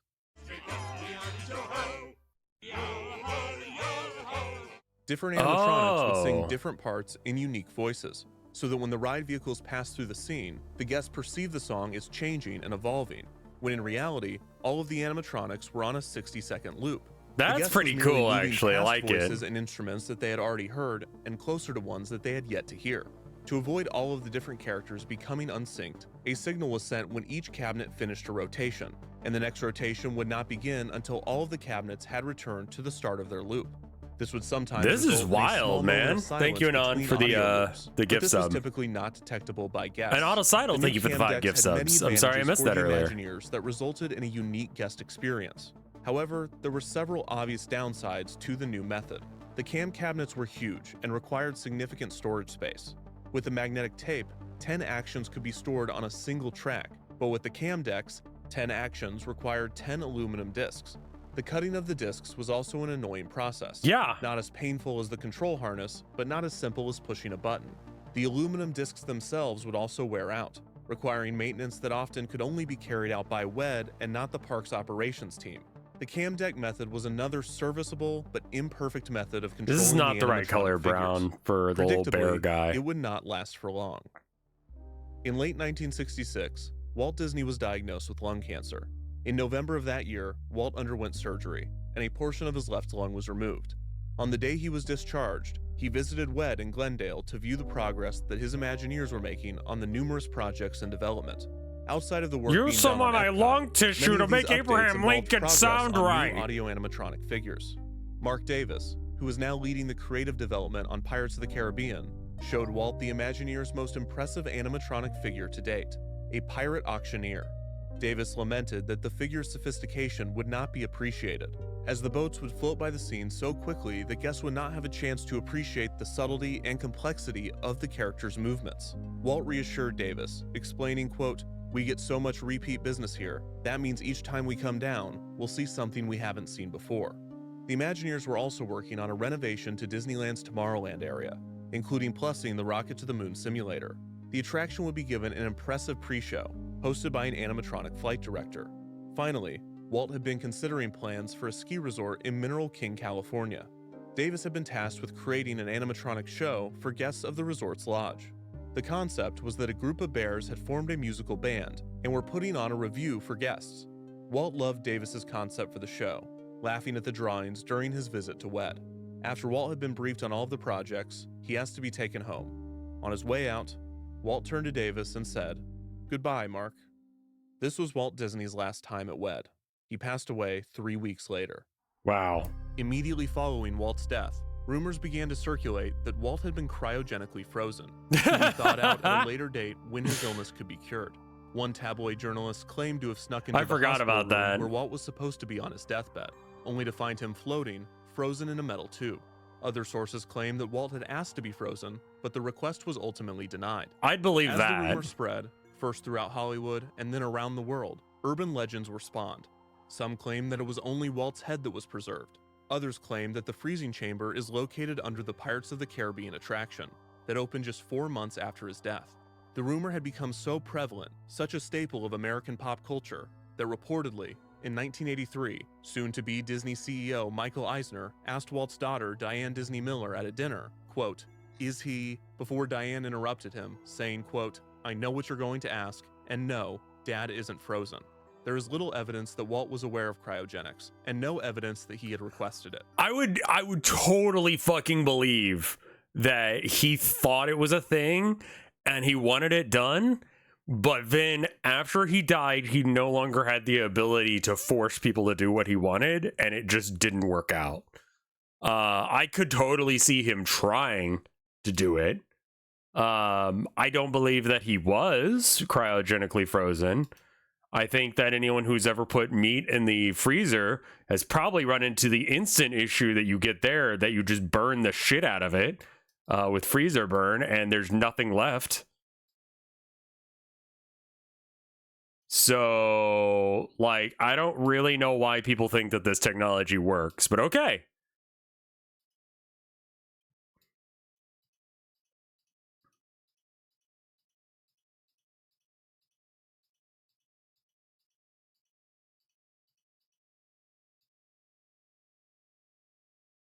I mean, I can get a whole bunch of characters out of one character drawn like this. Where's the red at? Is that our reds right there? So more red, less red. I think somewhere in like this range is probably okay. Would you be cryogenically frozen? No. No. That shit's a scam. I looked into it because who doesn't want to be immortal? You know? In reality, Walt was cremated, and his ashes were placed in Forest Lawn Memorial Park in Glendale, California. The story that Walt had been frozen was merely tabloid gossip. It The isn't a idea- scam. It just doesn't work. Like, there's been a really good video about people who have been cryogenically frozen by Atrocity Guide. I mean, like, it... Wouldn't you have heard about someone, aside from, like, you know, Disney?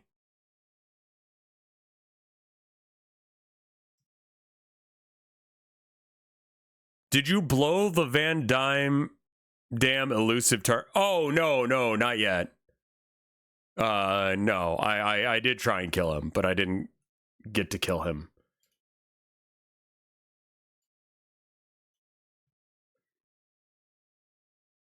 The company's run out of money and they can't keep the bodies frozen. Yeah, exactly. Yeah, I mean, that's the thing is, like, there are bodies that are frozen, but, like, you're at the company has to be around when the technology for bringing you back from being dead is invented. So, like, before you actually give them any money, you need to figure out what their, like, 300-year financial plan is. Because if they don't have one, then you're going to have to need to be de-thawed before 300 years. So 150? Do they have a plan for that? 100 years? 10? 5? 2? 1? Tomorrow? that someone whose products were so seemingly innocent and whose persona was so wholesome had undergone such an eerie and grim treatment was amusing to the masses. But there was also something specifically about Walt attempting to use experimental science to escape his own death that was believable. After all, he was a well-known futurist. Walt had speculated on space travel, built monorails and people movers, and designed and almost constructed a city of the future. Though it may have been the development of audio animatronics that had propelled these rumors most of all. In the minds of the public, Walt had been placed among those who toyed with the idea of life itself. Certainly, if Walt could use technology to bring Abraham Lincoln back to deliver a speech in the year 1964, Walt could use technology to cheat death himself. Yeah, why But this not, wasn't the actually? case. Fair His enough. fragile, mortal body had failed, and then it was turned to ash. Walt was dead, gone forever from this mortal plane. And the bitter irony was that the only resurrection available to him now was the very one that he had developed. In the years following Walt's death, his brother Roy and the rest of Walt Disney Productions carried on with his Florida project. We delaying didn't like development the on way Walt it City of the animated, though, Future right? and focusing on building a new theme park. Walt Disney World's Magic Kingdom was conceptually identical to Disneyland, with the most obvious difference between the two being Magic Kingdom's larger scale. Like Disneyland, the new park would have its own Main Street, Castle, Adventureland, Frontierland, Fantasyland, and Tomorrowland. Several attractions were cloned for the park as well, with only minor changes differentiating the Magic Kingdom version from the Disneyland original. With all of the duplication, Disney was motivated to create a few standout experiences that were exclusive to Walt Disney World. In these cases, I love this new the little guy, Imagineers this relied on one. concepts that Walt had proposed Like, but never built. And the three This attractions design's a chosen little would all too be good to audio get rid of, I animatronic feel stage like. shows. I The try to Country make a Bear different Jamboree, version of her, originally and I pitched just to the don't Mineral feel like King it does Ski the Lodge. same job. It's not got the same energy, you know? Here. The frog, right? Like, that's not the same energy. That's a very different energy than this. You know?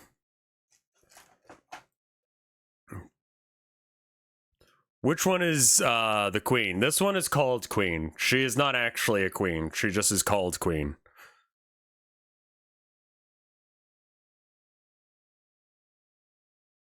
Do you have a recommendation for another anime? I like Dan to Dan, but there's a couple episodes that are kind of rough.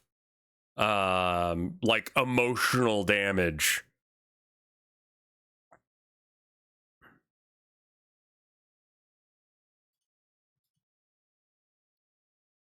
Queen is going to be neurotic but well-meaning.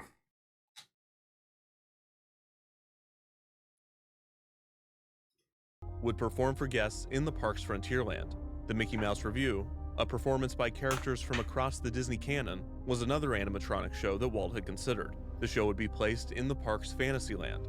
The third animatronic show would perform in the Magic Kingdom's only unique themed area.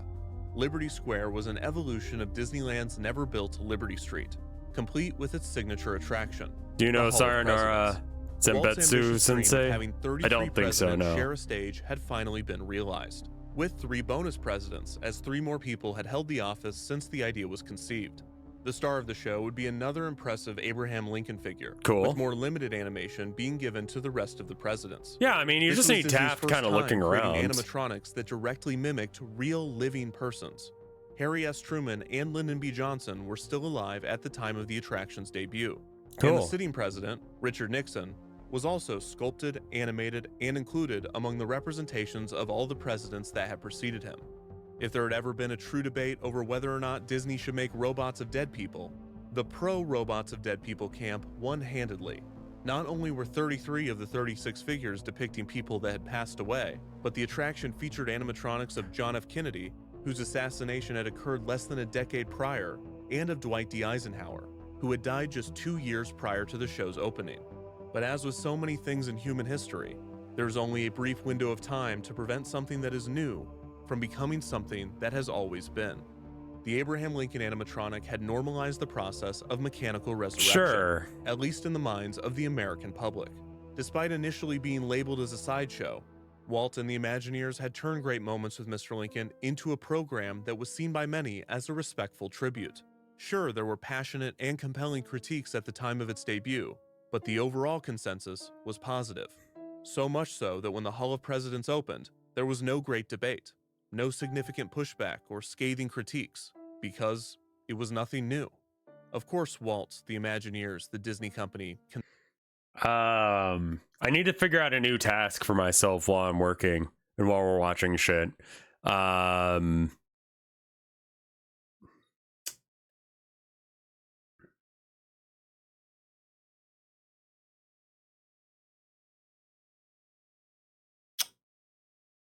I think that I should make I want to do something game related. I can do more of the background area. This entire background needs to be done. Maybe I just keep working on the background and foreground shit. Spin around in your chair real fast. Okay, so the problem with that is I've got headphones on and they're wired to the computer in front of me. So when I start spinning, it just wraps around me and then I immediately get choked out.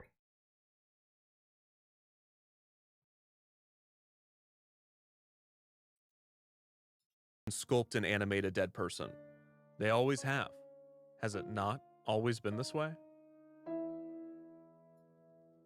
I It like should how not he come as talked a about surprise that AI the elaborate animatronic stage insistently. shows of the Magic Kingdom would only be possible thanks to a new programming method. All of the work and innovation that had been done to create the magnetic tape system and the cam rack system would be made obsolete by this new method, a method that would enable people all around the world to build and program animatronics, a method that is still being used today and might owe its origin, in part, to the early age of automata. In 1819, Wolfgang von Kempelen's chess player was on tour, challenging chess masters and dignitaries to games in front of live audiences. While the Turk's secret would not be revealed for several decades, the machine was not without its skeptics. One spectator, English mathematician and philosopher Charles Babbage, I need to was fix impressed that. with the Turk as a trick, but was unconvinced of its touted ability to reason. It'd be a However, good way to the celebrate the spectacle partner reported- anniversary. What? To spin and choke myself out?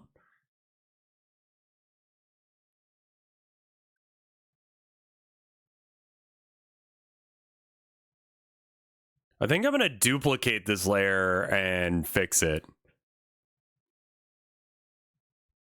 So I'm just going to get rid of this one. It would be memorable, yeah. Inspired Babbage to dream of a machine capable of such logical skills. In 1822, Babbage designed a device he referred to as the difference engine, a calculating machine credited as the precursor to the modern computer. The computer would not just be the new way to program animatronics, it would be the key to unlocking the next phase of mechanical life. a living machine that appeared not just to move like a human, but to sense like one, to respond like one, to think like one. There's something inside of us, and we let it out.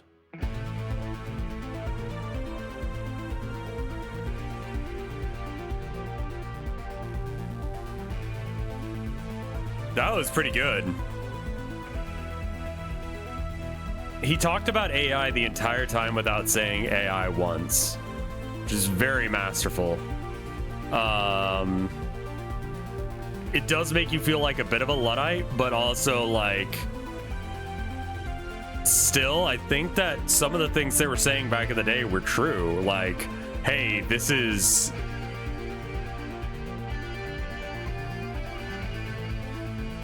fucking with. Yeah, I think that it's fair to wax poetic about this shit.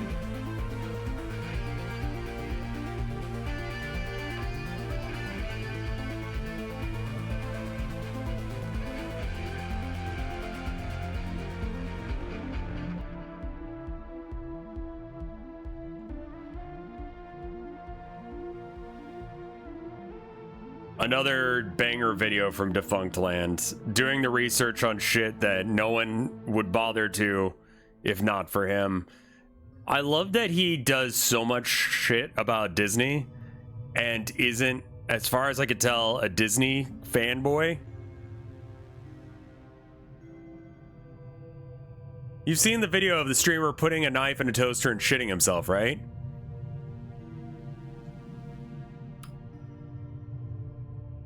Yeah, no, I have seen that.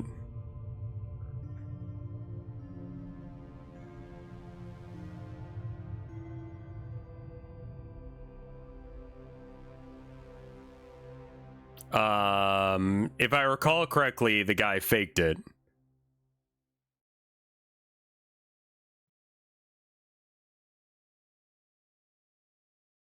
Oh, that's me.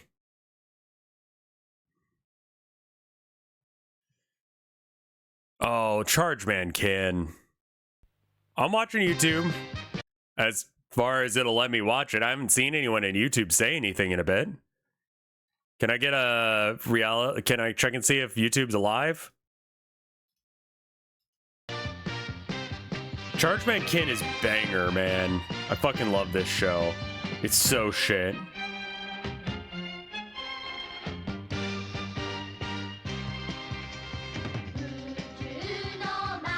YouTube checked. Thank you, Deathmaster.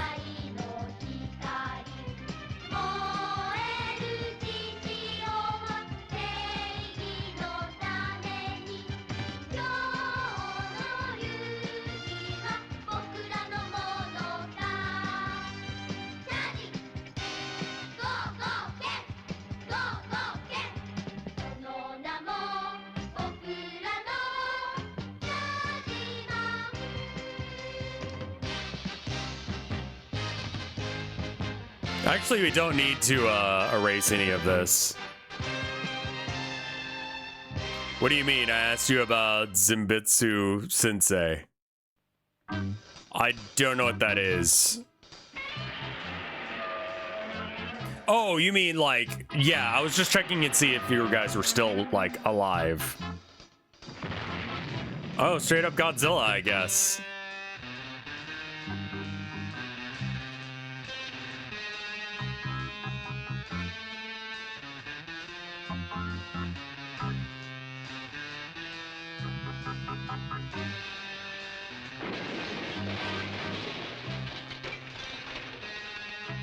Oh no!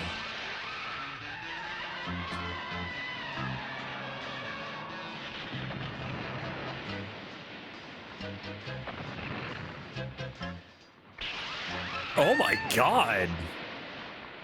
The blood though! 僕はアイスクリームとピーナッツとキャンディーとそして何にしようかなあどうもすいませんでしたお菓子好きかいうん大好きさおやも大好きでギス Little weird mascot character. あなたがボルガ博士ですね君たちは来てくださいあ行こうよケンボー、もう映画が始まっちゃうよ。バリカン、先に行ってて。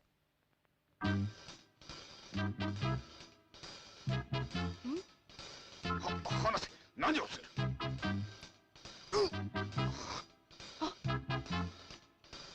Convenient that he was drugged.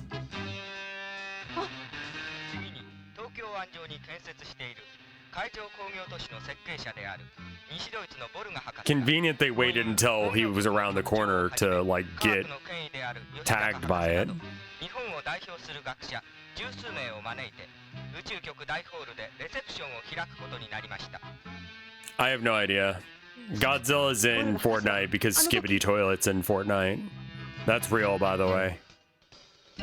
Yeah, I remember when that happened. ケンボー怒ったの？なんだか顔色が変よ。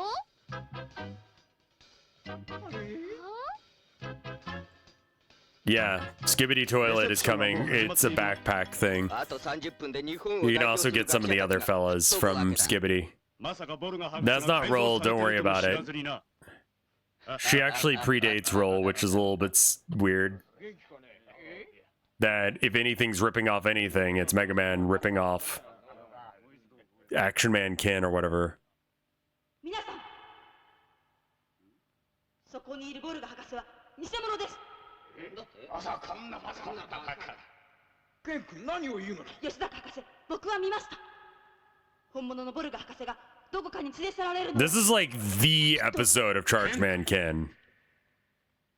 鏡に映っている。奴らは鏡に映らないはずだ。すると、そんなバカな。あんまり皆さんを驚かすものじゃないな、坊や。ケン君、今日は帰りなさい。 I will say the fact that the aliens don't show up in mirrors is only established in this scene, and later on it doesn't matter. Because this show does not give a single fuck. Like, they were just shitting this product out as fast as they could.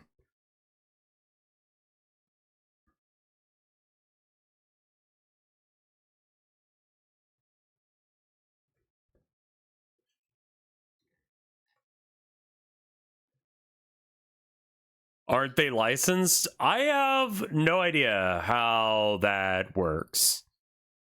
You know?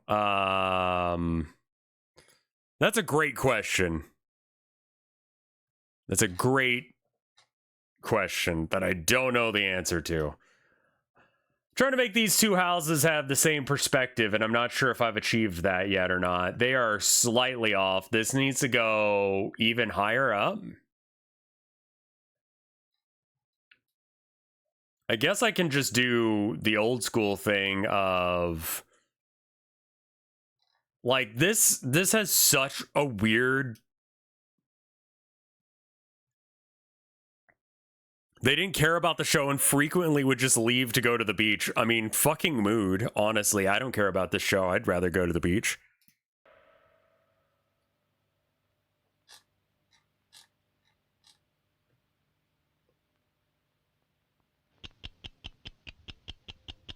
This is the super hearing he only has in this episode.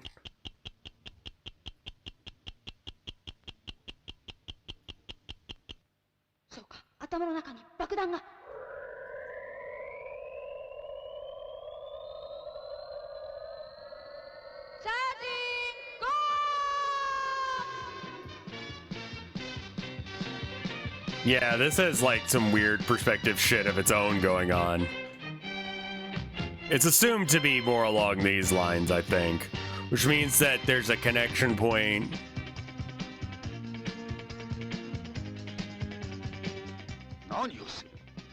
Hold on, we gotta see this thing full screen. Like this scene is fucking wild.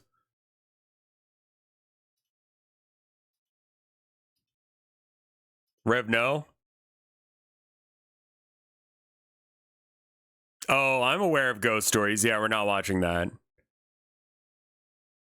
Am I gonna get copyright claimed if I do this bit?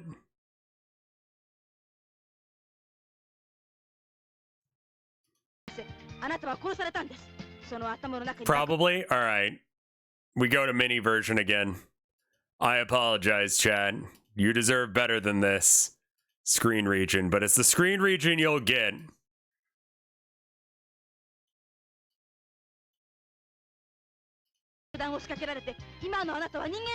There's a bomb planted into your head.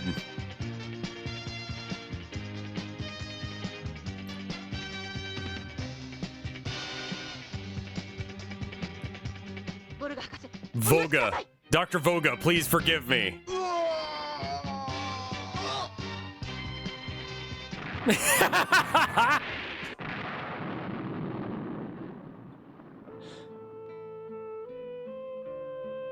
I fucking love this show.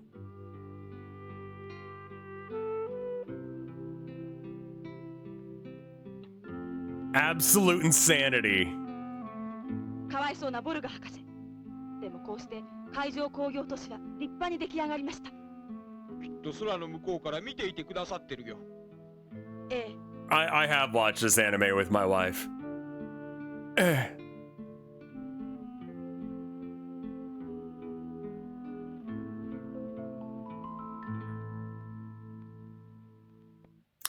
Bum bum ba ba.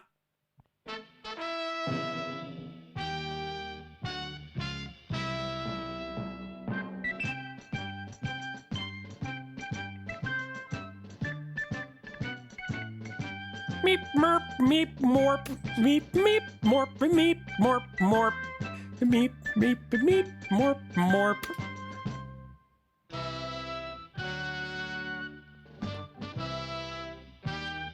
Did you see Twitch Shorts added vertical videos just like every other platform? I did not see that. That's good. En el castillo encantado hay un duende juguetón, infla todo lo que encuentra convirtiéndolo en balón. Cuadros de lindos colores, redonditos los dejó, y tus frutas favoritas rebotando con olor. La clásica piedra, un payaso, el Rey León, esto lógico igual dice, no son nueva creación, son chiquitas, son grandotas, y ahora saltan de emoción. El duende Gotta cash in on that sweet TikTok trend. TikTok will be here forever. I'm glad that nothing's happening to it currently. Look, if we're going to talk about marriage, all I can say is melon. What?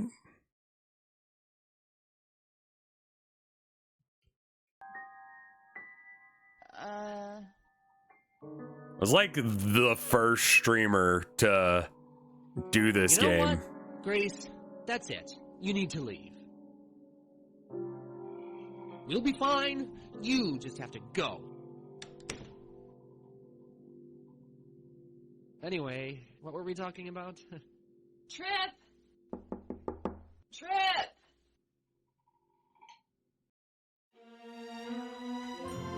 Yeah, I was like one of the first people to. I was literally, I think, the first person to stream that game. Oh, hey, you finally fucked it up, man.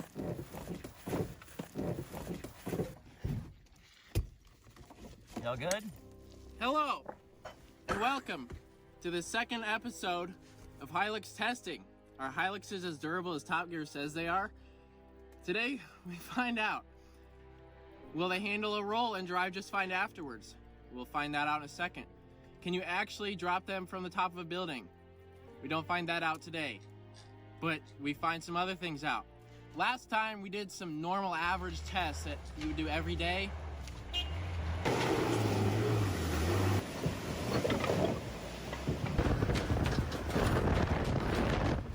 That's what we're gonna do again today. So I simulated the average car wreck. We'll see what can a Hilux handle a normal average, little more than average car wreck, and we're also gonna see how they tow with a gooseneck, an empty, unloaded, completely unloaded gooseneck. Can you flip me back over? Yeah, maybe. Yeah, just press B on it.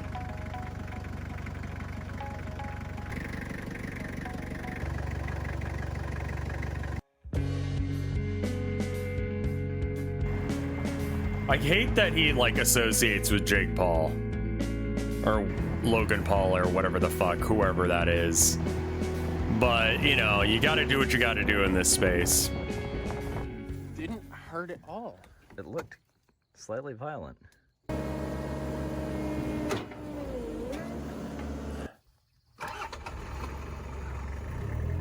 The fact you can roll this shit. It literally starts like first crank, still like nothing at all. Oh, yeah. Good. Like this protected the whole back. If I had a roll bar up there, this would all be fine. Yeah.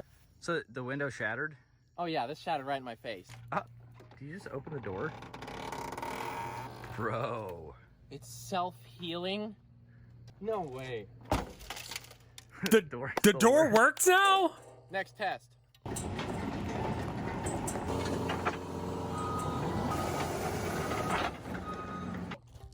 What we have here is a 32-foot low trail gooseneck. It's actually my favorite gooseneck I've ever had. I've only ever had one, but... Easy, easy.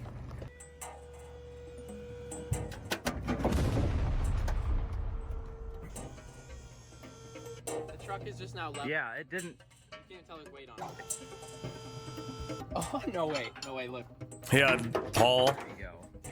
Logan Paul pushed his dog off a boat for views. Yeah, I mean...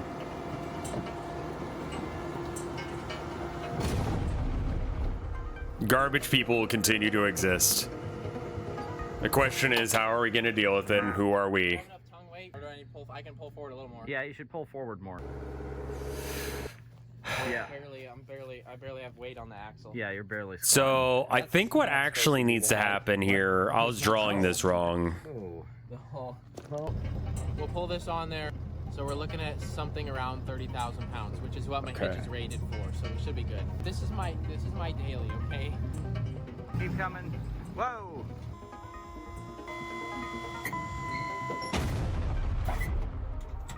Now I have a light 30,000 pounds loaded up on the gooseneck for the Hilux to pull. You empathize a little much with others. I'm not saying he's right for it. I'm saying that people will continue to support people like him as long as that is a effective way of making money. I don't support him at all. Fuck that guy. I'm saying that, like, that is a valid tactic for having and keeping a community, is to throw dogs off the back of things. And you should stop watching content creators where that is a thing. And if you already do that, where you don't watch people's like that, good. Bets? Any bets? Anyone? Anyone? No one? No objections? I think it'll pull it. This is an 8-ton pickup pulling 30,000 pounds. Here we go.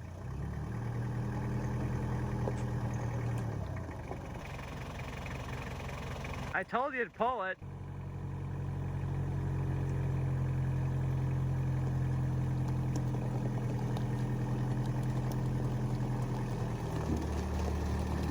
Like, I'm not sure who that's for. What are the red lines on the house? They're just lines to help me figure out where things go.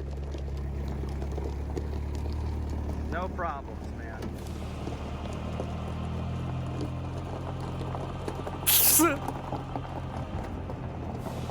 You can haul all of that shit with a Hilux.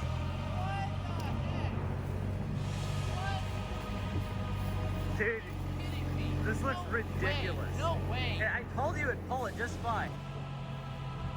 Dude, just pull it like it's nothing.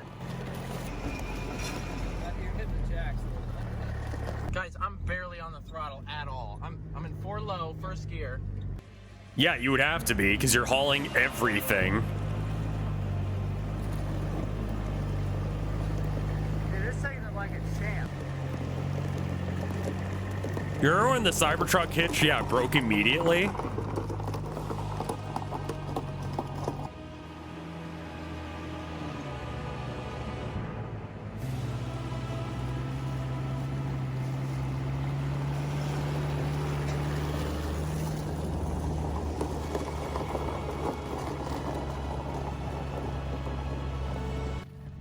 This thing's... I thought I seen it all. I was like, we see a lot. You know, I see a lot doing this. I didn't think this would happen. It's pulling it easily. I shifted into second gear, going uphill. I was in second gear. Yeah. Wow. That's 30,000 pounds. Your tires with kinda... no air. Dude, this is flat. This is a flat tire. What is this? Like... What? Like I told Tilda, like if we're getting a truck, too. we're not getting an F-150 or any of that stupid bullshit. I want one of these. Yeah, we had a Corolla growing up, and it had the exact same like door latches and all that jazz. I remember it, like the little like light thing. Like all of those were just standard for Toyotas for a while. So like all of the inside bits, like I've fucked with, and I'll tell you, they're pretty okay. Like, I mean, they feel like outdated nowadays because they're not automatic. But that thing could take a beating, and that's what I want from a car. I want a car that can take it. Like, I want a car that you can just throw any bullshit at it and it's fine. You know?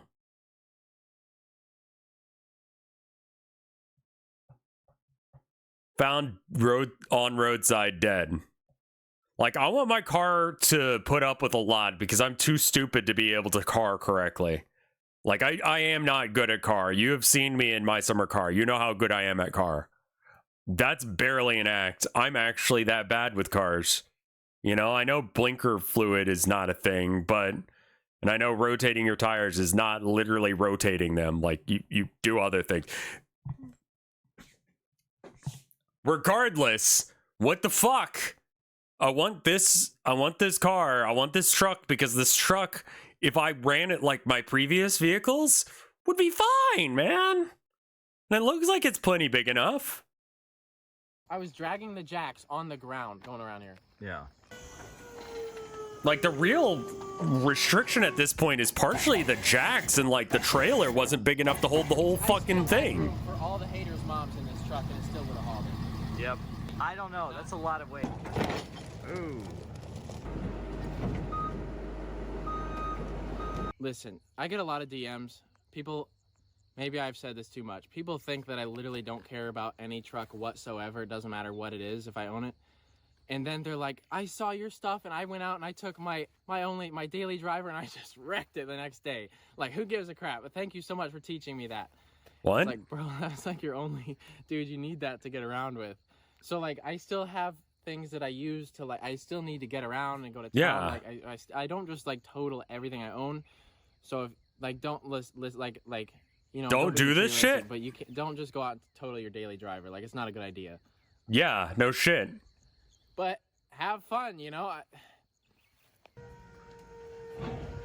Did that do any damage whatsoever? We kind of bent the bed a little bit. Oh my god, dude. There's literally nothing. Nothing. Literally nothing. Literally nothing. Nothing. That's dead straight. Nothing. The leaves aren't bent. This thing is literally going exactly how it went on Top Gear. You know, like they had a mechanic, but we don't even have we haven't touched anything. Nothing has gone wrong. Nothing at all. Like we pulled a stick out of the grill and that was it. His channel is 22 Plankster. He does. Anyways, he's a Toyota enthusiast. I am. He loves Toyotas very much. And when I mentioned what we're doing, well, when I mentioned I bought one, he's like, "Wow, congrats! That's my dream truck." Thought what better thing to do than to invite him over so that he could enjoy it while personally destroying it himself. Come on, I didn't agree on that. Where are you putting your seatbelt on? You're not gonna go. I did already. Oh my goodness.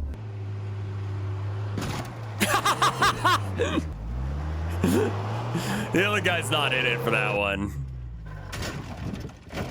Oh, now he is. How'd that feel? My hat flew out the window. That was a little harder that time. Big boy. Oh my fucking god, that hitch. What the fuck?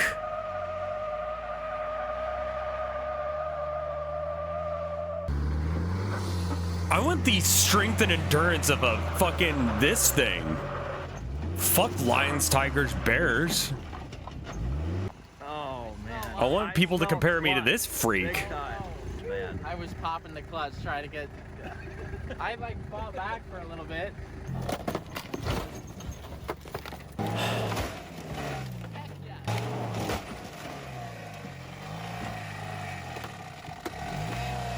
On a squatted truck? I don't know what that means. I would assume it means it's fucked. Why does he not have injuries at this point? Because, like, I got in a wreck. It was worse than, you know, any of the ones that he's simulating here. But I was fucked up for a while, man. And he's like, nah, I'm good. There goes the other ball joint. That was rough. Oh, did it? Yeah. I found a flaw. Why is the hood bend this easy? Look at this. Maybe, I don't know, maybe because you were running into stuff at like 30 miles an hour. Look. That's, okay, listen. Look, I shouldn't be able to do that. Listen. I shouldn't be able to do that. I folded the hood by hand with like one hand. You have to admit that's a piece of crap. He's trying so hard to be mad at this thing. That's the only thing so far. That's the only. We just drove probably 15 minutes with no coolant whatsoever, nothing flowing through. And it's cool. I feel like that'd be a common scenario. Oh, that's hot too. Yeah. Is that Whistling Diesel? I don't know who that is. Is that someone that needs to be avoided? I would have just driven into a river. Yeah. Oh, look who it is. Look who wants to stop by. Squatted boy.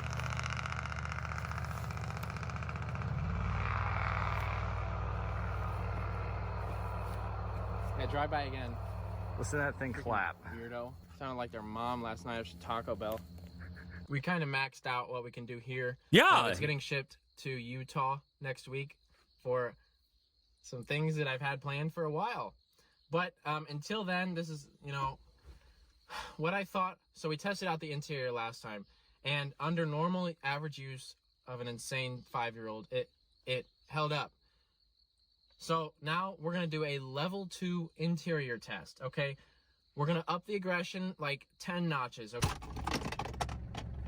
Okay, then that went away. That felt like a mile down inside the dash.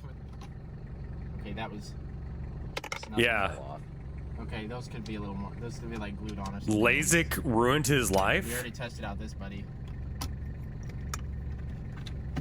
Okay, I didn't. Okay. Okay. Today is when we find. Oh. Today is when we find all the flaws.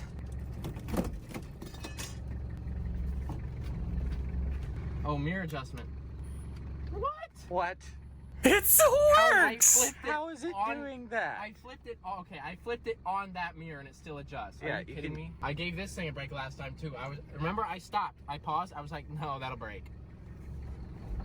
Okay. Yeah, that came right off. That came right off. Yep, won't need that. This has been Hilux test number 2, with slightly more than realistic. LASIK is kind of scary. Tests, but still things. Saturn was a dog shit brand of. Rapidly, and you could see the exponential. We started with just closing the door, okay? I'm working my way out. I didn't run over with a bulldozer. Look, and it's still fine. There's nothing wrong with it. The AC literally still works. So I have these shirts, not a merch plug. It's just, I'm talking about the shirt that I'm wearing. It sounds like a merch plug to me. I'm describing the shirt. I'm just describing it. It's also red. And it's at the link in my Instagram bio if you want.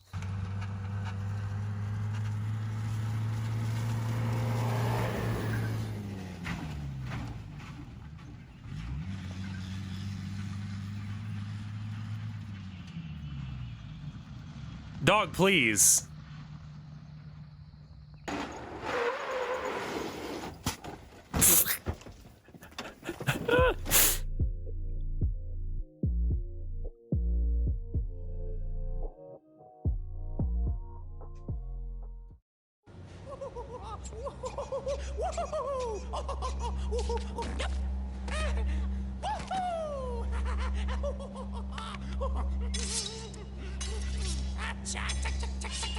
Is this a stupid ad for some video game?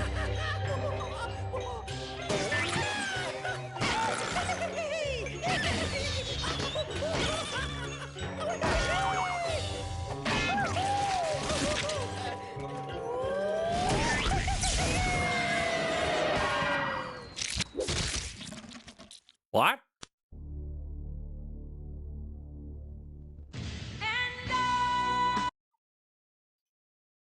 That's a copyright claim. Fuck the clown.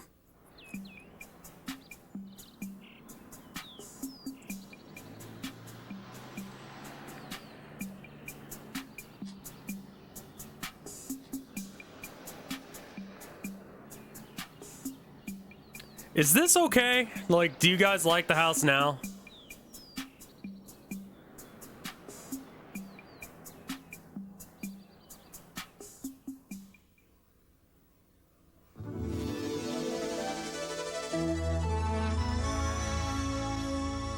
Is small? Yeah, we could make it a bit bigger. It's cute. It's really small, though.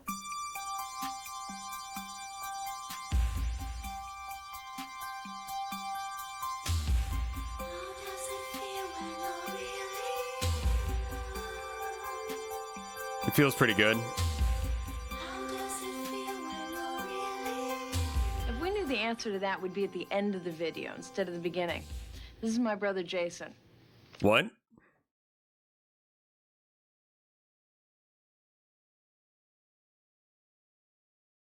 I saw, you know how you can do like AI to make, you know, people do shit they didn't? You remember the Folgers commercial? I saw someone make the Folgers commercial and then they extended it with AI where the two, like the brother and the sister, started just making out like hardcore. It was really weird. I think it was porn, but I'm not sure. Anyway. We'd like to get you together with about 100 other guys who feel just the way you do. About love. And we'd like you to meet. Okay, 1, 2, 3, 4. Hi, you guys. I'm Dina. Hi, I'm Jennifer. Excuse me. What? Could I have your number? 5, 6. I'm Lisa. I'm Lawrence. 7, 8. Hey, you guys. I'm Ted. I'm here too. Oh my God, he's so awesome. Okay. Oh my What? God. Hi, I'm Karen. I'm Cassandra. Why me. why is that one guy Got that? a phone? Hi, I'm Josh. Oh my God. What the fuck is We've all got the this? same question. How can I tell if I'm really in love? How can I tell if I'm really in love? It's just indescribable. Yeah, that is Ted Danson. I don't know why.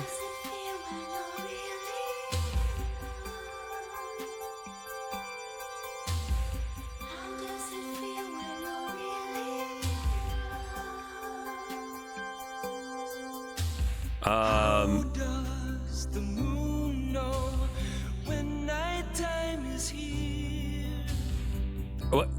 Okay. The way that I know my wife is that I have a reason to be alive and I need her to be okay and alive too. That wasn't something that I've had previously. I don't know how to explain that better.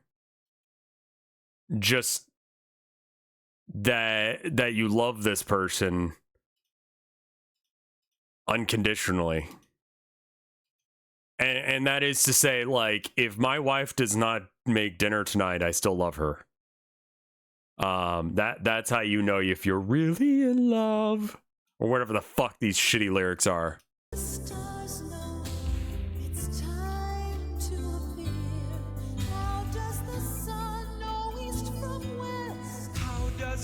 It doesn't actually. From up above, and how will I know if I'm really in love?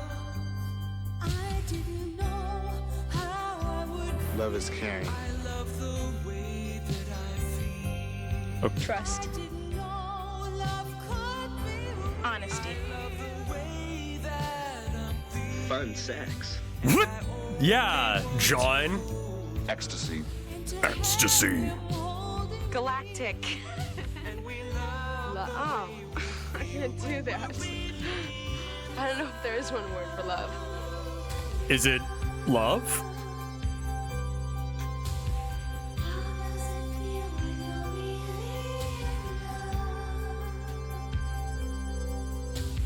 Just like the sea reaches out to the shore.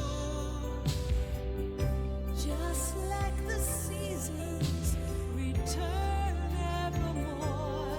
There is no time. Why is this happening? This time we'll love and make it last.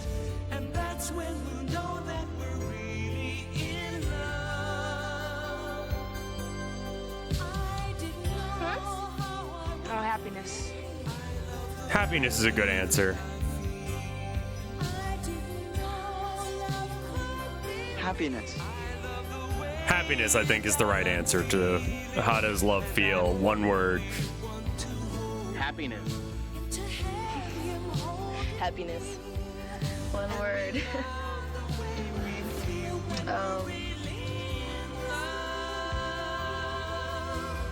Happiness.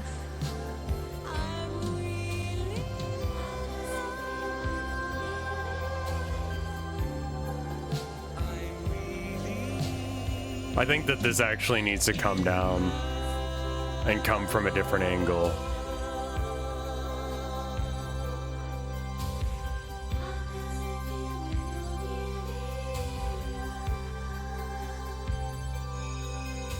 Oh, someone just bombed the shit out of the bathroom. Holy fuck. One of the things I always hated in school was when they'd show a movie or a film strip, they'd say, "Stop the film now and talk about it." And we were like, what are we supposed to do? Do we have to stop now? Now's the time to talk about sex? Now's the time to talk about love? Come on. Look, guys, this is a no-pressure show. Okay, if you say so. I hear you. Fine, you got the old guy convinced. You know, you can stop this tape What? anytime you want. Just push the Have you pause. ever had tinga? These balls in my soup. It's supposed to be Chipotle flavored chicken. The Chipotle is missing, so I don't recommend the Easy Ting bombs, guys. I've not touched that.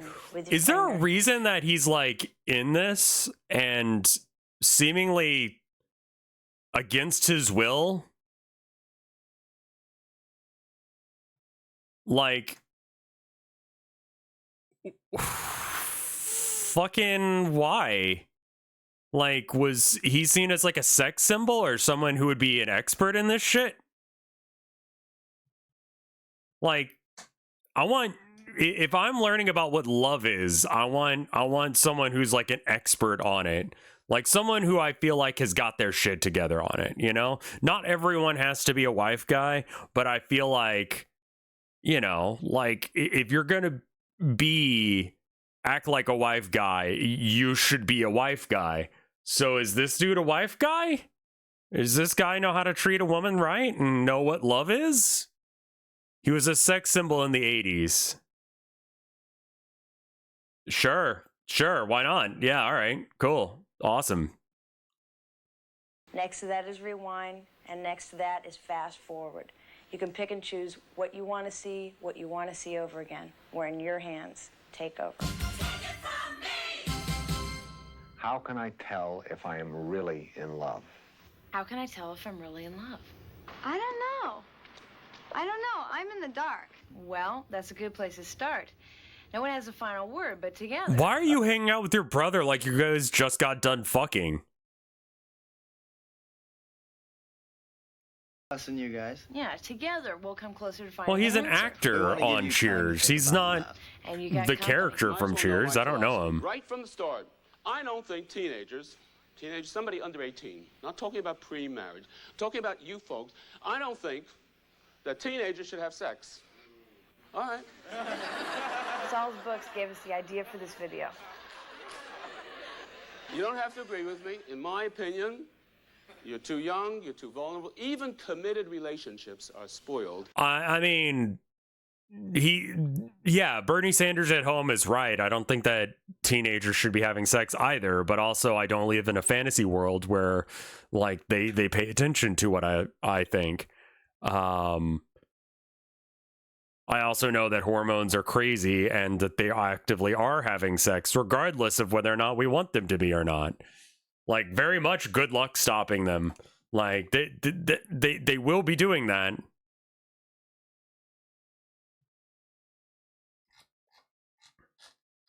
We're not going to draw the boat yet because it's like not actually. And then the grass we might want to not draw just to have it be wavy. Like premature sex.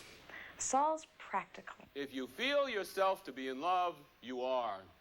That's practical. We're talking about love. this strong, dynamic, energetic, exciting emotion. It's wonderful. But, you know, love can also go from near perfect one day to almost a disaster the next. And sorting it out is what this video is all about. The bottom line is we're here because of you. Oh, and by the way, I'm Justine. Welcome. How does the moon know when nighttime is here? It doesn't. Yeah, I don't think that abstinence only works. We know this. One day you'll meet someone and you'll feel a different feeling. You'll feel something that goes through your whole body. Your body gets all tingly, like you've got these little Like, chills me and my right off wife, we just clicked. Like, when we first started dating, it was like, you know, I put my foot down on the ground and I was like, look, I'm gonna do shit that's gonna get me in trouble. I'm gonna do a lot of protest kind of shit. And I might get arrested every now and then. And you're gonna have to be okay with that if we're gonna date. She nodded her head and I said, all right. It's one of the conditions. So, like, we kind of knew where each other were at right from the get-go. You know, like what the other person wanted to some degree. And I'm honestly surprised that she decided to go with me. Like, she is just perfect and completely out of my league. And as long as she doesn't know that, we will be together for a long time. She said the exact same thing about me, though. So, all right. My wife is wrong about one thing. It's fine. It comes over in a very physical way, like all over your body. It's like this elation, like you feel really, really good, like you can do anything. When you're in love, it's like no other feeling in the world. Gosh, it's that. It's rainbows and stars and all the fun things in life. I am so confused. To me, to be in love is to be alive. Gosh. I don't think you have to be in love to feel alive, but to feel alive, you have to be in love. No? When I'm with somebody I love, I feel good. Love is great because it's making him happy and improving his grades. I don't know. I'm in the dark. Yeah, we already heard that person say that. To feel. Well, I know about love, like love my parents, love my dog, but love my boyfriend, I don't know about that. It makes you feel like you can't Well, do anything why are we wrong. interviewing someone who doesn't know shit? Like, she is useless to talk to. She doesn't know what she's talking about. Talk to someone else. Stop playing her. Do you know anything about theoretical physics? No. Let's keep playing this woman who knows nothing about theoretical physics in our video. About theoretical physics. Do you know anything about it now? No. All right. We'll check back later. The fuck is the point of that? Like, legitimately, why? If something bad happened that day, like you didn't do well on a test, or, I don't know, you got in a fight with someone and you're upset or depressed, as soon as you see that person or you're with them, you forget about those things.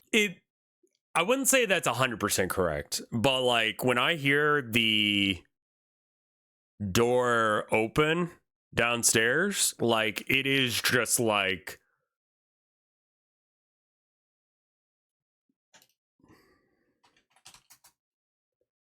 it's literally like, you know that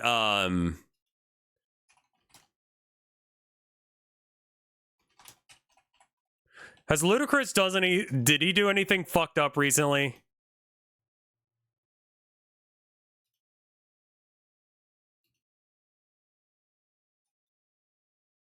Yeah, is Ludacris okay? I'm gonna make a Ludacris reference, and I don't want him to be like, I know it was someone who was like with P. Diddy during some shit that was real bad. Not that I've heard of. Ludacris, God, I remember Ludacris called my dad once. That was weird. My dad worked at a liquor store for the longest time, and so Ludacris was coming out with his own variation of a liquor, right? Because that's just a thing that you do if you're a musician. You randomly get into making booze. And so he was going around and calling all the different locations that had his new thing. And so he called my dad, because my dad was the manager of the store. And he was like, "Hey, I'm Ludacris." My dad's like, "All right."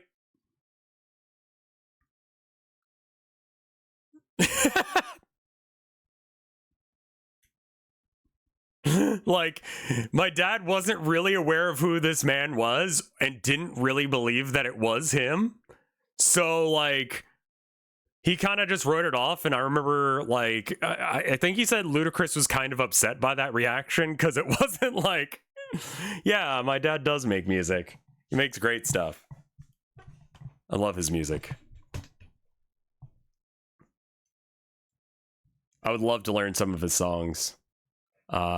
He's a much more talented guitar player than me, but he also practices every day, especially now that he's retired, which is, I like that he gets to use his retirement to follow his passion. And I wish, no, not Ludacris did not retire. I mean, maybe he did. My dad retired. My dad, in his call with Ludacris, which was sort of like, yeah, Ludacris called. Anyway, Ludacris proximity. Yeah. Okay, so like, all right, this is like, this is me with my wife, except for instead of Ludacris, it's my wife.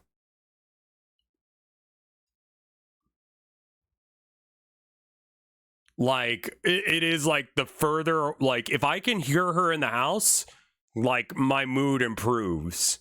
But when she was living across the country, like, she lived in New York and I lived in Texas, it sucked dick, man. It was so rough. Like, I'd cry every time that I'd have to drive her to the airport. I even mentioned it in in our wedding vows. I said, like, Siri would be directing me to take the next turn and I would just start yelling at it to shut up, you know? But anyway, love is like this Ludacris proximity sadness meter. It's like this. Like, as soon as my wife comes home, like, I'm sure you can see it on my face. Like, I just do feel better. Problems that you have with your life or any of your faults, and you think to yourself, there's somebody who loves me. There's got to be something good about me. Yeah. It's that simple.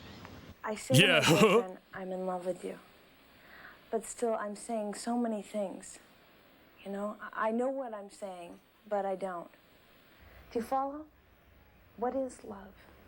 Love is love. I mean, it's like when you're not embarrassed in front of somebody, or you don't feel guilt after something you've done, and you can just be yourself. Love is like the Ludacris proximity meter. A stepladder. A stepladder? What? I don't know. Stop interviewing her. She doesn't know anything. Leave her alone. You know, it's not. There's no darkness in it. It's just pure white. Love. My best friend and I are really close, and he has a girlfriend, and I'm also really close to his girlfriend. And sometimes when I'm talking to her, she'll tell me, "Oh yeah, I went out with him last night," and she'll tell me something that he said. And it's something that it's like really open, and he'll never say something like that to me.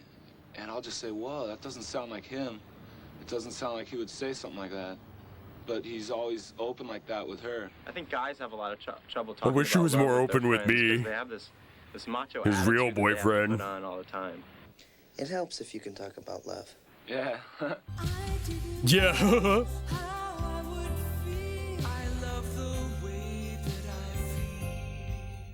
You know, you hear your parents say, you'll have plenty of time to do all that. You'll have plenty of time, plenty of time.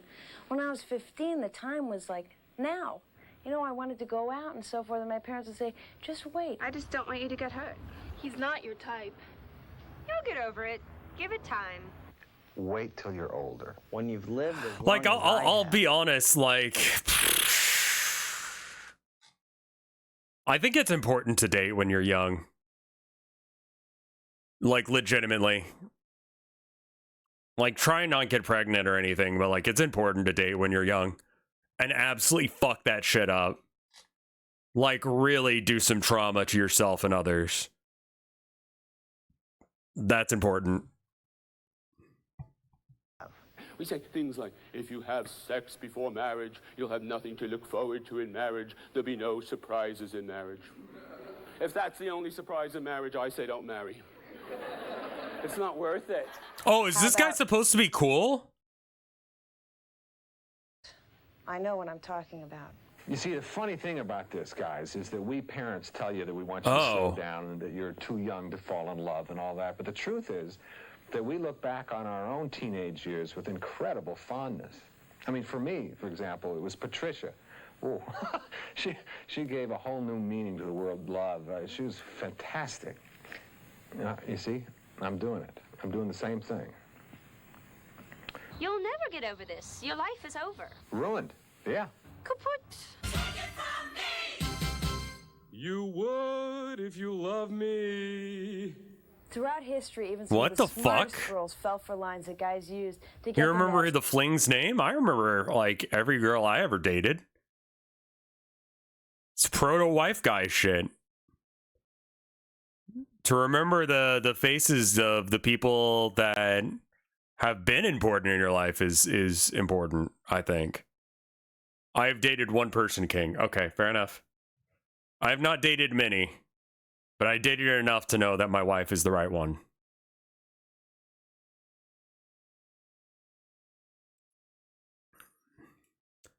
Like, I think fucking up relationships is actually kind of important.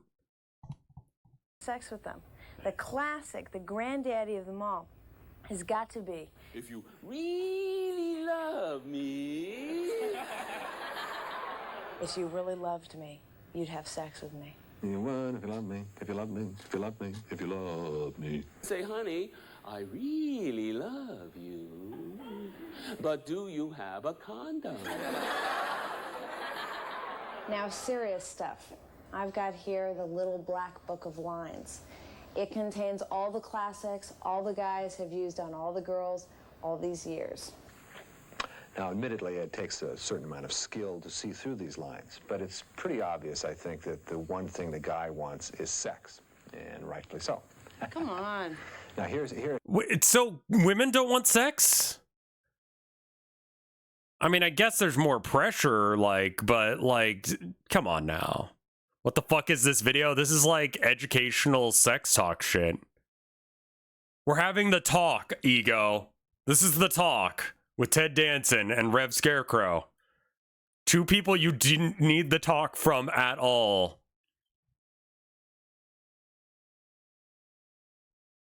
You're gonna need to learn these things real good, kid. Now back to your learning. Some soft and romantic lines. I feel like a traitor doing this. Ah, good. I need you. I really missed you. This one's called the ditch line. You have such beautiful eyes. It's said by a guy who thinks his date's a real dog, but he wants one more thing before he ditches her. Ever heard it? Such beautiful eyes. It's said right after the guy puts the lights out. The creep. Hey, you're not just another face to me. I really love you. What's the connection between sex and love? There is none. Oh, watch out for this one. Don't worry. I'll take care of everything. No. Yeah, that is some bullshit. Hey, don't worry about it. If anybody tells you not to worry, worry. Baby, you're driving me wild. No, I'm not. I'm driving you home. Honey bunch, I'll go crazy. Go.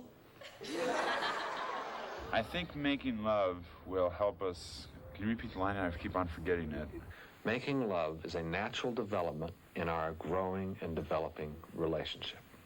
Can you repeat the line again one more time? I'll make it simple. Making love is a natural development for us. Huh? Sweetie, I'll just stay in for a minute. What am I, a microwave oven? I like this one. Here you go. Did you girls know that a guy cannot go for more than 2 days without having sex? No, it's true. Terrific. See you in 48 hours. That took care of that. Are you girls taking notes on this? We're coming to my favorite part here, the part I excelled in. These are what I call my good guy lines. Here you go. I promise I won't hurt you. Yeah. I'll still respect you tomorrow. We went to get something to eat, and we were sitting in the car eating it. And he asked me if I'd ever had a one-night stand. And I said no. And cheeky devil, he turns to me and says, well, don't you think it's about time you had one? Kind of makes you feel like you took a number, doesn't it? Yes! I promise you won't get pregnant. I'm prepared. Your place or mine? You at your place, me at mine. Good night. I promise I won't tell. Everything that he had known about me was known by all of his friends. And that hurt because it wasn't meant for his friends to know. Yeah. Honest, I'll pull out in time. Now, guys, you know that's a lie. In the back of this little black book, which I found interesting, are some Yeah, this is kind of lines in overstaying which it's girls welcome. can Do say I need no. to, like, switch it? They aren't very elegant, some of them, but I think they work. Here are a few. No. Keep your paws off me. I think my grandma used that one. Yeah, that's Hey, very when will we get grandma energy. Please, moving on. Oh my god, it's another 40 minutes. Did he get in trouble? キャサリンはカップヌードルカレーを食べることにした。いいお天気。いい天気だった。爽やかな風が吹いている。 We don't need to step ladder. チーズ星人現ち。チーズ星人の放ち。上質なチーズ。チーズはみるみる。 Alright. We got an ad running. Thank you.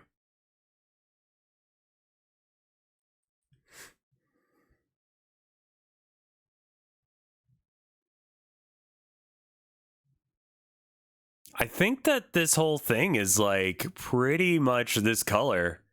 I want it to be like red and white and shit like that. Is this the... Yep, that's the wrong layer. Cool. I'm glad I colored in on that layer.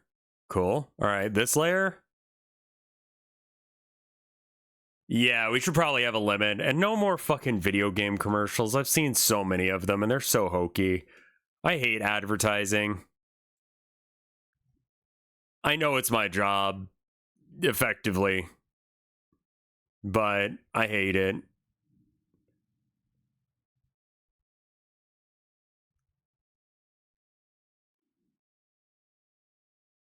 Anyway.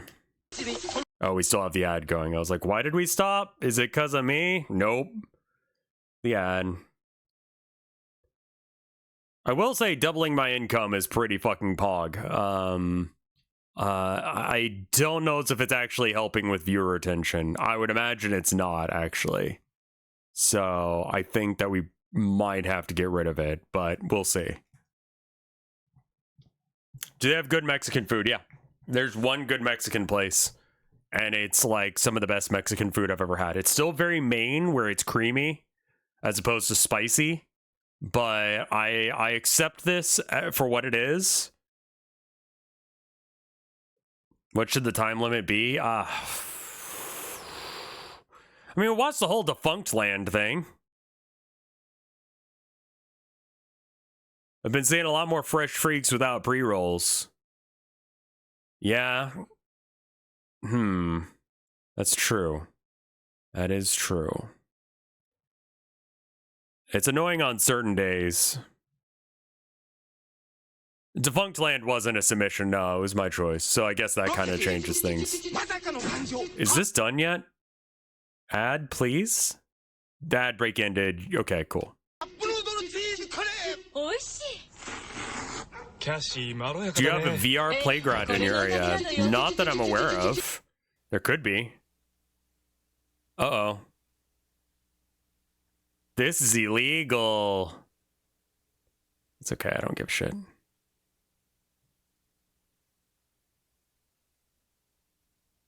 What?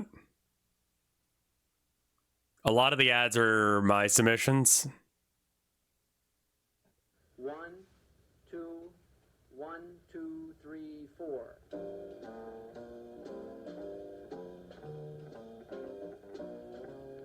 Why is chat saying, oh no? This one's rough. Chat, did you fuck us?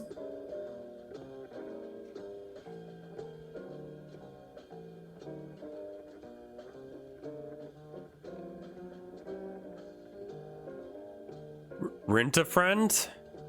What? What?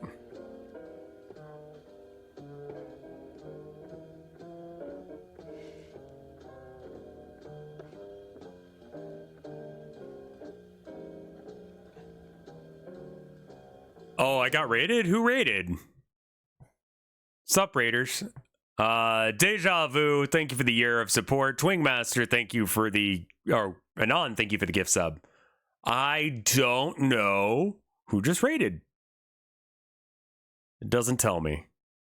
Woos, thank you for raiding. That was very cool of you. Thank you so much. We're watching random YouTube videos that chat sent me.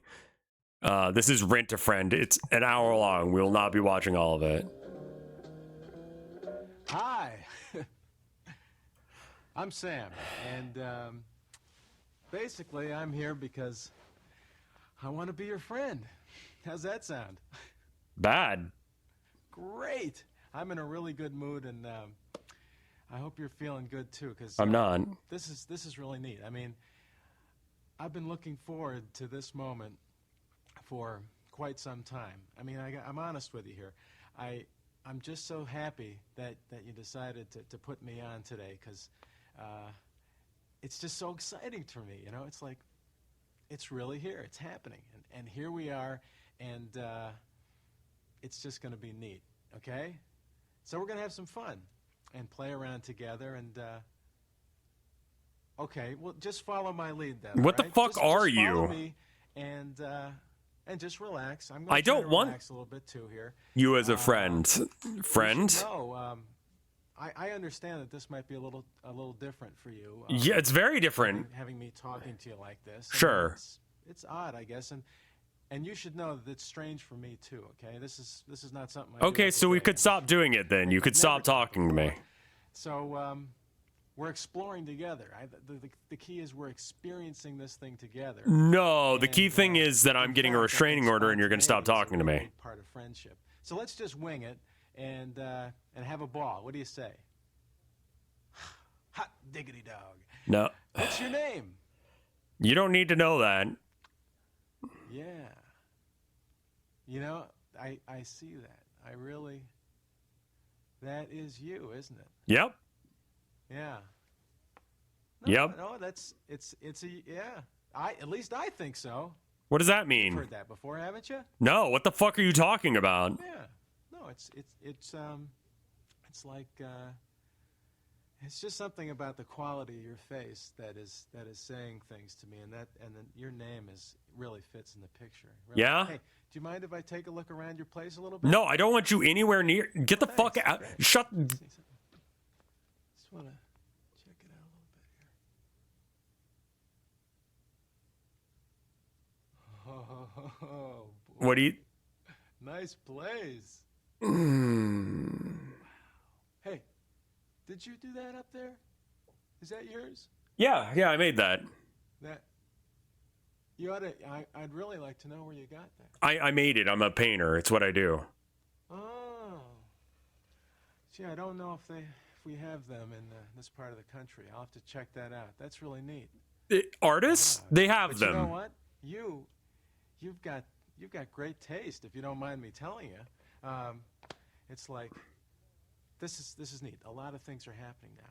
No? I've got your face. Right. I've got a name. Uh-huh. And now I'm seeing where you live. Yeah, that's really uncomfortable for me. Magic, maybe? Huh? Nope. This is great. I already knew I was going to like you just because you wanted to meet me. I mean, that's plenty right there. That says a lot. I thank you for that, but there's a kind of intangible working here, I think. Sure. And, let's just jump right in. Let me give you some information about me. Okay? Yeah, who the fuck are you? Something to go with this mug. I'm born What the fuck is this? Like, was this made for a lonely person to enjoy?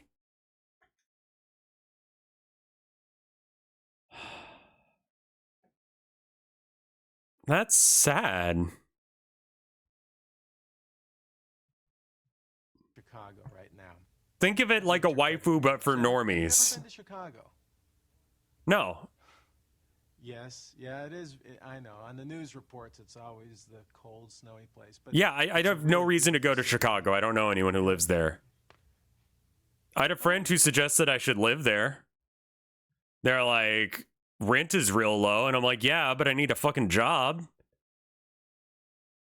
They're like, oh, don't worry about that. Jobs will come. That was years ago. I don't know as if Chicago's doing any better than it was.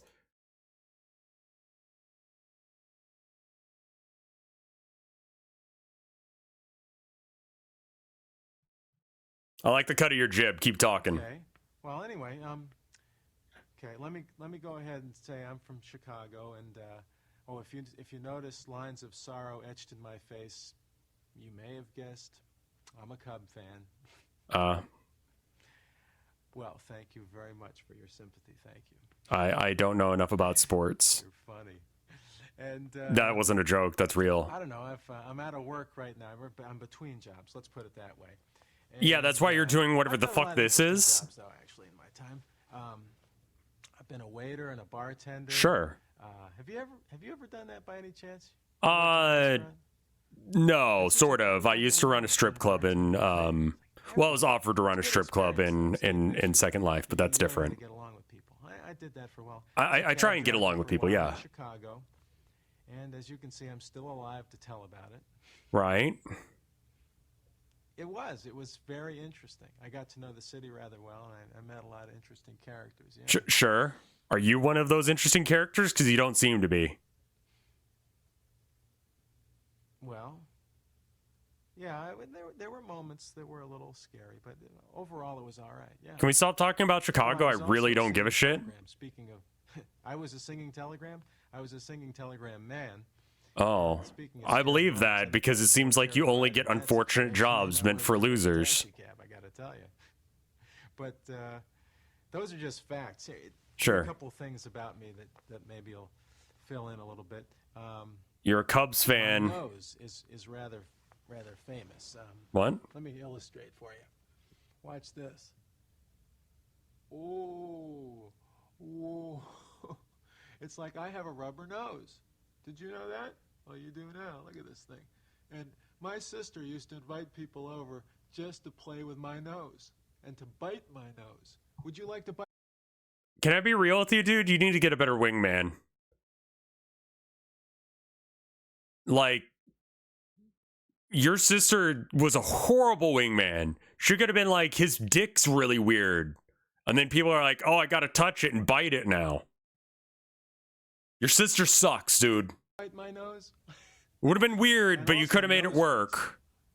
Nose grease is, how should I say, very important to me. I don't know. I like nose grease, and I like to wipe it on glass. You know, like I could wipe it right on your screen if I wanted to.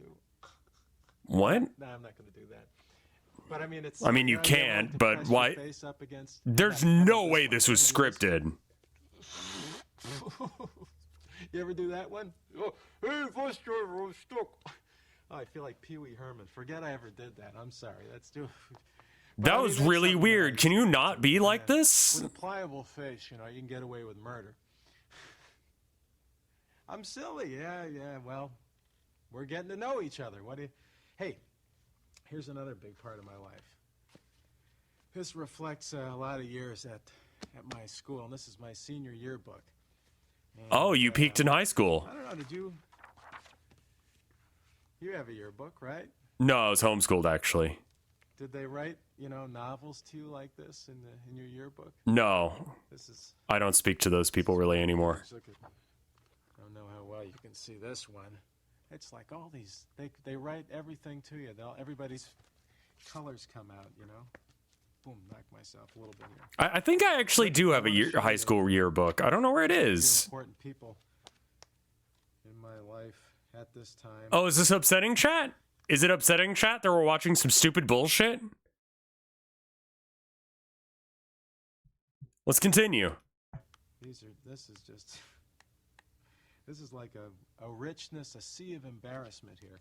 Hey, look at this. Well, you don't have to show it to Here me. She is, my nemesis, Nancy. Actually, it was Nunsa. Very affected kind of name we gave her. But I was infatuated with this one for like 5-6 years. And then Is she like in your basement now? Like what is going on with this story? Like, I don't want to become an accessory after the fact.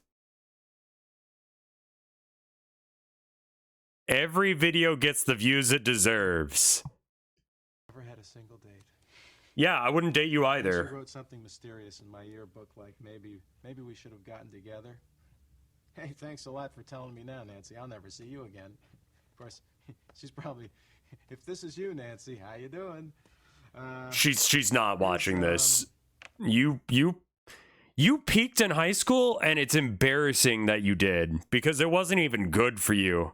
Like, you were probably bullied endlessly in high school, and that was the best moments of your life. I'm honestly really sorry for you, son. Oh, this is, all right, here's the main event, okay? Sure. Now, I'm somewhere on this page. Yeah, it's bottom left. I know. I see it. Yeah, I can see it. Yeah, it's the bottom left. What? No. Yeah, there he is. Yeah, long hair. Oh, Jesus, fuck. Actually, I just kind of cut out a lot of junk, really. I used to be addicted to Hostess cupcakes, and I drank a whale of amount of Coca-Cola, you know? Sure. Caffeine and sugar kind. Like soda? Well, yeah, it wasn't that tough. I mean, just cut those things out and stop eating third and fourth helpings. You'd be amazed what you can do. Fair enough. Oh, here's another thing I used to do. I used to make this noise.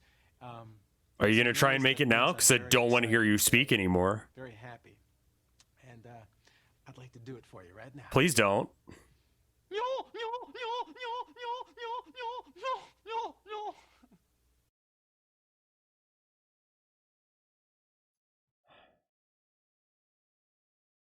Like, this is part of the reason that I don't have friends, man.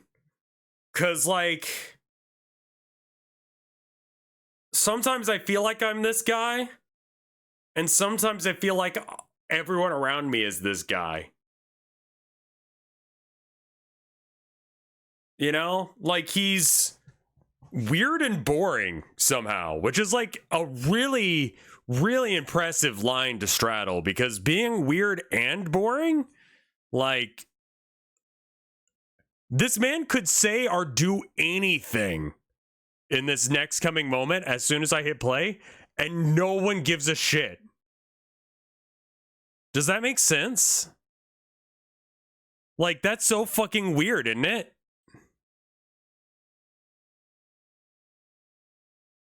This is Rent a Friend. That's how this video exists. Okay. I mean, isn't that nuts? Yeah, that was absolutely insane. Please don't do it again. That's the kind of noise I made when my sister's dates would come to the house. They'd knock on the door. I'd run downstairs and be excited to greet them, and I'd open the door, and they'd say, "Hi, is Mary there?" And I'd go, "No, no, no, no," and I'd just run upstairs after her, you know. Yeah. Oh, and then the date thought that I was, you know, a disturbed child. And, you were! As we all can tell, of course, I turned out pretty normal, I guess. No, you do whatever this is. You are funny. Well, that wasn't a joke. That's me being honest. I'm trying to help you, son. Tell me a little bit about you now. I'm from Texas. That's a nice part of the country. No, it's not. No, it's not. That's why I left. Bus tour, like all over the country. I hit just about everywhere. You went to Texas, though? Surprised, huh? that's nice. No, So I don't give a shit. You took a bus. I'm honestly more surprised that you actually found functioning transport in America that was standardized. Like that's, I don't give a shit.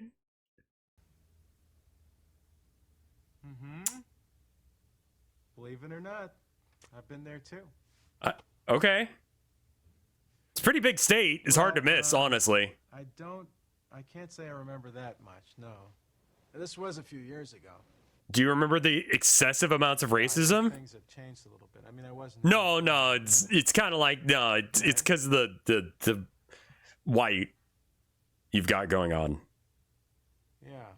Yeah. Yeah, I had to move too. When I was about 11 years old, we moved from New York to Chicago. Okay, it doesn't feel like you're paying attention to me. It was traumatic. Right. I mean, yeah, it does suck to move, but, you know. I'm a cat person myself, yeah. Although I've got something here I want to show you. Can you stop showing me things? I don't want to see it. I want you to meet somebody. I want to introduce somebody. Speaking of pets, this is Pluto, okay? And hello, Pluto. Say hi to my new friend. Pluto here. I got him basically when I was about 4 years old, and I got him through the act of crying. A very effective method of getting things, as you may recall as a kid. Why did you bring that? Yeah. I just cried for him. I was at a resort with my parents, and I was walking through this kind of arcade with my father, and there was a Wheel What was of the Fortune job listing for this? You know. Pat and Vanna weren't there, and the wheel works where whatever it lands on, you win, basically. You pay money to spin the wheel. And my father's luck was so bad that he basically had to pay off the guy to get me the dog. But them's the breaks. I got the dog, and Dad's out $10. The start of a beautiful relationship. That's like This not pup, that he's bad. great. He's been through a lot, of course. I used to give haircuts in the neighborhood, you know.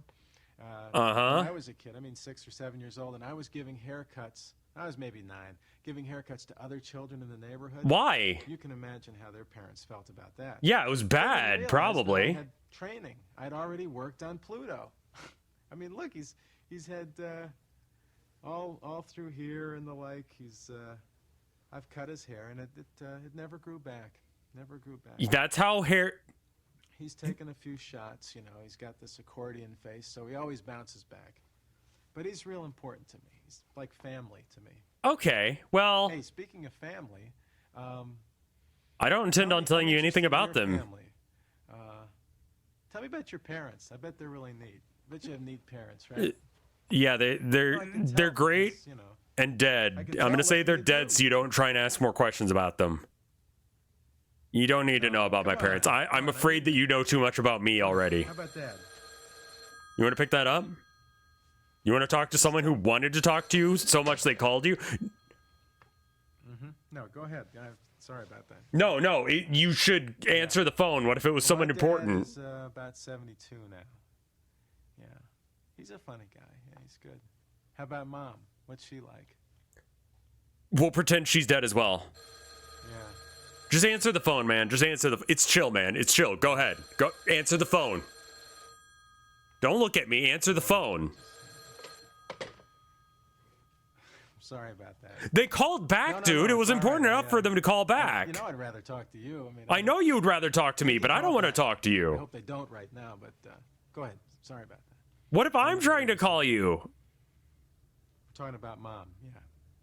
Yeah, I don't want to talk about my mom because I don't want you to find her and kill her. You're creepy, dude. Oh, that's neat.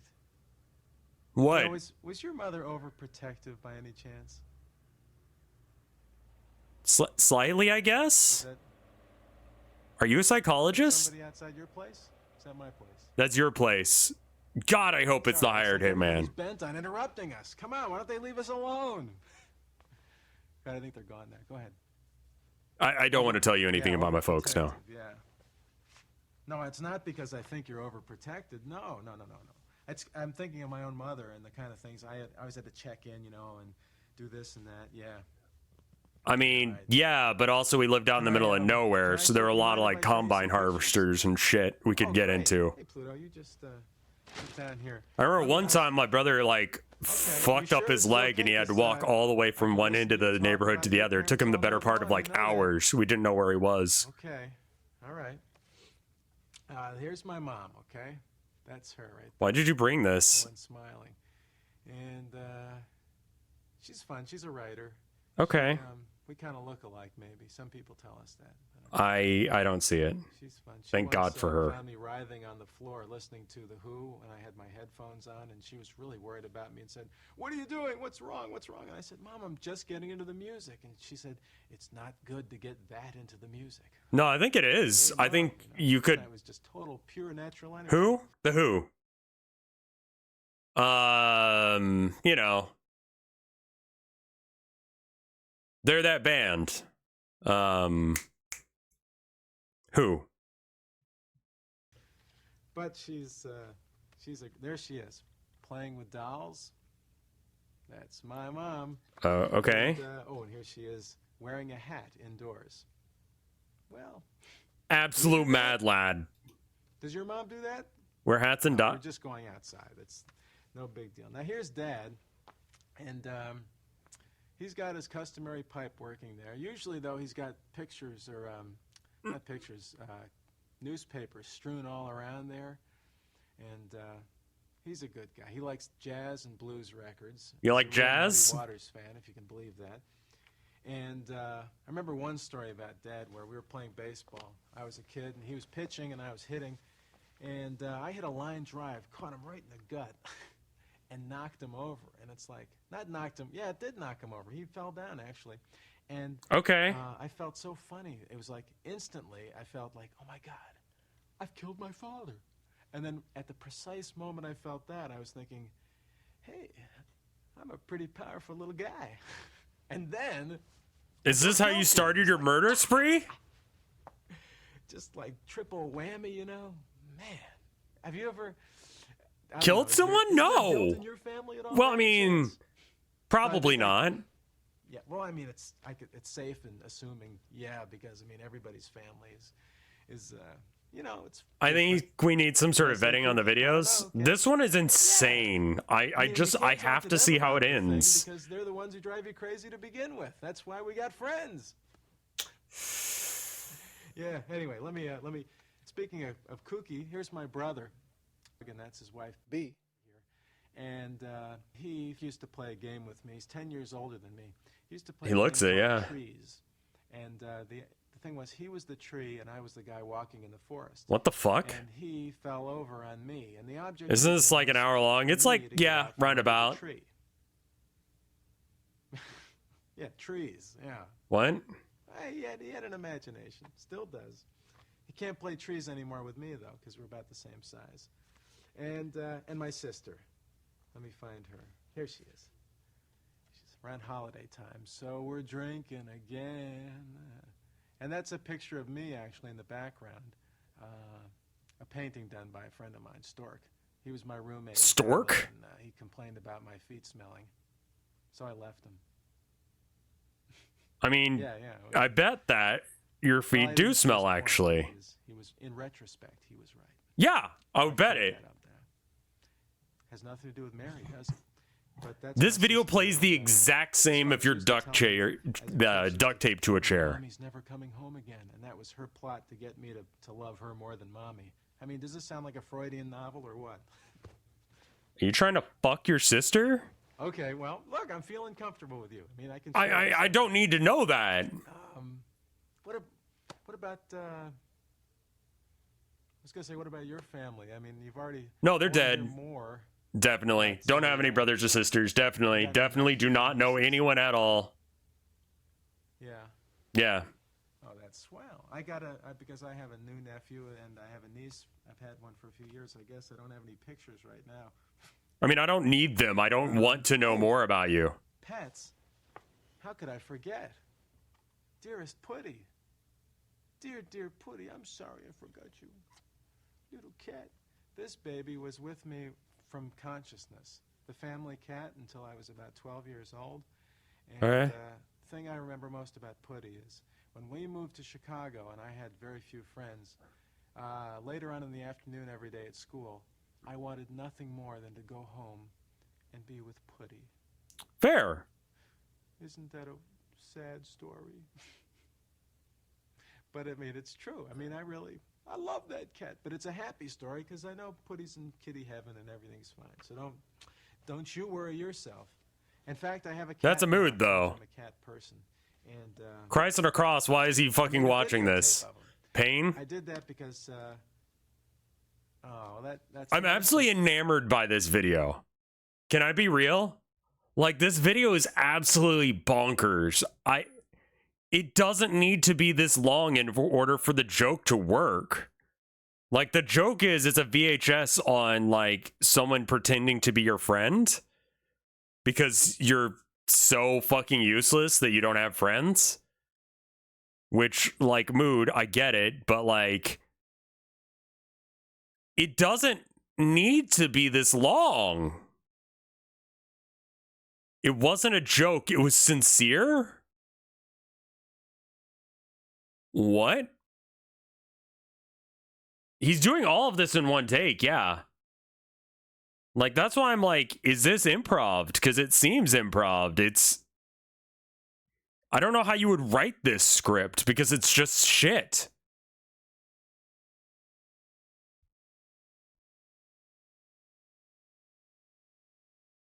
Like, this could be for gooners. Sure, maybe gooners are into this. I don't fucking know. He couldn't come. I mean, I couldn't bring him because every time he goes in the car, he thinks he's going to a vet. Right, yeah, that happens. And it's unfair. You understand. Yeah, of course. You don't, but that's why you got to take him other places. But I got him on videotape. I rented a camera, and I think this is a good time now to put this tape on and show you a little bit of Bandit. I feel like I've been. Who the fuck is Bandit? I want to get something to drink, and I want to hear a lot more from you when I get back. It's only going to take a couple of minutes. Why don't you go get yourself a drink and like you're my host, right? I mean, like I'm your host. Like, go get a drink in your own house. Bigamy. You know what that sounds like? Anyway, I'm just hacking around. Let's play this. I'll stop talking for a little bit. Thank fuck. And we'll have some fun. We're going to watch Bandit on tape. It feels court-ordered. Kind of? Here comes the big boy. Let me He married a conservative who made him quit acting and get a job in advertising. It didn't work out, so he made this and used it as B-roll to land roles in Hollywood. That didn't work out, so he got a TV show called Wild Chicago instead.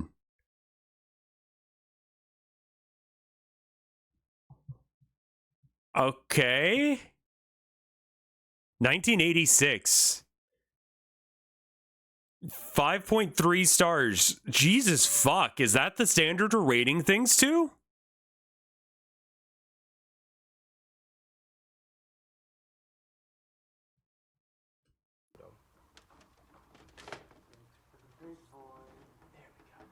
Like, anything rated worse than 5.3 on IMDb is just the worst shit ever.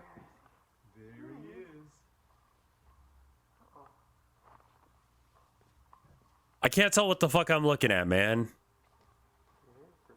What? Cat? Hey, Ben. Bandit. Come here, boy. He's too busy. He pulled out the stuffed animal almost immediately, yeah. I need to go turn on the front door light. You know what? You guys just enjoy this without me for a minute. Enjoy this guy trying to play with this cat that's showing no interest in him because it's trying to eat. I'll be right back. Come on, boy. You love the mouse. There he is. There he is. Come on. Come on, play with the mouse. Come on. Come on, Ben. Come on, play with the mouse. Come on, buddy. Come on. There he is. Well, what do you think? The mouse, Ben. Come on. Yeah. Come on. Look at that puss. Look at that big sniff. Oh, here's the comb. He loves the comb. Of course, you can't. It's as if he doesn't love anything in this tape. I think he just wants to get away from me. It's making me look bad, huh? You little puss. I'm gonna have to turn you off now, puss. Just turn you away. Oh, look, here's the big close-up. Now look at me. Look at me. There he is. Come here, boy. That's a good place to stop this action. Bye-bye, puss. Ah. Oh, Pluto, how did you like Bandit, huh? Yeah. I liked him a lot. I liked him. Did you hear that? That was Pluto. Oh! Did you get a drink? Cheers. No, I like paper cups because I don't like washing. I don't like washing dishes. Yeah.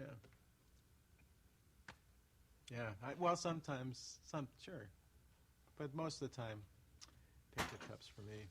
Hey, listen. Is he still talking? I want to play a game with you. Okay. I guess we got to clear this stuff out. A good thing to do with friends, I think, it really brings out the best, is have a little competition. You know, play some games. Nothing too serious or anything, but I picked out a great game. Look at, there's Mickey Mantle's autograph. You see that? What? Pile this stuff up. Why do you have all of this?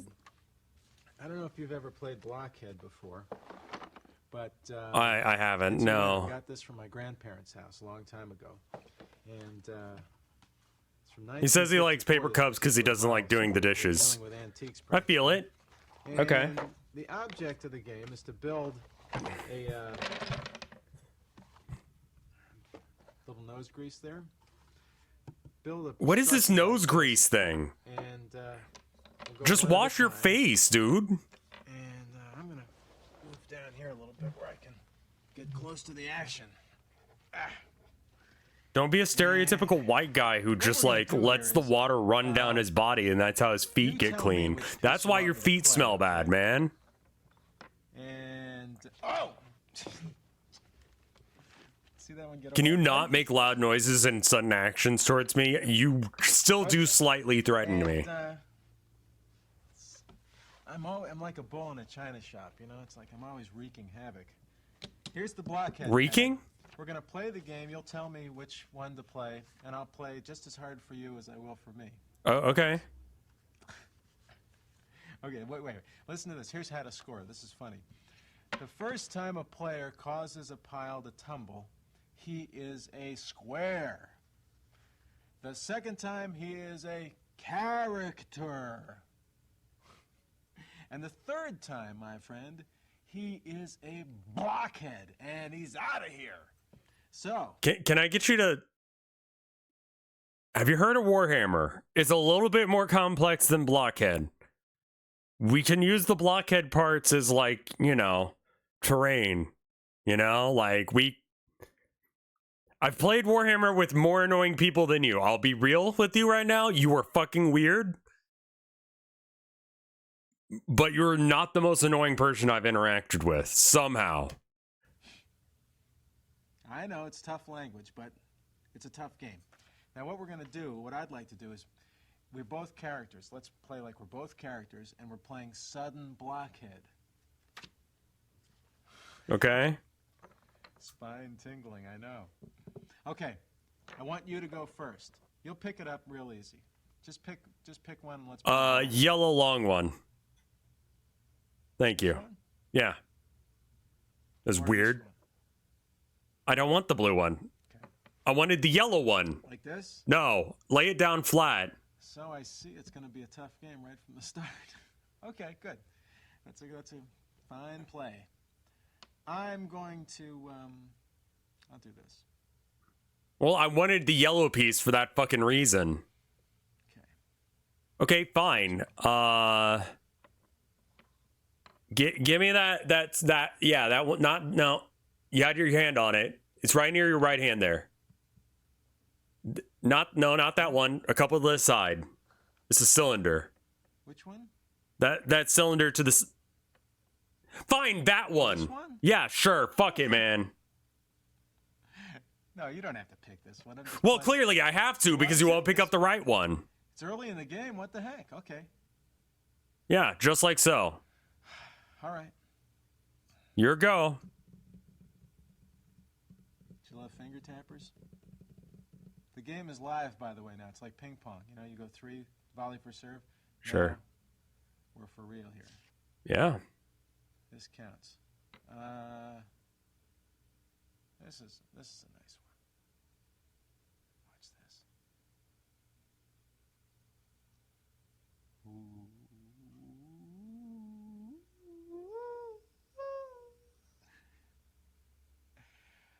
Oh, under a little pressure, are we? Come on. Let me get the one that I was trying to pick up before. You know the one I'm talking about, you son of a bitch. Don't you dare move that other hand over there. Okay, this one? No. Which one? Other side. Oh, Other pile. Red. Orange. Orange other pile. Orange other pile. Okay, I think I can place that for you. You're just like that Dora bitch. You don't even fucking pay attention to the words I'm saying. Yeah, just put it on there. I don't give a shit. You. God, I gotta change my mover. Oh, I hit the table. It's almost fatal. Okay, Don't rhyme. my turn. You got me all hot and bothered. I don't know what to do here. Don't say hot and bothered. That's not the right term. I'll try this one. No. I'll try this one.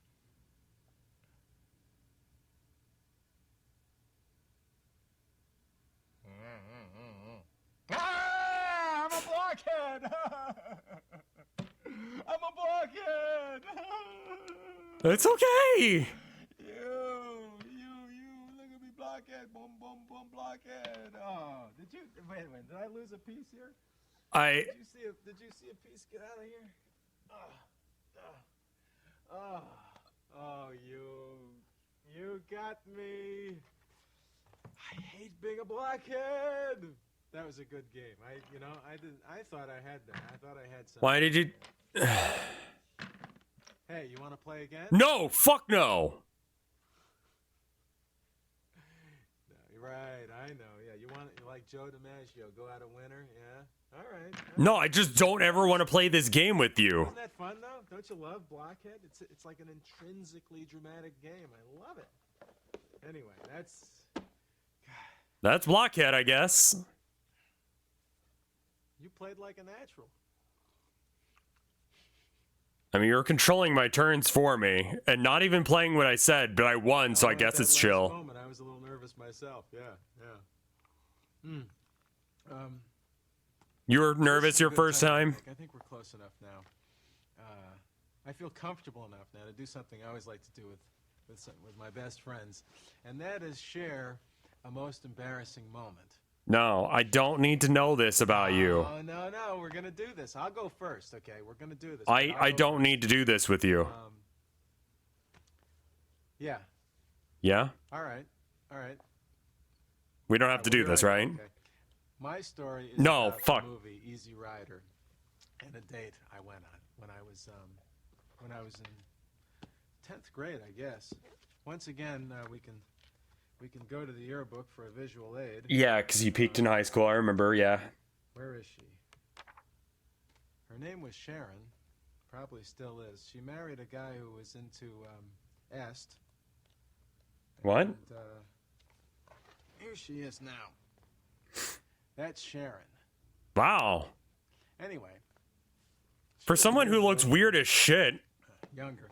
Anyway, we went to see Easy Rider. Now, here's the scenario. It's 1970. I'm 16 years old, and I'm really concerned with being cool, you know? It's very important to me. And it's very important that I let Sharon know that I'm cool, too. So the embarrassing thing is, in Easy Rider, by the way, do you remember the movie? No, I didn't see it because I'm not 100 years old. Well, with Jack Nicholson? Yeah. Sure. Dennis Hopper. And the guy, the brother, right, Peter Fonda. Okay. So the three of them are out there motorcycling around, taking LSD, escaping rednecks and all this business. Sure. Standard the climactic 70s scene shit. that takes place in New Orleans, where they have a big drug extravaganza and hallucinations and everything. I actually pretended to have an LSD flashback while I was sitting in my chair next to Sharon watching the screen.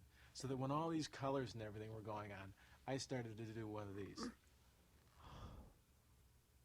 Oh my gosh. Oh.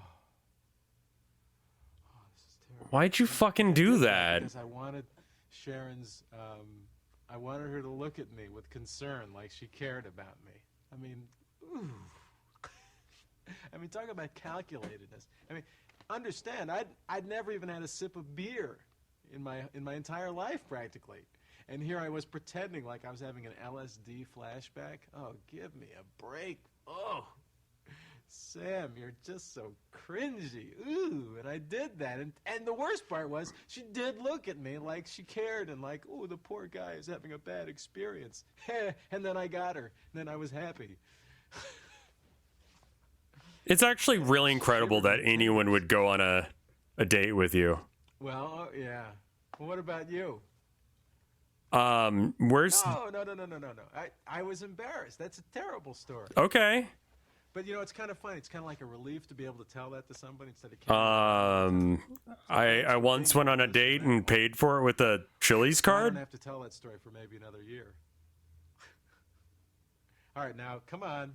I told one for you. Yeah, that was my whole story. It wasn't that much of one. Come on. I was broke. You do what you Little gotta. chicken. At Chili's, yeah, I took her to Chili's. I'm counting to 3, and you're going to tell me this. No, that's the whole fucking story. There's really not that much to it. 3.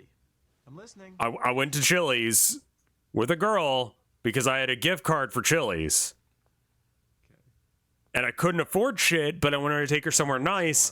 Okay. And my version of Chili's, my idea of what a good place was Chili's. Okay, there's an ad running. Oh, it starts soon. Okay, not yet. Yeah, Chili's is fine fucking dining to someone like me, okay? I don't have fucking money, okay? And so, like, I took her out to the fanciest, nicest place I could. And she was like, that's some bullshit. And after that, she completely ghosted me. She was like, not about that shit. She was like, girls want a guy who can take care of them. Fair. You don't want me then. I got self-fucking-worth. Anyway, that's my goddamn story. Oh, it's getting good. I mean, that's the whole story. No. You? You did that? Yeah, it wasn't that wild. Oh, come on. No, that doesn't fit. What do you mean? Well, I was broke then too, man. Filled with surprises. Okay, go ahead. Then what happened? Well, she never called me again.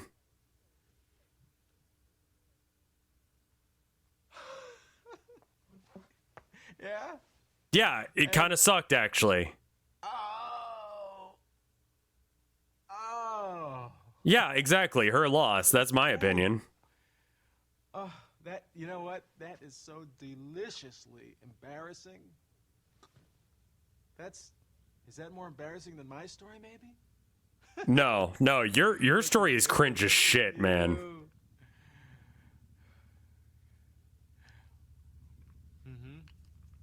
Are you drinking out of a paper cup? Do you hear that?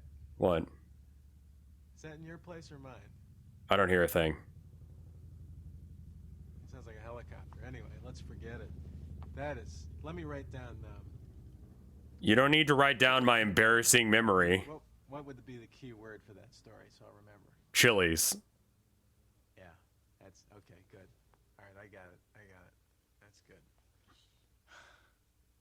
Are you on an acid trip right now? Tell you, friendship is filled with surprises, and you just blew me away with that one. You know,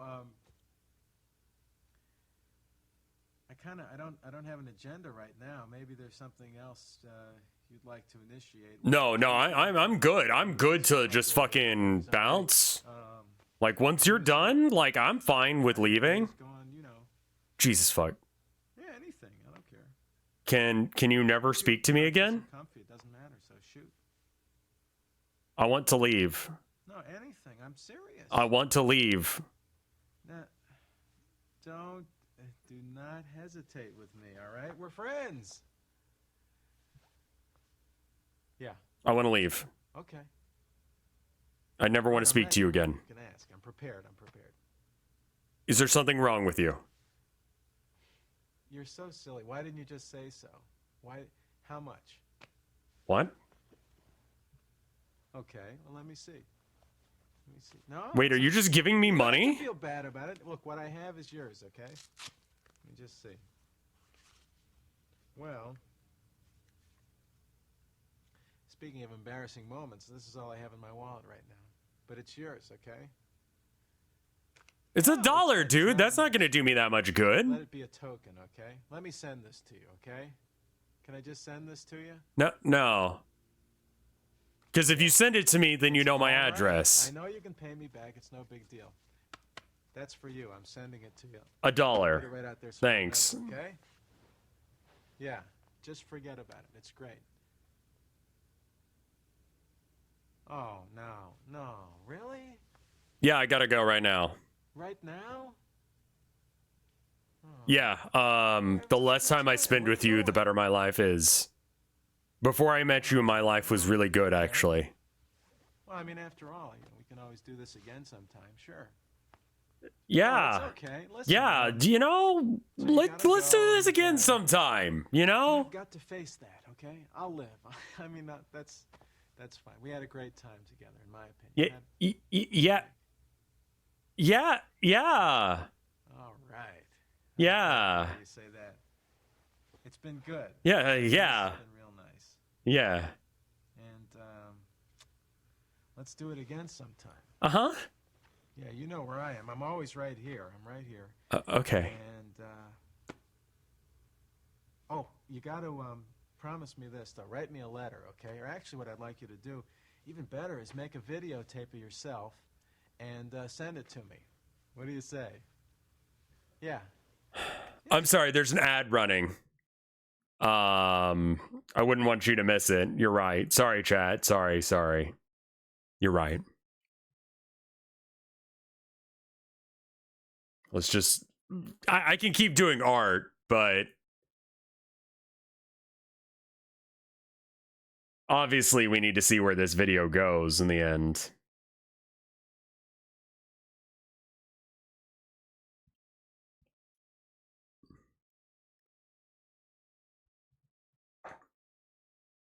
Is this him sending me $1? This random ad? Thank you for the $1, Toph and Mixolydian Scale. I'm glad I got $1 in the mail from this man. $2. That's inflation, baby. Want to learn more about it? Just look up Sonic Inflation Fetish. Won't help you with what I'm talking about, but you'll have an experience that you need to have. Yeah.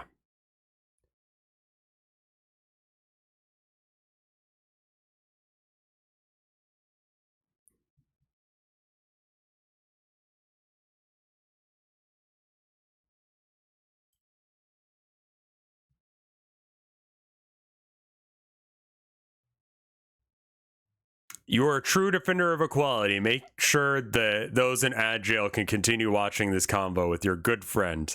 Yeah, I mean, I don't want anyone to miss out on Sam. Chat's like, you should do more collabs. You should do more collabs. Well, here you go. I've got a collab with Sam.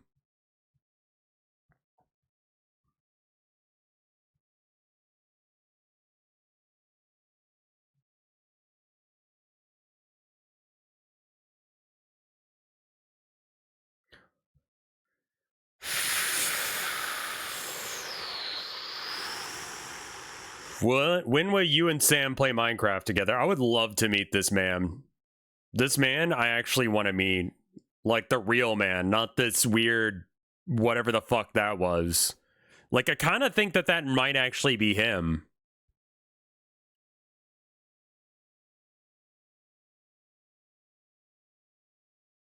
Are you German? What?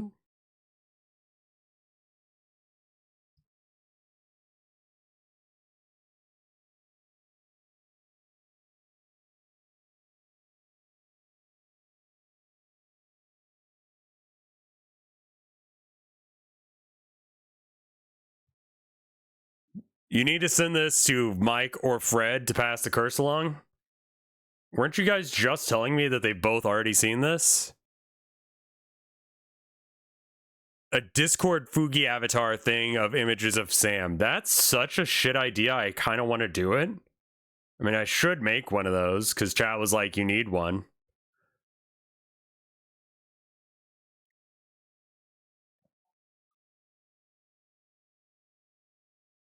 Alex in YouTube. Oh, okay. Just rent a camera or okay. Anyway. And here's the address, okay? Write it to me. At, yeah. Sam is fine. Sam? 233 East Ontario. Apartment 1100. Chicago 60611. Ontario? Of course. Okay? All right. All right, well, I'll see you around, yeah. Oh, wait a minute. Don't go. I want to take a picture of you. I can't let you go without taking a picture. Just hold still, okay? Give me the same smile you've been giving me all this time. That's it. That's real nice. Hold it. That's good. Great. Hey. Is that a real address? I don't know. This is Sam, our rent-a-friend. My bank account just got locked for suspicious activity. Huh.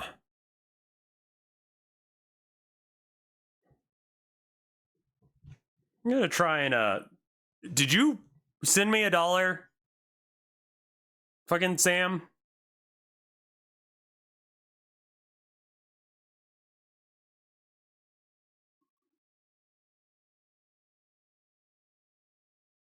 Give me half a second to check and see what's going on. Make sure it's not phishing. Well, that's why I'm checking my actual account rather than clicking the text.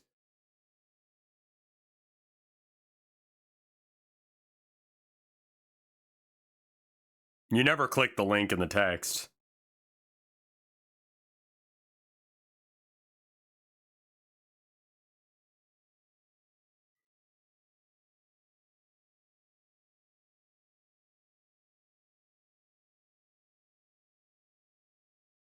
Yeah, I might need to make a quick phone call. It looks like it's fake, but I'd like to just make sure. Would you guys mind if I in-stream here and go do that? Because the link looks a little sussy. But I would rather go call. Yeah, I'm going to go ahead and go for now. Let me check and see if there's any art first. So checking RevFart on Blue Sky. I'm not going to check Twitter anymore. I probably well. There's some really good art the other day that was posted on Twitter. And like, I don't want to encourage people to use Twitter because like the bot will steal your shit. But I mean, there's this. This is some banger fucking art.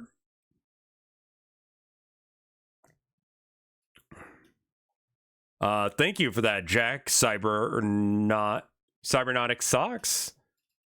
Very weirdly simple thing. Also, is Pray for Nick for him? Is he dying?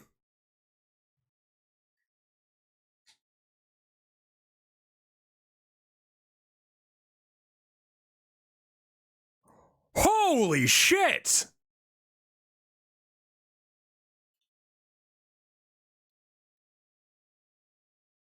Wow. Someone tried to fucking kill him. Hey, Tuna Newt.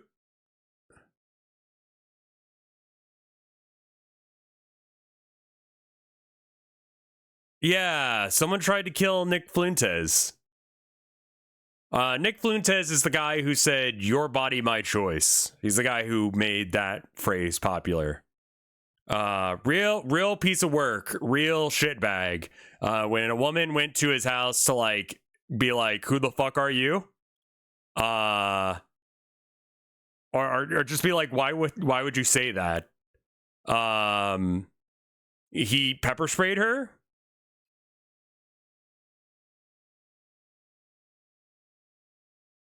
Anyway, it turns out that the guy that tried to assassinate him failed, and he himself died.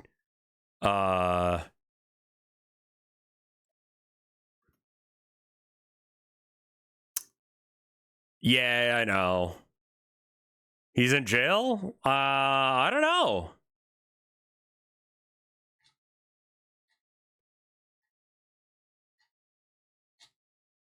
Yeah. The gunman carried a pistol and a crossbow and an incendiary device. Yeah, the crossbow is a little much. You know, you don't need both. Anyway, I've got to go. Enjoy that. I've got to deal with whatever this is going on with my bank.